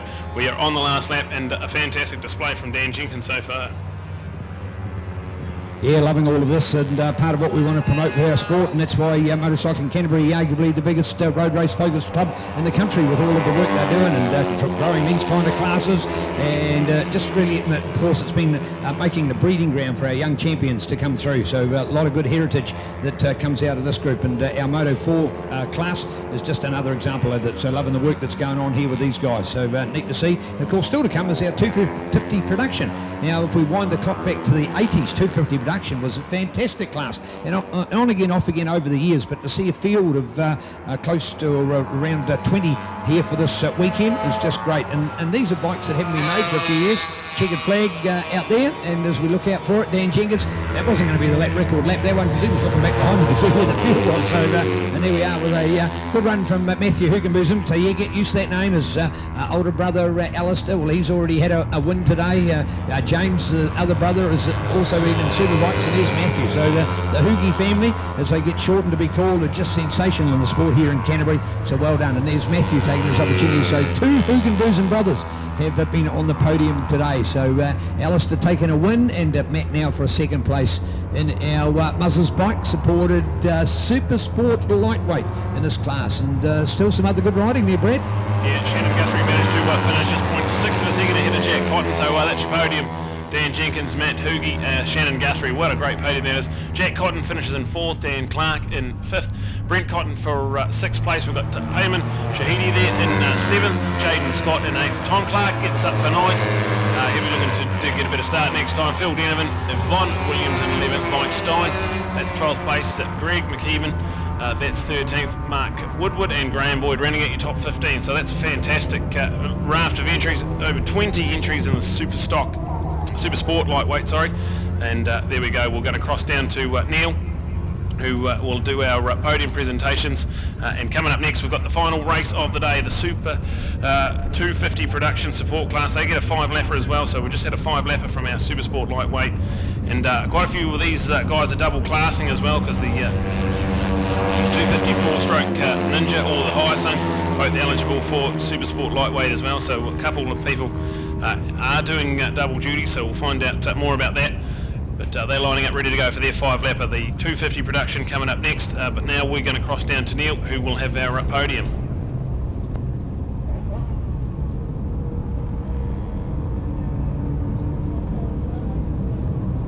Well, fair to say with 20 past 5 here in the afternoon that the air temperature has warmed up, although the sun has gone down a little bit, but also the wind has gone down. So I tell you what, the track would be close to perfect here at the moment. So we're just down here at the moment having a listen here. This is called the Yamarilli. The Yamarilli is the bike that he's on here at the moment, and we nicknamed him that Moto 4 lineup. So well done to Dan. It's certainly a different kind of motorcycle, a part of the Manscaped race team.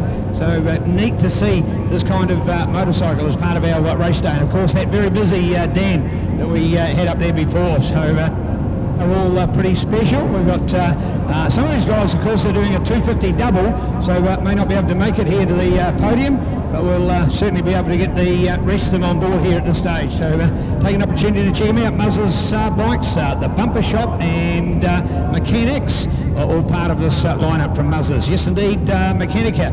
You'll do Ducati Passioné people for Ducati service and repairs, parts and consumables, modifications, race build and custom builds as well. At home at Gaston Street here in Christchurch, a division of Muzzers Bikes, so www.mechanica.co.nz. So great to see. Looking out for it as we're waiting here at the moment. So bring it on up, Dan's the man. First up, Dan, first of all, going straight from swinging on a sidecar to riding a solo. How much energy? What are you feeling right now? I felt like I've been sleeping on the bucket compared to riding that sidecar. That was pretty hard work. Yeah, how magnificent was it to share that glory with Dennis here to take the win? Yeah, it's the first time I've heard him yell with our helmets on the sidecar. So yeah. It was pretty monumental. What a race, eh? Have you ever been in anything so close before? No, that would have to be, top three. I don't know how he did it. I don't know how he ever does it, but he just made it happen, and somehow we come out in front. So. Hey, well, what about the fact that you've been that sidecar? He's flipped that machine, and you've been flung off like a catapult in the past. Have you still got faith in him? That was probably the most fun I've had on it, to be honest. Oh, mate, that was crazy. Solo work. You still love raw pruner? Yeah, still love racing solos. That's why I'm here doing this. I was going to have a year off and spend some money on my house and do all those normal adult things, but Dennis gave me the opportunity to jump on the sidecar, so I thought, why not? Let's do it. See what we can achieve. So. Yeah, well done. Thank you. So that's Dan Jenkins, the only one that's turned up here for our Supersport. So let's have it. We're over to the next one. Yeah, fantastic stuff. So Dan Jenkins there, fresh off his sidecar race onto the Supersport lightweight, and gets the win. And speaking of straight off the sidecar, Dennis Charlotte, our pole sitting man, lines up in the 250 production class. His wife Angela, the number 3 NZ there, she's lining up on the front row as well. We've got Nick Clark, he was just in that, that was our man that got the big wheelie on the whole shot, so he was in that last one. And the 124, Jack Cotton, he got 4th place in that development race then, so he lines up as well in this one. So quite a few people double classing in this one. We've got Shannon Guthrie, Sam Guthrie, so Shannon and Jack had that good battle last time around, so here we go, we're going to line up again some of these guys back to back, and we've got the 3 of Angela Charlotte. So the number 3, that was the position she got in the championship last year.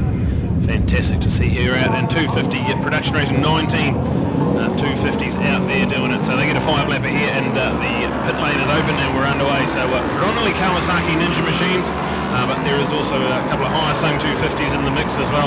4-stroke single-cylinder 250cc machine. So we've got a 5-lapper coming up next.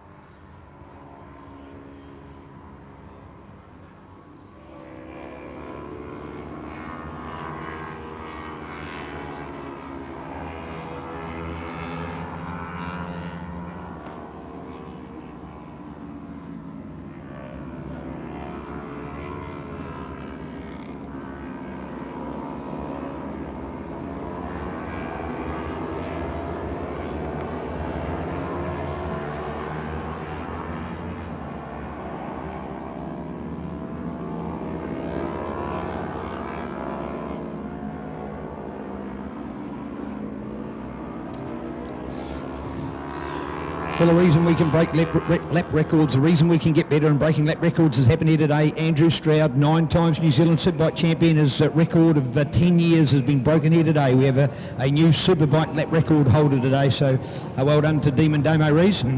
The reason Damon's got better is because, of course, the last couple of years he's been racing in Australia as well, and that's made him better, and he wants to head overseas, and he's had an opportunity to get a ride at the British Superbike Championships, or BSB. It's known to be the feeder ground for World Superbikes. It's arguably the best national Superbike series in the world. It is huge, and the places they go to, like Donington Park and Silverstone, Brands Hatch and the likes, are certainly household names for motorcycle lovers. And the Demon Damo Kiwi Invasion raffle ticket is underway, so you can head down to the Honda pits here and grab tickets, either $20 or 3 for $50. First prizes including things like a helmet and gloves and sets of tyres and race day vouchers and fuel vouchers and the like, so we'd love you to support them. I've already raised over $3,500, so well done. You can get behind them. We've bought tickets, you'll love them too, thanks to Taupo Circuit Derby with Husqvarna, Whakatane, along with New Zealand Home Loan, so a neat lot of sponsors for the Kiwi Invasion raffle. Brad, the 250 racing, last of the day. Yeah, the last of the day, getting underway, 5 lap elements around, and we're underway. A much better start that time from Nick there on the number 36 machine. Angela Charlotte as well, got a good start. No Dennis Charlotte, so the man who qualified on pole opting not to ride in this one, so we've got the gap on the front row of the grid, and here we go with a 5 lap 250 production race coming up now. So we've got 5 laps of fury. There's a magical 19 entries, and Angela Charlotte right up the sharp end. We've got dicing around the Liquid Molly Straight, so it is the number 3 Mega Motorcycle Centre legend Angela Charlotte, 3NZ on the bike. We've got Jack in there, you can see the pink and yellow fairing there. He's running in about second place at the moment. So here we go. We get the update on the Sky Sport Next coverage. The number 3 around there. We've got the 69. That's Shannon Guthrie there, right around the outside of Angela Charlotte. So he goes up into the lead. We've also got the 124. Running there as well, that's Jack Cotton. So third place, the top 3 can throw a blanket over them at the moment. It's flying through Fulton Hogan. Angela Charlotte now back up into first place, so toing and froing, and some fantastic racing, all when the 69 just had to stand up there, so there's no quarter given. We've also got some action there, the number 71. That's Dan Clark, he's in there as well, so we've got some great racing, and mostly local riders. There's a couple from the North Island, but mostly you'll find Christchurch locals out there doing it. Fantastic racing at the moment. Oh, look at that, and maybe a Dyson, maybe a change to the lead as we look to go up. Here's this beautiful big sweeper as they come around towards the Signbiz Dipper. You watch this as we come down, it literally does drop down through there. Look at that, it goes literally below ground level and comes back up. That's why you see the blind spot of the bikes. As they then come out, you'll see bikes under power. They normally pull a little bit of a wheelie and they come around. This is a lovely big super left-hand sweeper as it comes around here onto the front straight. It's called the Rock FM sweeper. It's one of the feature parts of this fantastic Mike Pura Motorsport Park, and we're going to be keen to update our field. We've done some jostling. Is it going to be those that have proved they were number 1 through qualifying, etc.?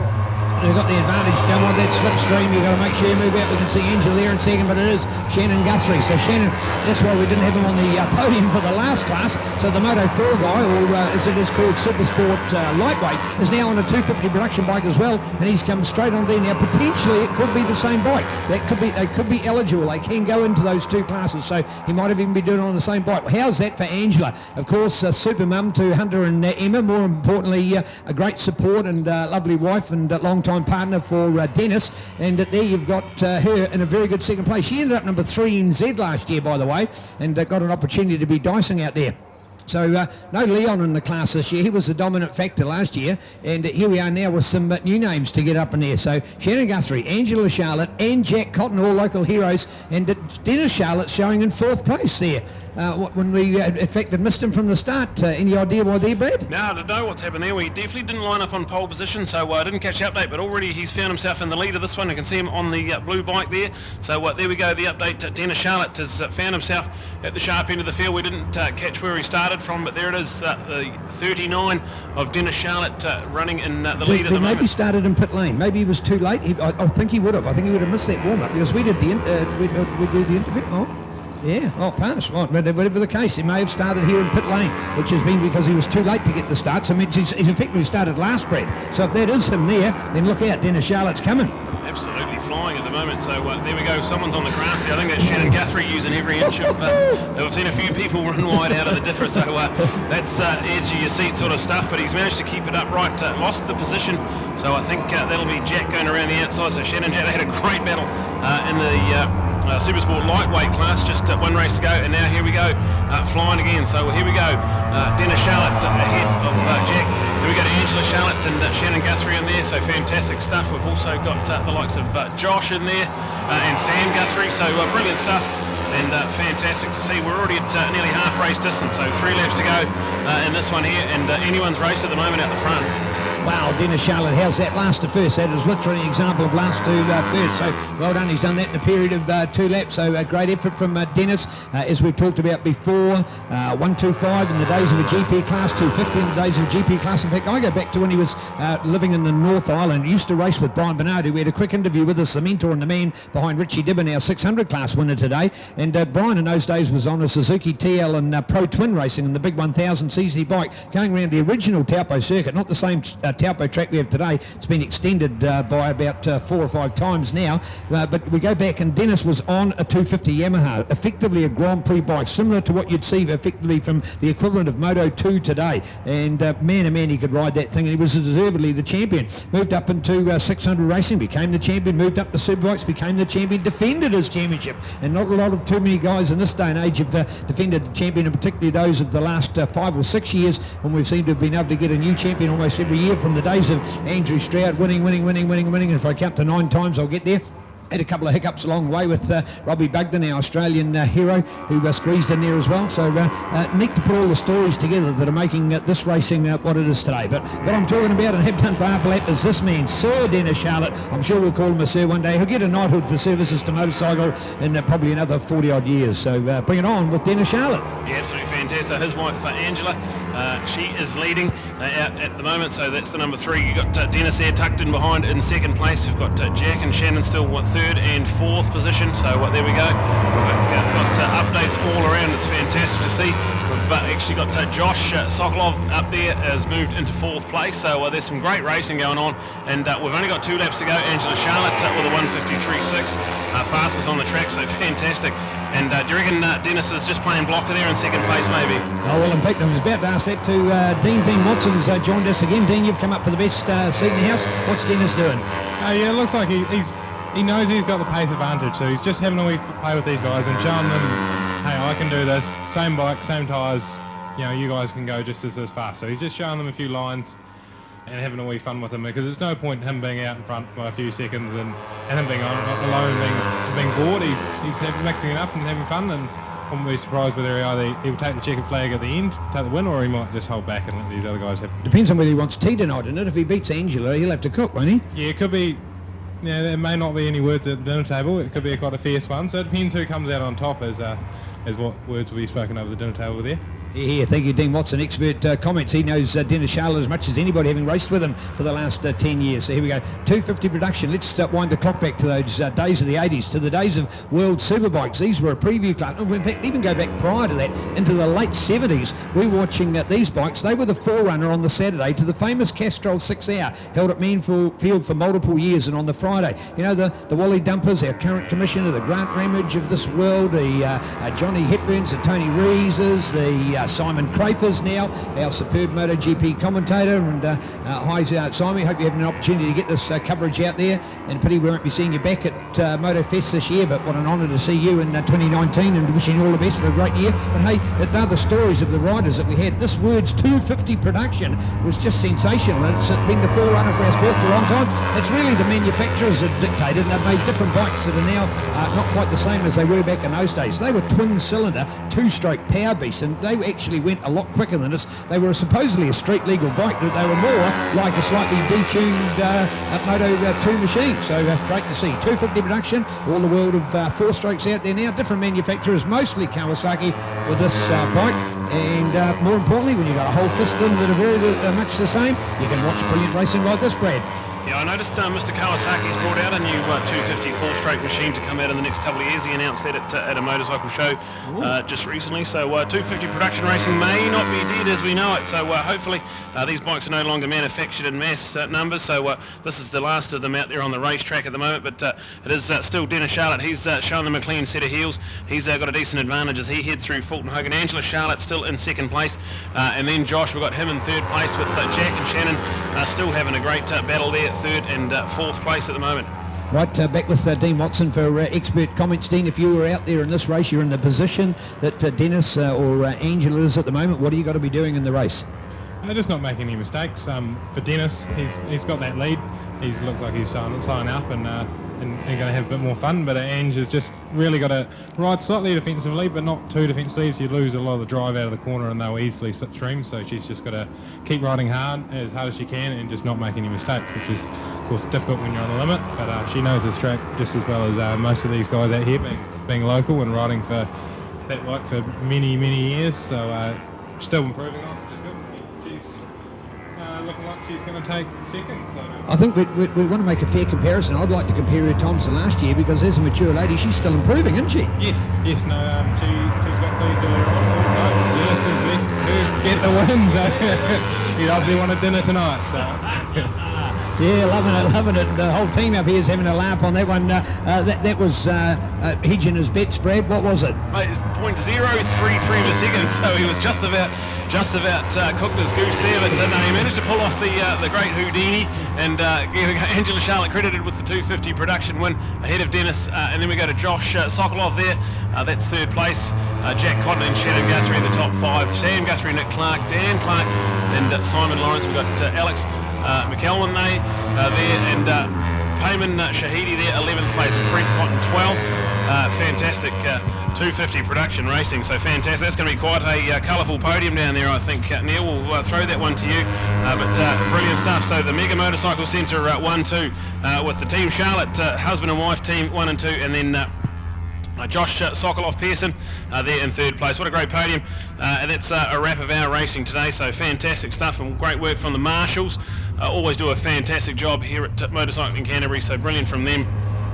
But the 5-lapper for the 250 production, they get another 5-lapper tomorrow, and also they get a 6-lapper later on in the afternoon, so fantastic for 250 production racing, and we'll cross down to Neil, who will have our podium.